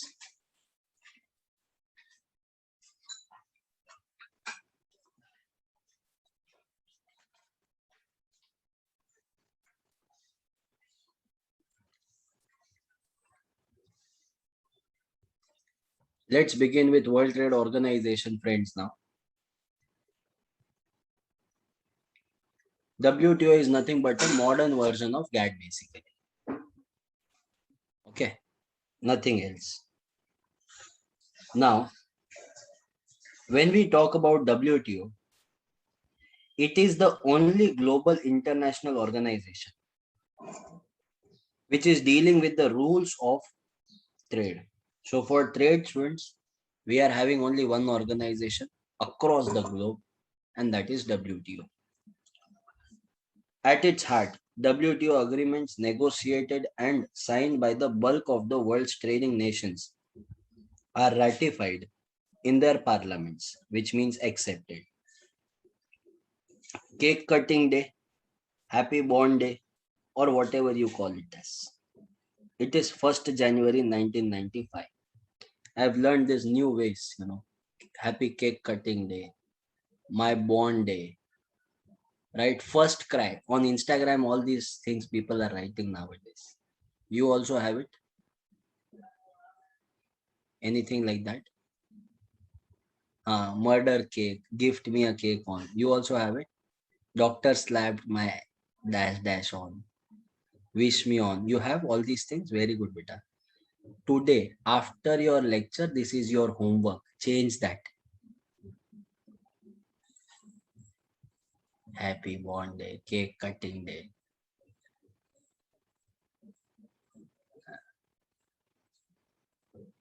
Change to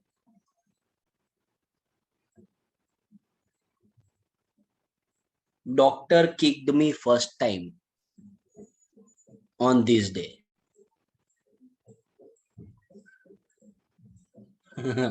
Same here, Mahesh. Day when mom laughed when I cried. Actually, there is some grammatical error. Day when mom started laughing and I started crying. Because then whenever I never used to do homework, she was like, not doing homework, no, not doing homework. Like, cut, landed on earth. Talking as if we are big astronauts, landed on earth. There was no contribution, okay? You did not contribute anything. So, right, happy birthday. Okay. World became lucky. Oh my God. This is amazing. World became lucky. My God. So date founded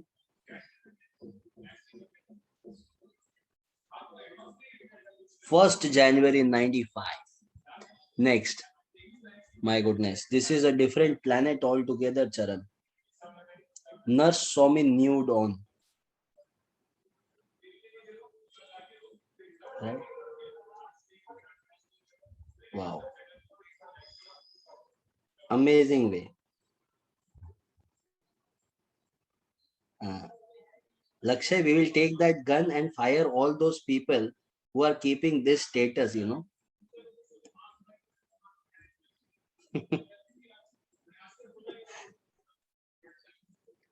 Kushi, let him be, no problem.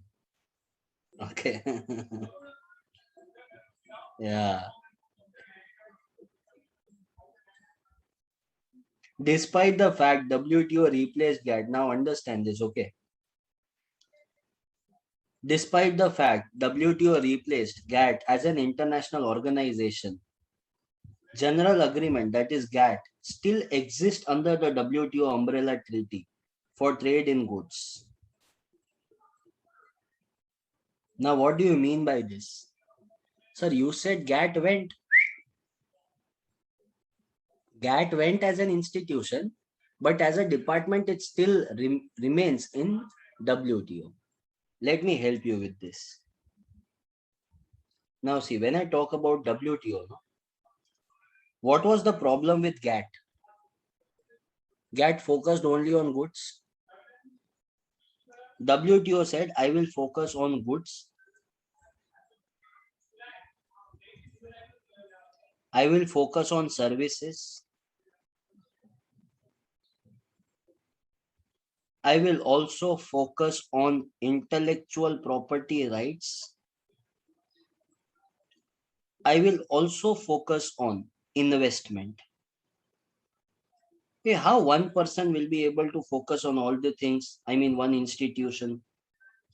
WTO said, don't worry.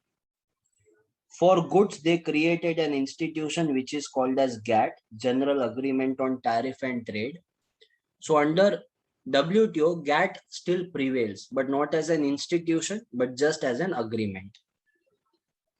For services, they created something called as GATS. Have you come across this terminology earlier? GATS, General Agreement on Trade in Services. If you want, you can write down the full form. If you are not aware about it, just copy down this. I will dictate the full form, no, so that you remember this.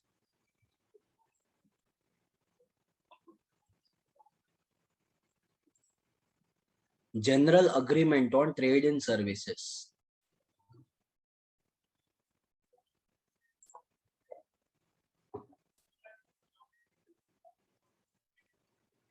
Intellectual property rights, they made TRIPS.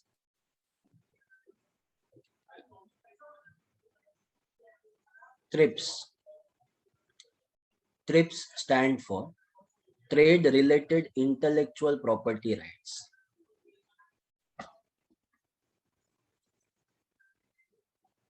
Trade Related Intellectual Property Rights.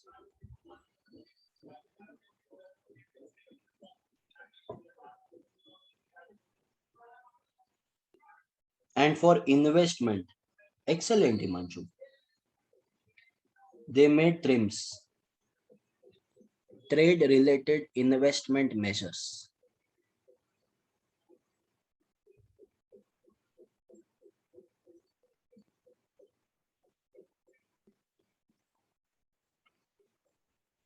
Thank you, Someshwar. Trade related investment measures.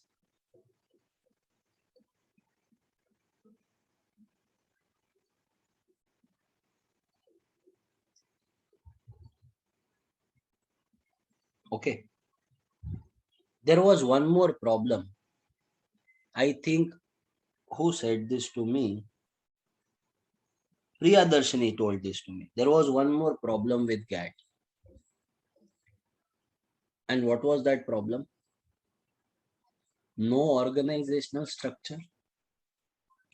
WTO said, don't worry, baby. I will take care of the organizational structure. So they made one organizational structure, something like this. You can copy down this part also, students.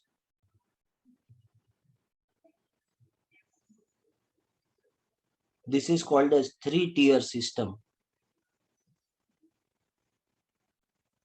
Now, I am very sure in your childhood, you must have understood three levels of management, right? Lower level, middle level, upper level. In your strategic management also, you must have studied, I don't know what it is called as. I think it is called as functional management, corporate management, or corporate level, functional level, and business level. Am I right? Ah, see, I remember SM, yeah. Right. Hmm. So it has been almost like 4 years. I have not taught SM and I still remember it. Wow, amazing. So corporate, business, and functional level. These are the three levels. Similarly, in case of WTO, on the topmost end, we have ministerial conference.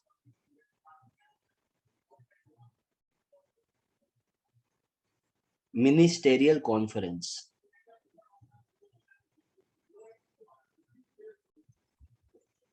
Is it, Fatima? You would get bored then.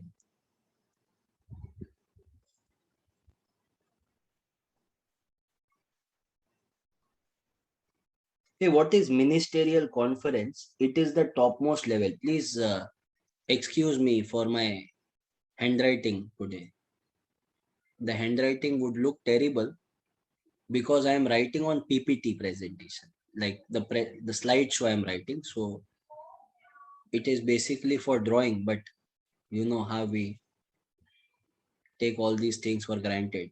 It's manageable, no? Thank you. Next one. On the second level, we have General Council.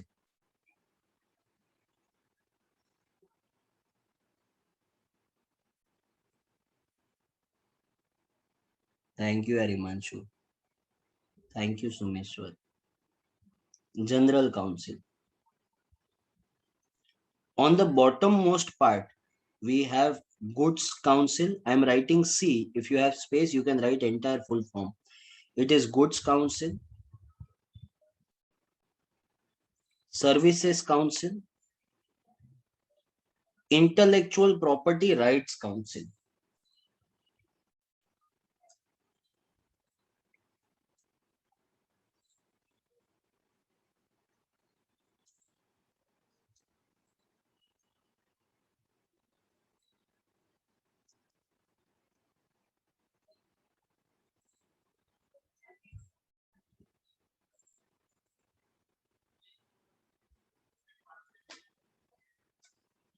Intellectual Property Rights Council.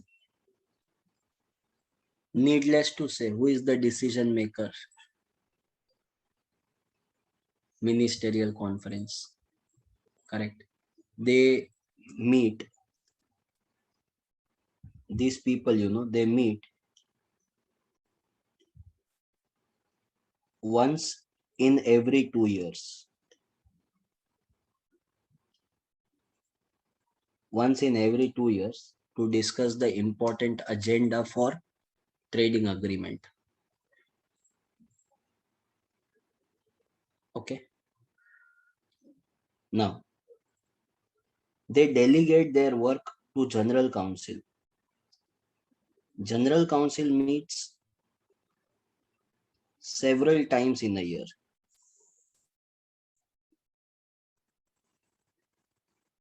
Sir, Goods Council, Service Council, Intellectual Property Rights Council, how much time they meet? They don't meet, they are there only. They are stationed at Geneva. Geneva is nothing but the headquarters of WTO. Yes, Geneva is a beautiful place in Switzerland.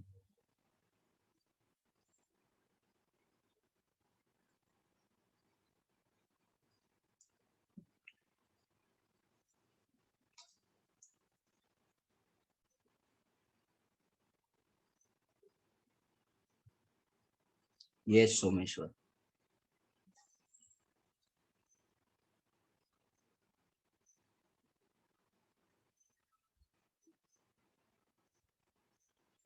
Please copy this entire part.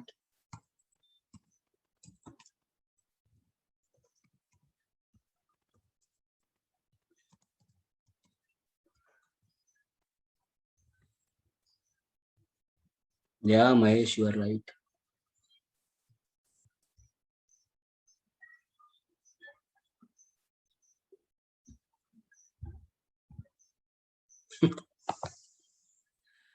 I get scared at times, Mahesh.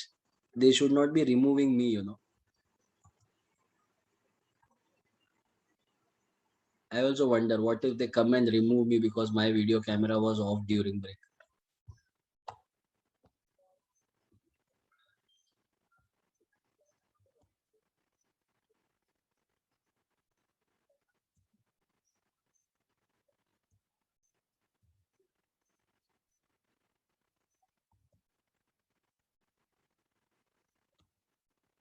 So because Someshwar, you wanted to see me in Switzerland, this is for you.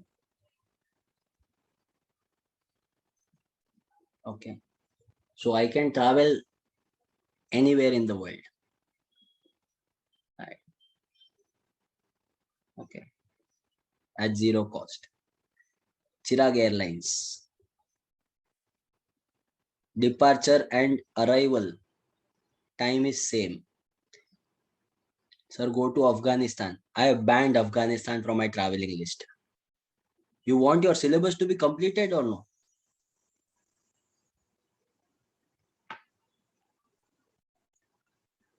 Okay.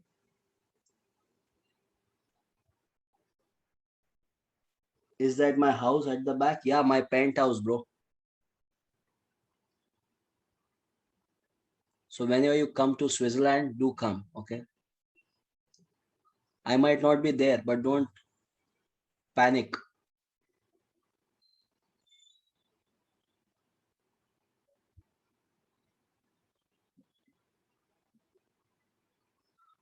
In every day break, take us to one country. Anything else? See, you want to listen to songs. You want to visit countries. Everything I will only do. Okay. Your wish is my command, master. Let's carry on, friends. So I hope you have completed this part. Yes, Jay. Still, song did not happen. Hey, my Sanskar is saying song did not happen. Someshwar, now you will answer him or I have to answer.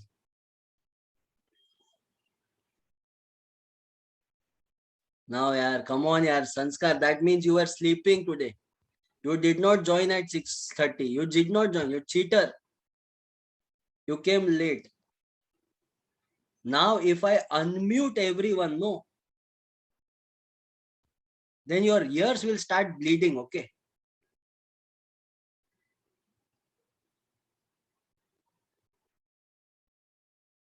Song did not happen. Yeah. Ego hurt. Yeah. Okay. Let's begin, friends. Sanskar. So tomorrow you have to. Sorry. Avoid. Ah.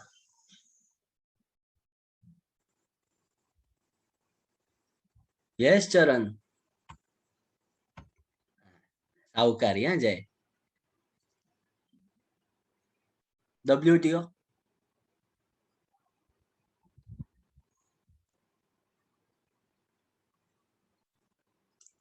Hey, hi Sai, welcome. It's too cold, man. Wear jacket.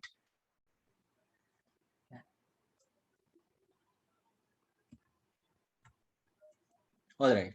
Now, friends, on a serious note, if you remember, I asked you to write objective of GATT. I think that was the first line in GATT you have written. It was only liberating trade, reducing the trade barrier. Yes or no? But in case of WTO, there are 6 key objectives. So it is not only one objective, there are multiple objectives that we are going to talk about.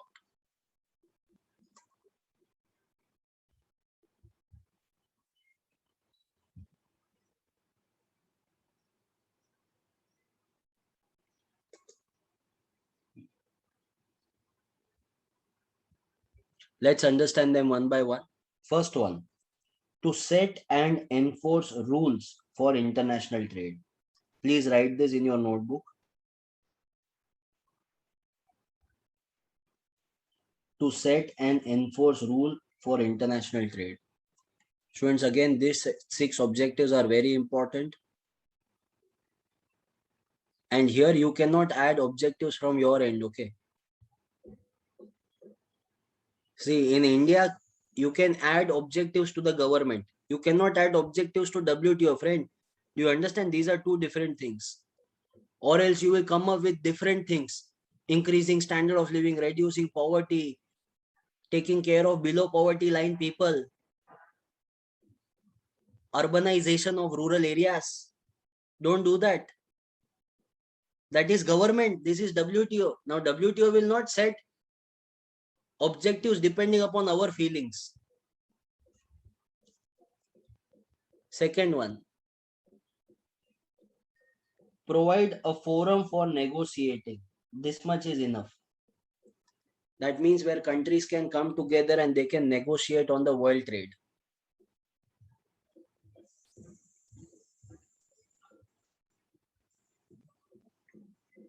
Next one, point number 3, very important, to resolve trade disputes.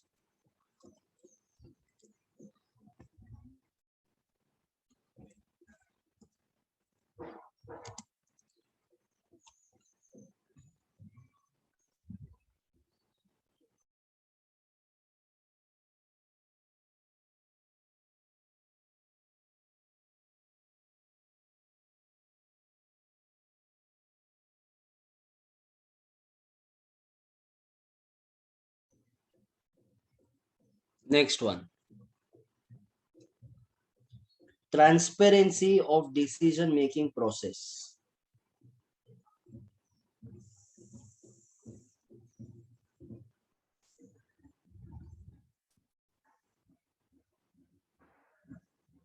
Transparency of decision making process.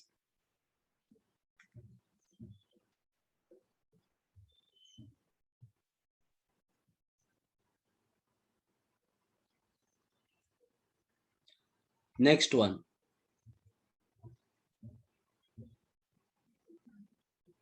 cooperate with major international economic institutions.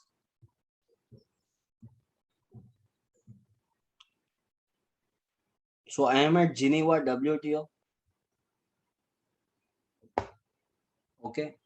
Here we try to maintain peace and harmony with all different institutions like World Bank, International Monetary Fund, and so on.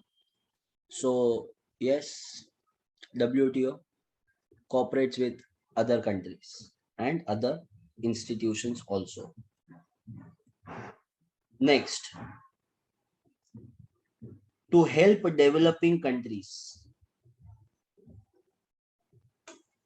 So on behalf of WTO, my friends, we are going to take care of all the developing countries and make them developed soon.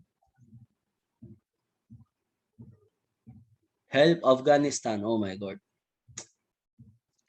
Afghanistan is different. See, we are living in 2021. Afghanistan is still living in 1600. That's the problem. You know, they are doing what we have experienced in the past, in our history. I am not sure whether India will be able to help them. If I would have been in the controlling power, I would have felt bad for them, but I couldn't have helped them. It is not my responsibility, it is Joe Biden's responsibility, right? US has supplied arms and ammunitions. If they stop supplying arms and ammunitions, how will the world fight? You don't create only tanks. You don't create that guns. Create only water guns, no? Let them play holy. Yes, that's true. That's right, Mahesh. I agree. So anyway, so WTO will help. Let them help. Next one. See, these are other objectives, okay? The part that we have understood are the main objectives of WTO. These are just other supplementary objectives. This you can add. Like these are basic ones. Raising standard of living, ensuring full employment, steady growth and demand, expanding the production and trade in goods and services. So you can just write down below that other objectives and write these 4 points. Yes, Naveen, you can write that. That's easy, no?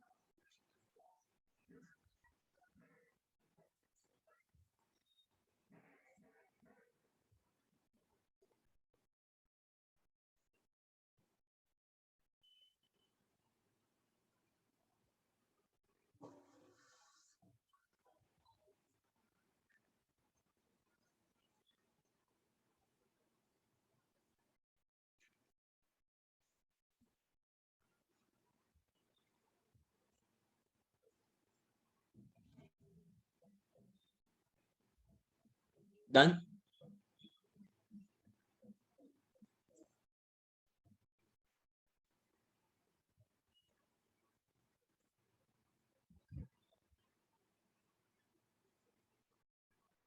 You understand this, isn't it? Structure of WTO. See, it has been given by WTO like this, so I have included. I gave you the triangles because see, from your childhood, you have understood the levels of management in triangular manner. So I thought that must have been very easy to understand as compared to this. Okay, so this you already know. Can I skip this part and go ahead? So structure of WTO. Yes, Sri. WTO activities are supported by a secretariat located at Geneva, headed by a Director General.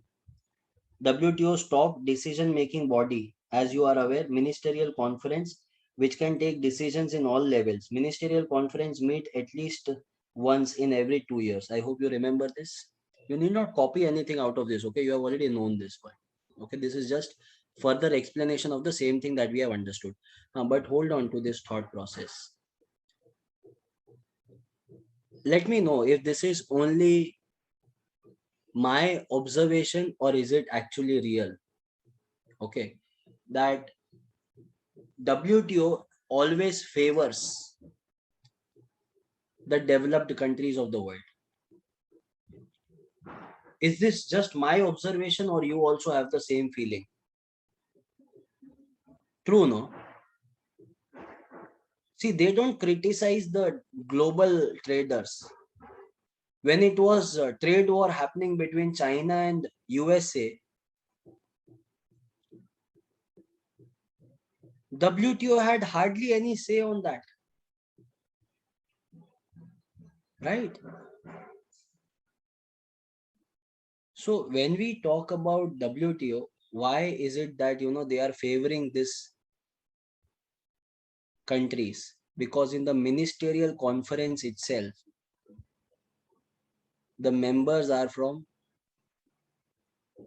their country. So that biasness would automatically come.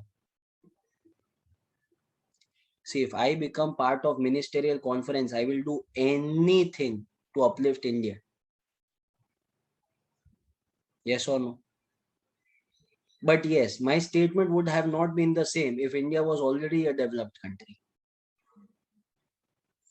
You understand the difference? Unfortunately, these developed countries don't understand this.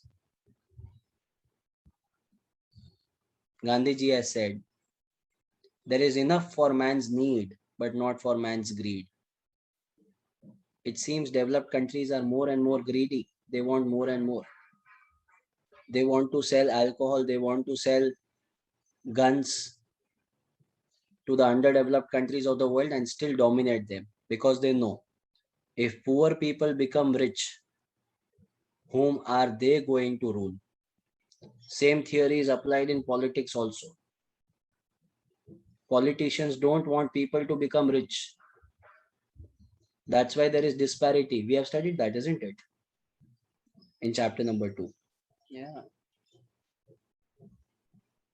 The next level is General Council, which meets several times in a year at Geneva headquarters, where I am right now. This is Geneva headquarters, students. General Council is waiting to meet me. I'll meet them at the, after the break. You want me to go inside? I'll go there. I'll show you inside also. Don't worry. I'll give you a full tour. Okay, I will upload video also. That is what we have here met, no? Panchayat Phokat. Concentrate on the topic, no? Give us an inside tour.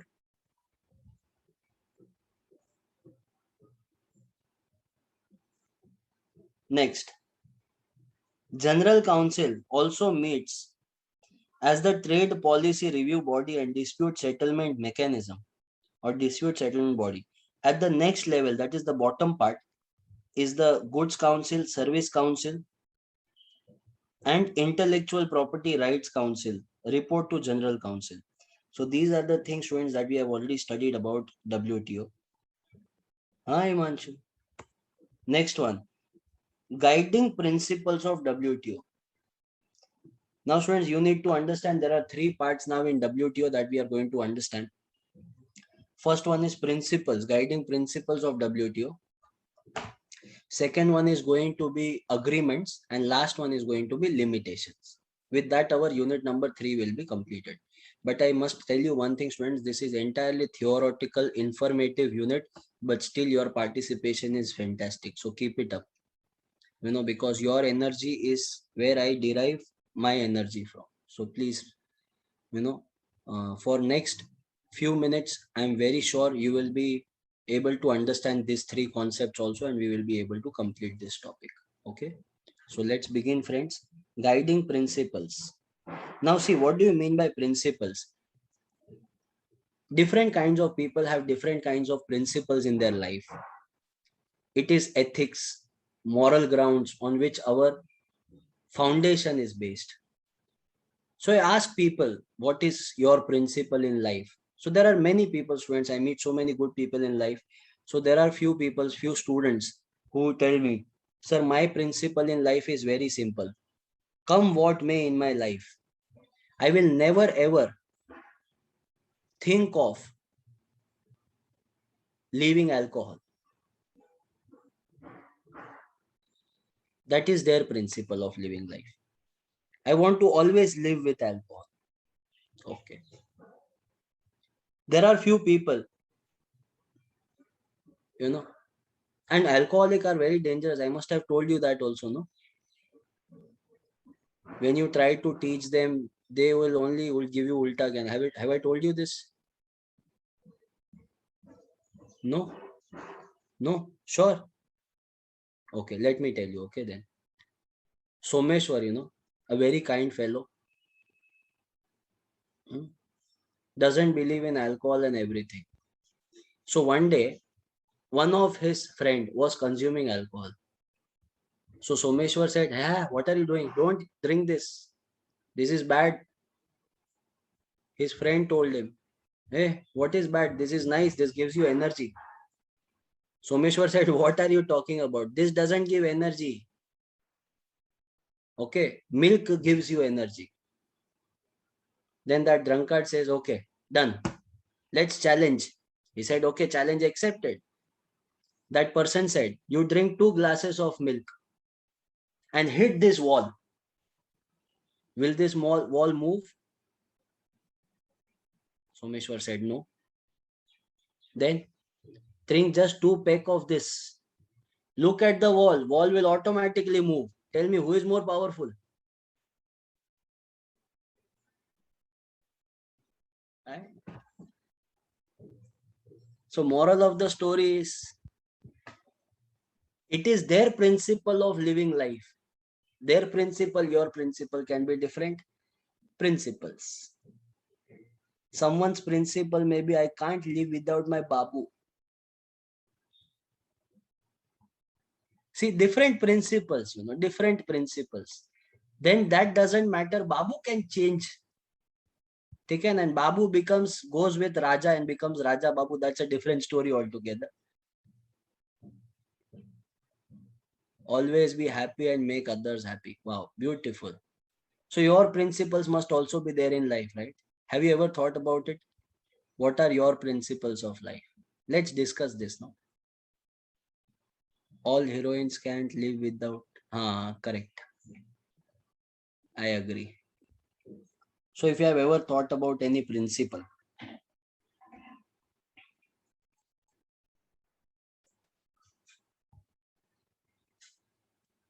living life with integrity, living life by helping others. I'm not taking any name because this is something which is very personal, no? So I don't want to make it public. Help others, all is well. Be satisfied with whatever you do. Never ever touch drugs. Then directly inhale without touching. Okay, understood. Understood. Just kidding. Work hard, party harder. Have no regrets in life. Wow.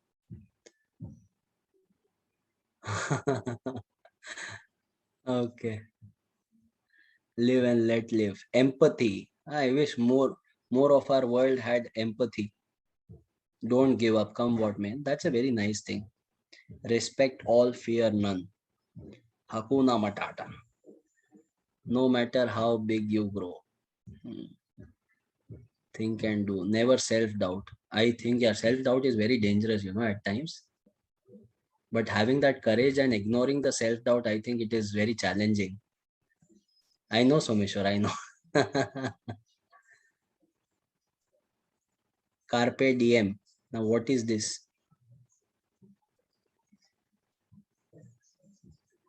Good vibes only. That I understood. Loyalty. Oh my God, that's a very expensive thing. Don't expect it from cheap people. Accept people and things around. Wow, beautiful. Yeah, you are such a lovely people. Yeah. Make best out of the present time. So that is Carpe diem. I don't know if I'm pronouncing it right. Seize the day. Okay, correct. So, just like how you have all these beautiful principles in life. Okay. What is my principle?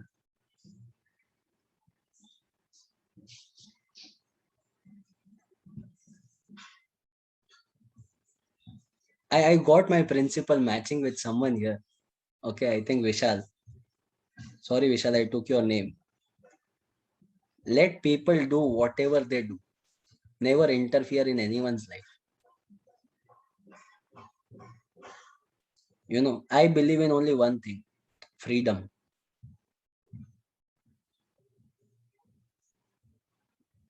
Because I feel you can advise someone, you cannot control anyone. Right? So maybe that is the thing. I like what I do. I don't care about what others are saying. So maybe that is true. So WTO also has set some principles for its member nations, and it says please do follow these principles. All the principal students we are going to discuss, out of which you have to remember any 6 to 7 points of your choice. Sounds good? Any 6 to 7 points. And I think you will be able to remember that. Okay, let me help you with first point. Don't bother about what is written inside, okay? This is same from ICA and JKSE material only. So don't bother about it. Okay, it is just copy paste. Yeah, Imanshu, some general principles then I took over from you, so your principles were much better, I think. Some general principles, some people are there, who always follow one principle. Whatever happens in life, I will never ever speak truth. Okay, so they always lie. Okay, then some people are there. Tobacco, I can never ever ever think about leaving it. Some people think like that. No problem, it's their choice, right? So these are some principles of some people. I don't know. First one is trade without discrimination. Now WTO says you should trade but without discrimination.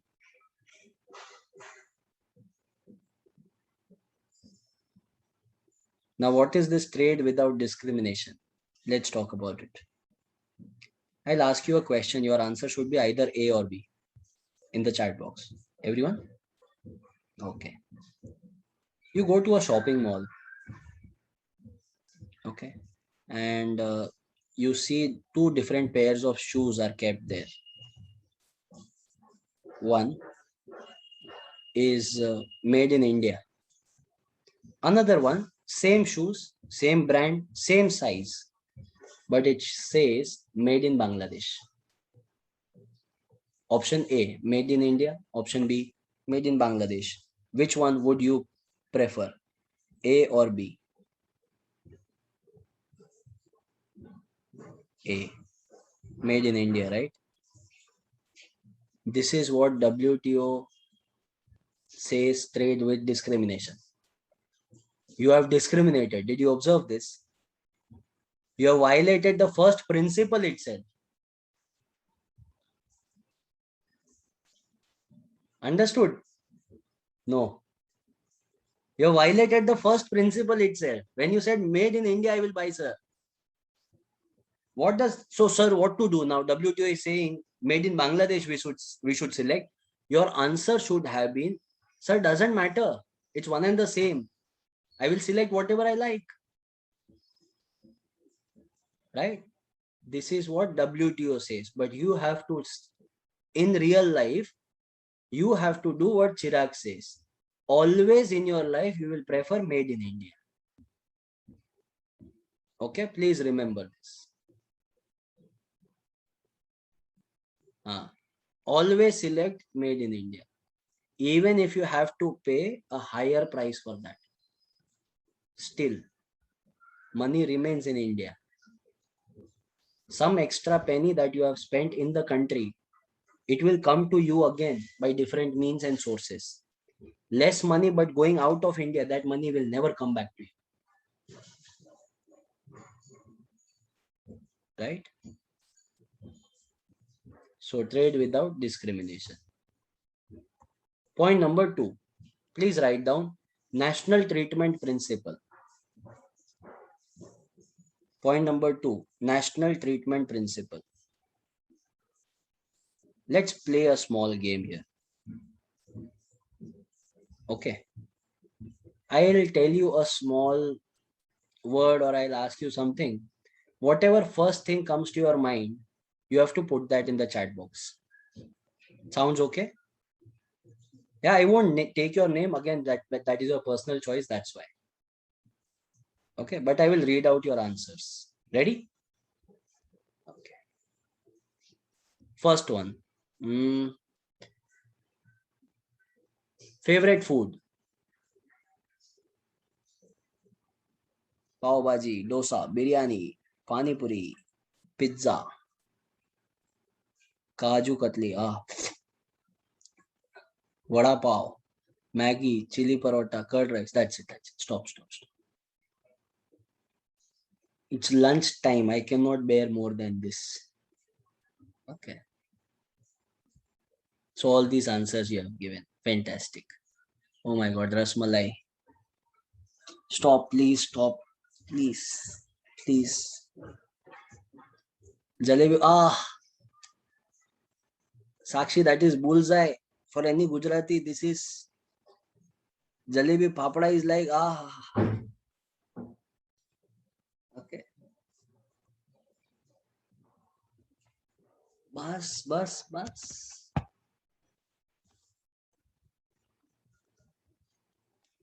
Wrong question. Sorry. Okay. Next question. Whatever comes into your mind first, you have to put that. Favorite holiday destination?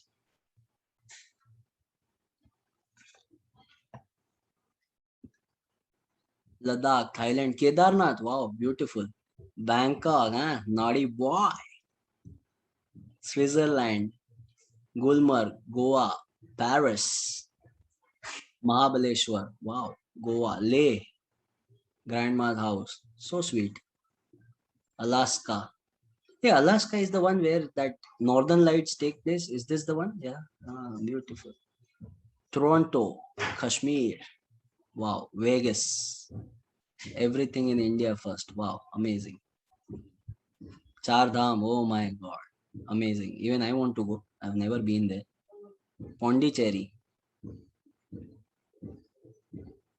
But you are already there in Pondicherry, no? Your farmhouse. Are most welcome anytime. Right now I'm in Geneva. I'll come back by flight tomorrow. Okay, amazing. Nice. Last question in this game. Okay. Last question. Let's begin. Whoever person comes to your mind. Okay. You can define by the name, by the characteristic or anything. That's fine.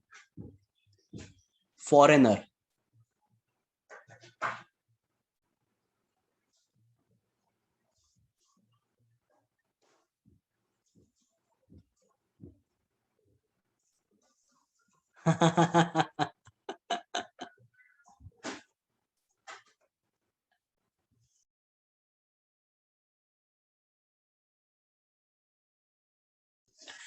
Okay.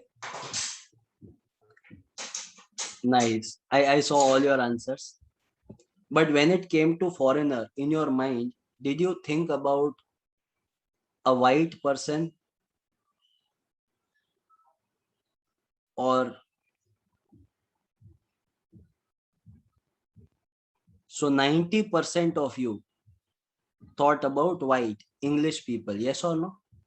All of you are racist. You have broken even the second principle now.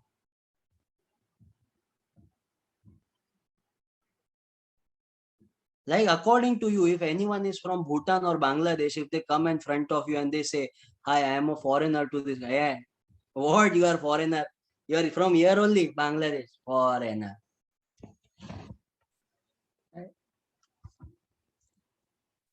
WTO says exactly, don't treat your people and foreign people differently. Treat them as one. Don't treat your countries, companies and foreign companies as different. Treat them as one. Don't treat domestic investment and foreign investments differently. Treat them as one. Treat the entire world as one nation. National treatment principle. Understood? Hey, you racist people, did you understand this? And no, racist. This is just a joke. Okay. Why did you laugh? Because there were some names which came in front of me in foreigners, which were directly downloaded from the browsing history. Right? I cannot take that names.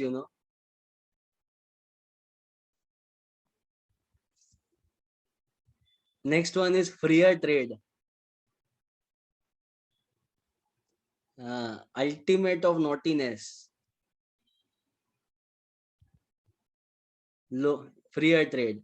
Now, what do you mean by freer trade, friends? It's very simple. Lowering trade barriers and opening up the market. That is called as freer trade.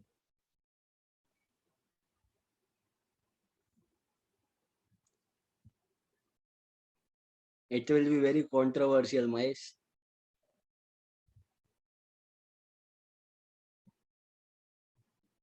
Next one. Yeah, like trade liberalization. Liberalization, correct. Point number 4, predictability.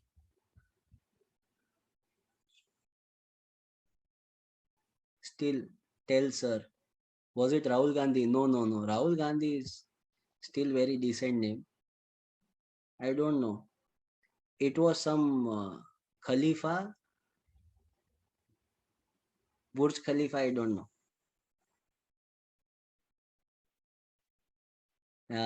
Then some Johnny, right?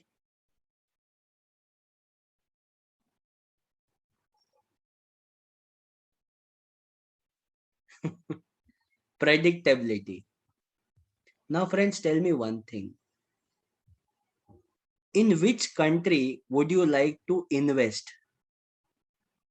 The country which is completely unpredictable regarding the rules and regulations, or the country which is very much predictable and stable? Yes or no? WTO says your country should be predictable in nature. It should not be unpredictable. Okay.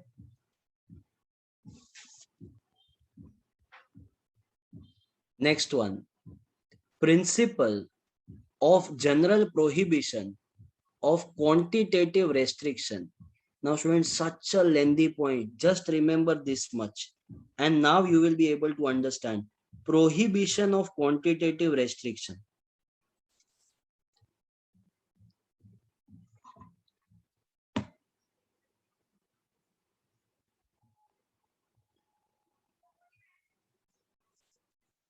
Correct. Quantitative restrictions means restrictions on the quantity of imports. WTO says prohibit that. So restrict the restrictions. I mean, remove the restrictions. So it is prohibiting the restrictions. Point number 6, greater competitiveness. Greater competitiveness in simple words means discouraging unfair trade practices. Discouraging unfair trade practices.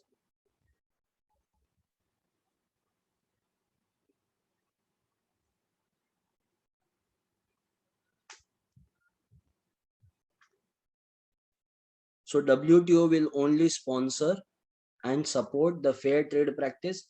Any kind of unfair trade activity will be completely ignored. Point number 7, only write this much: tariff as legitimate measure.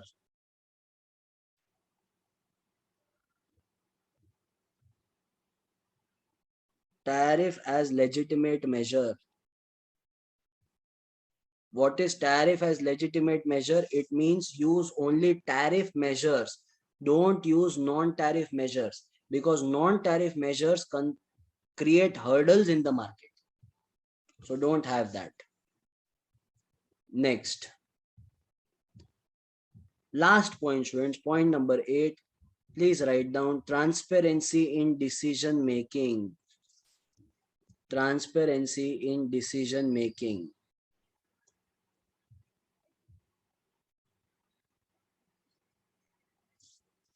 whatever decision your country is taking, it means it should be completely transparent. Okay, no hidden objectives or hidden agendas, please. Now, by looking at WTO, don't you think it has been a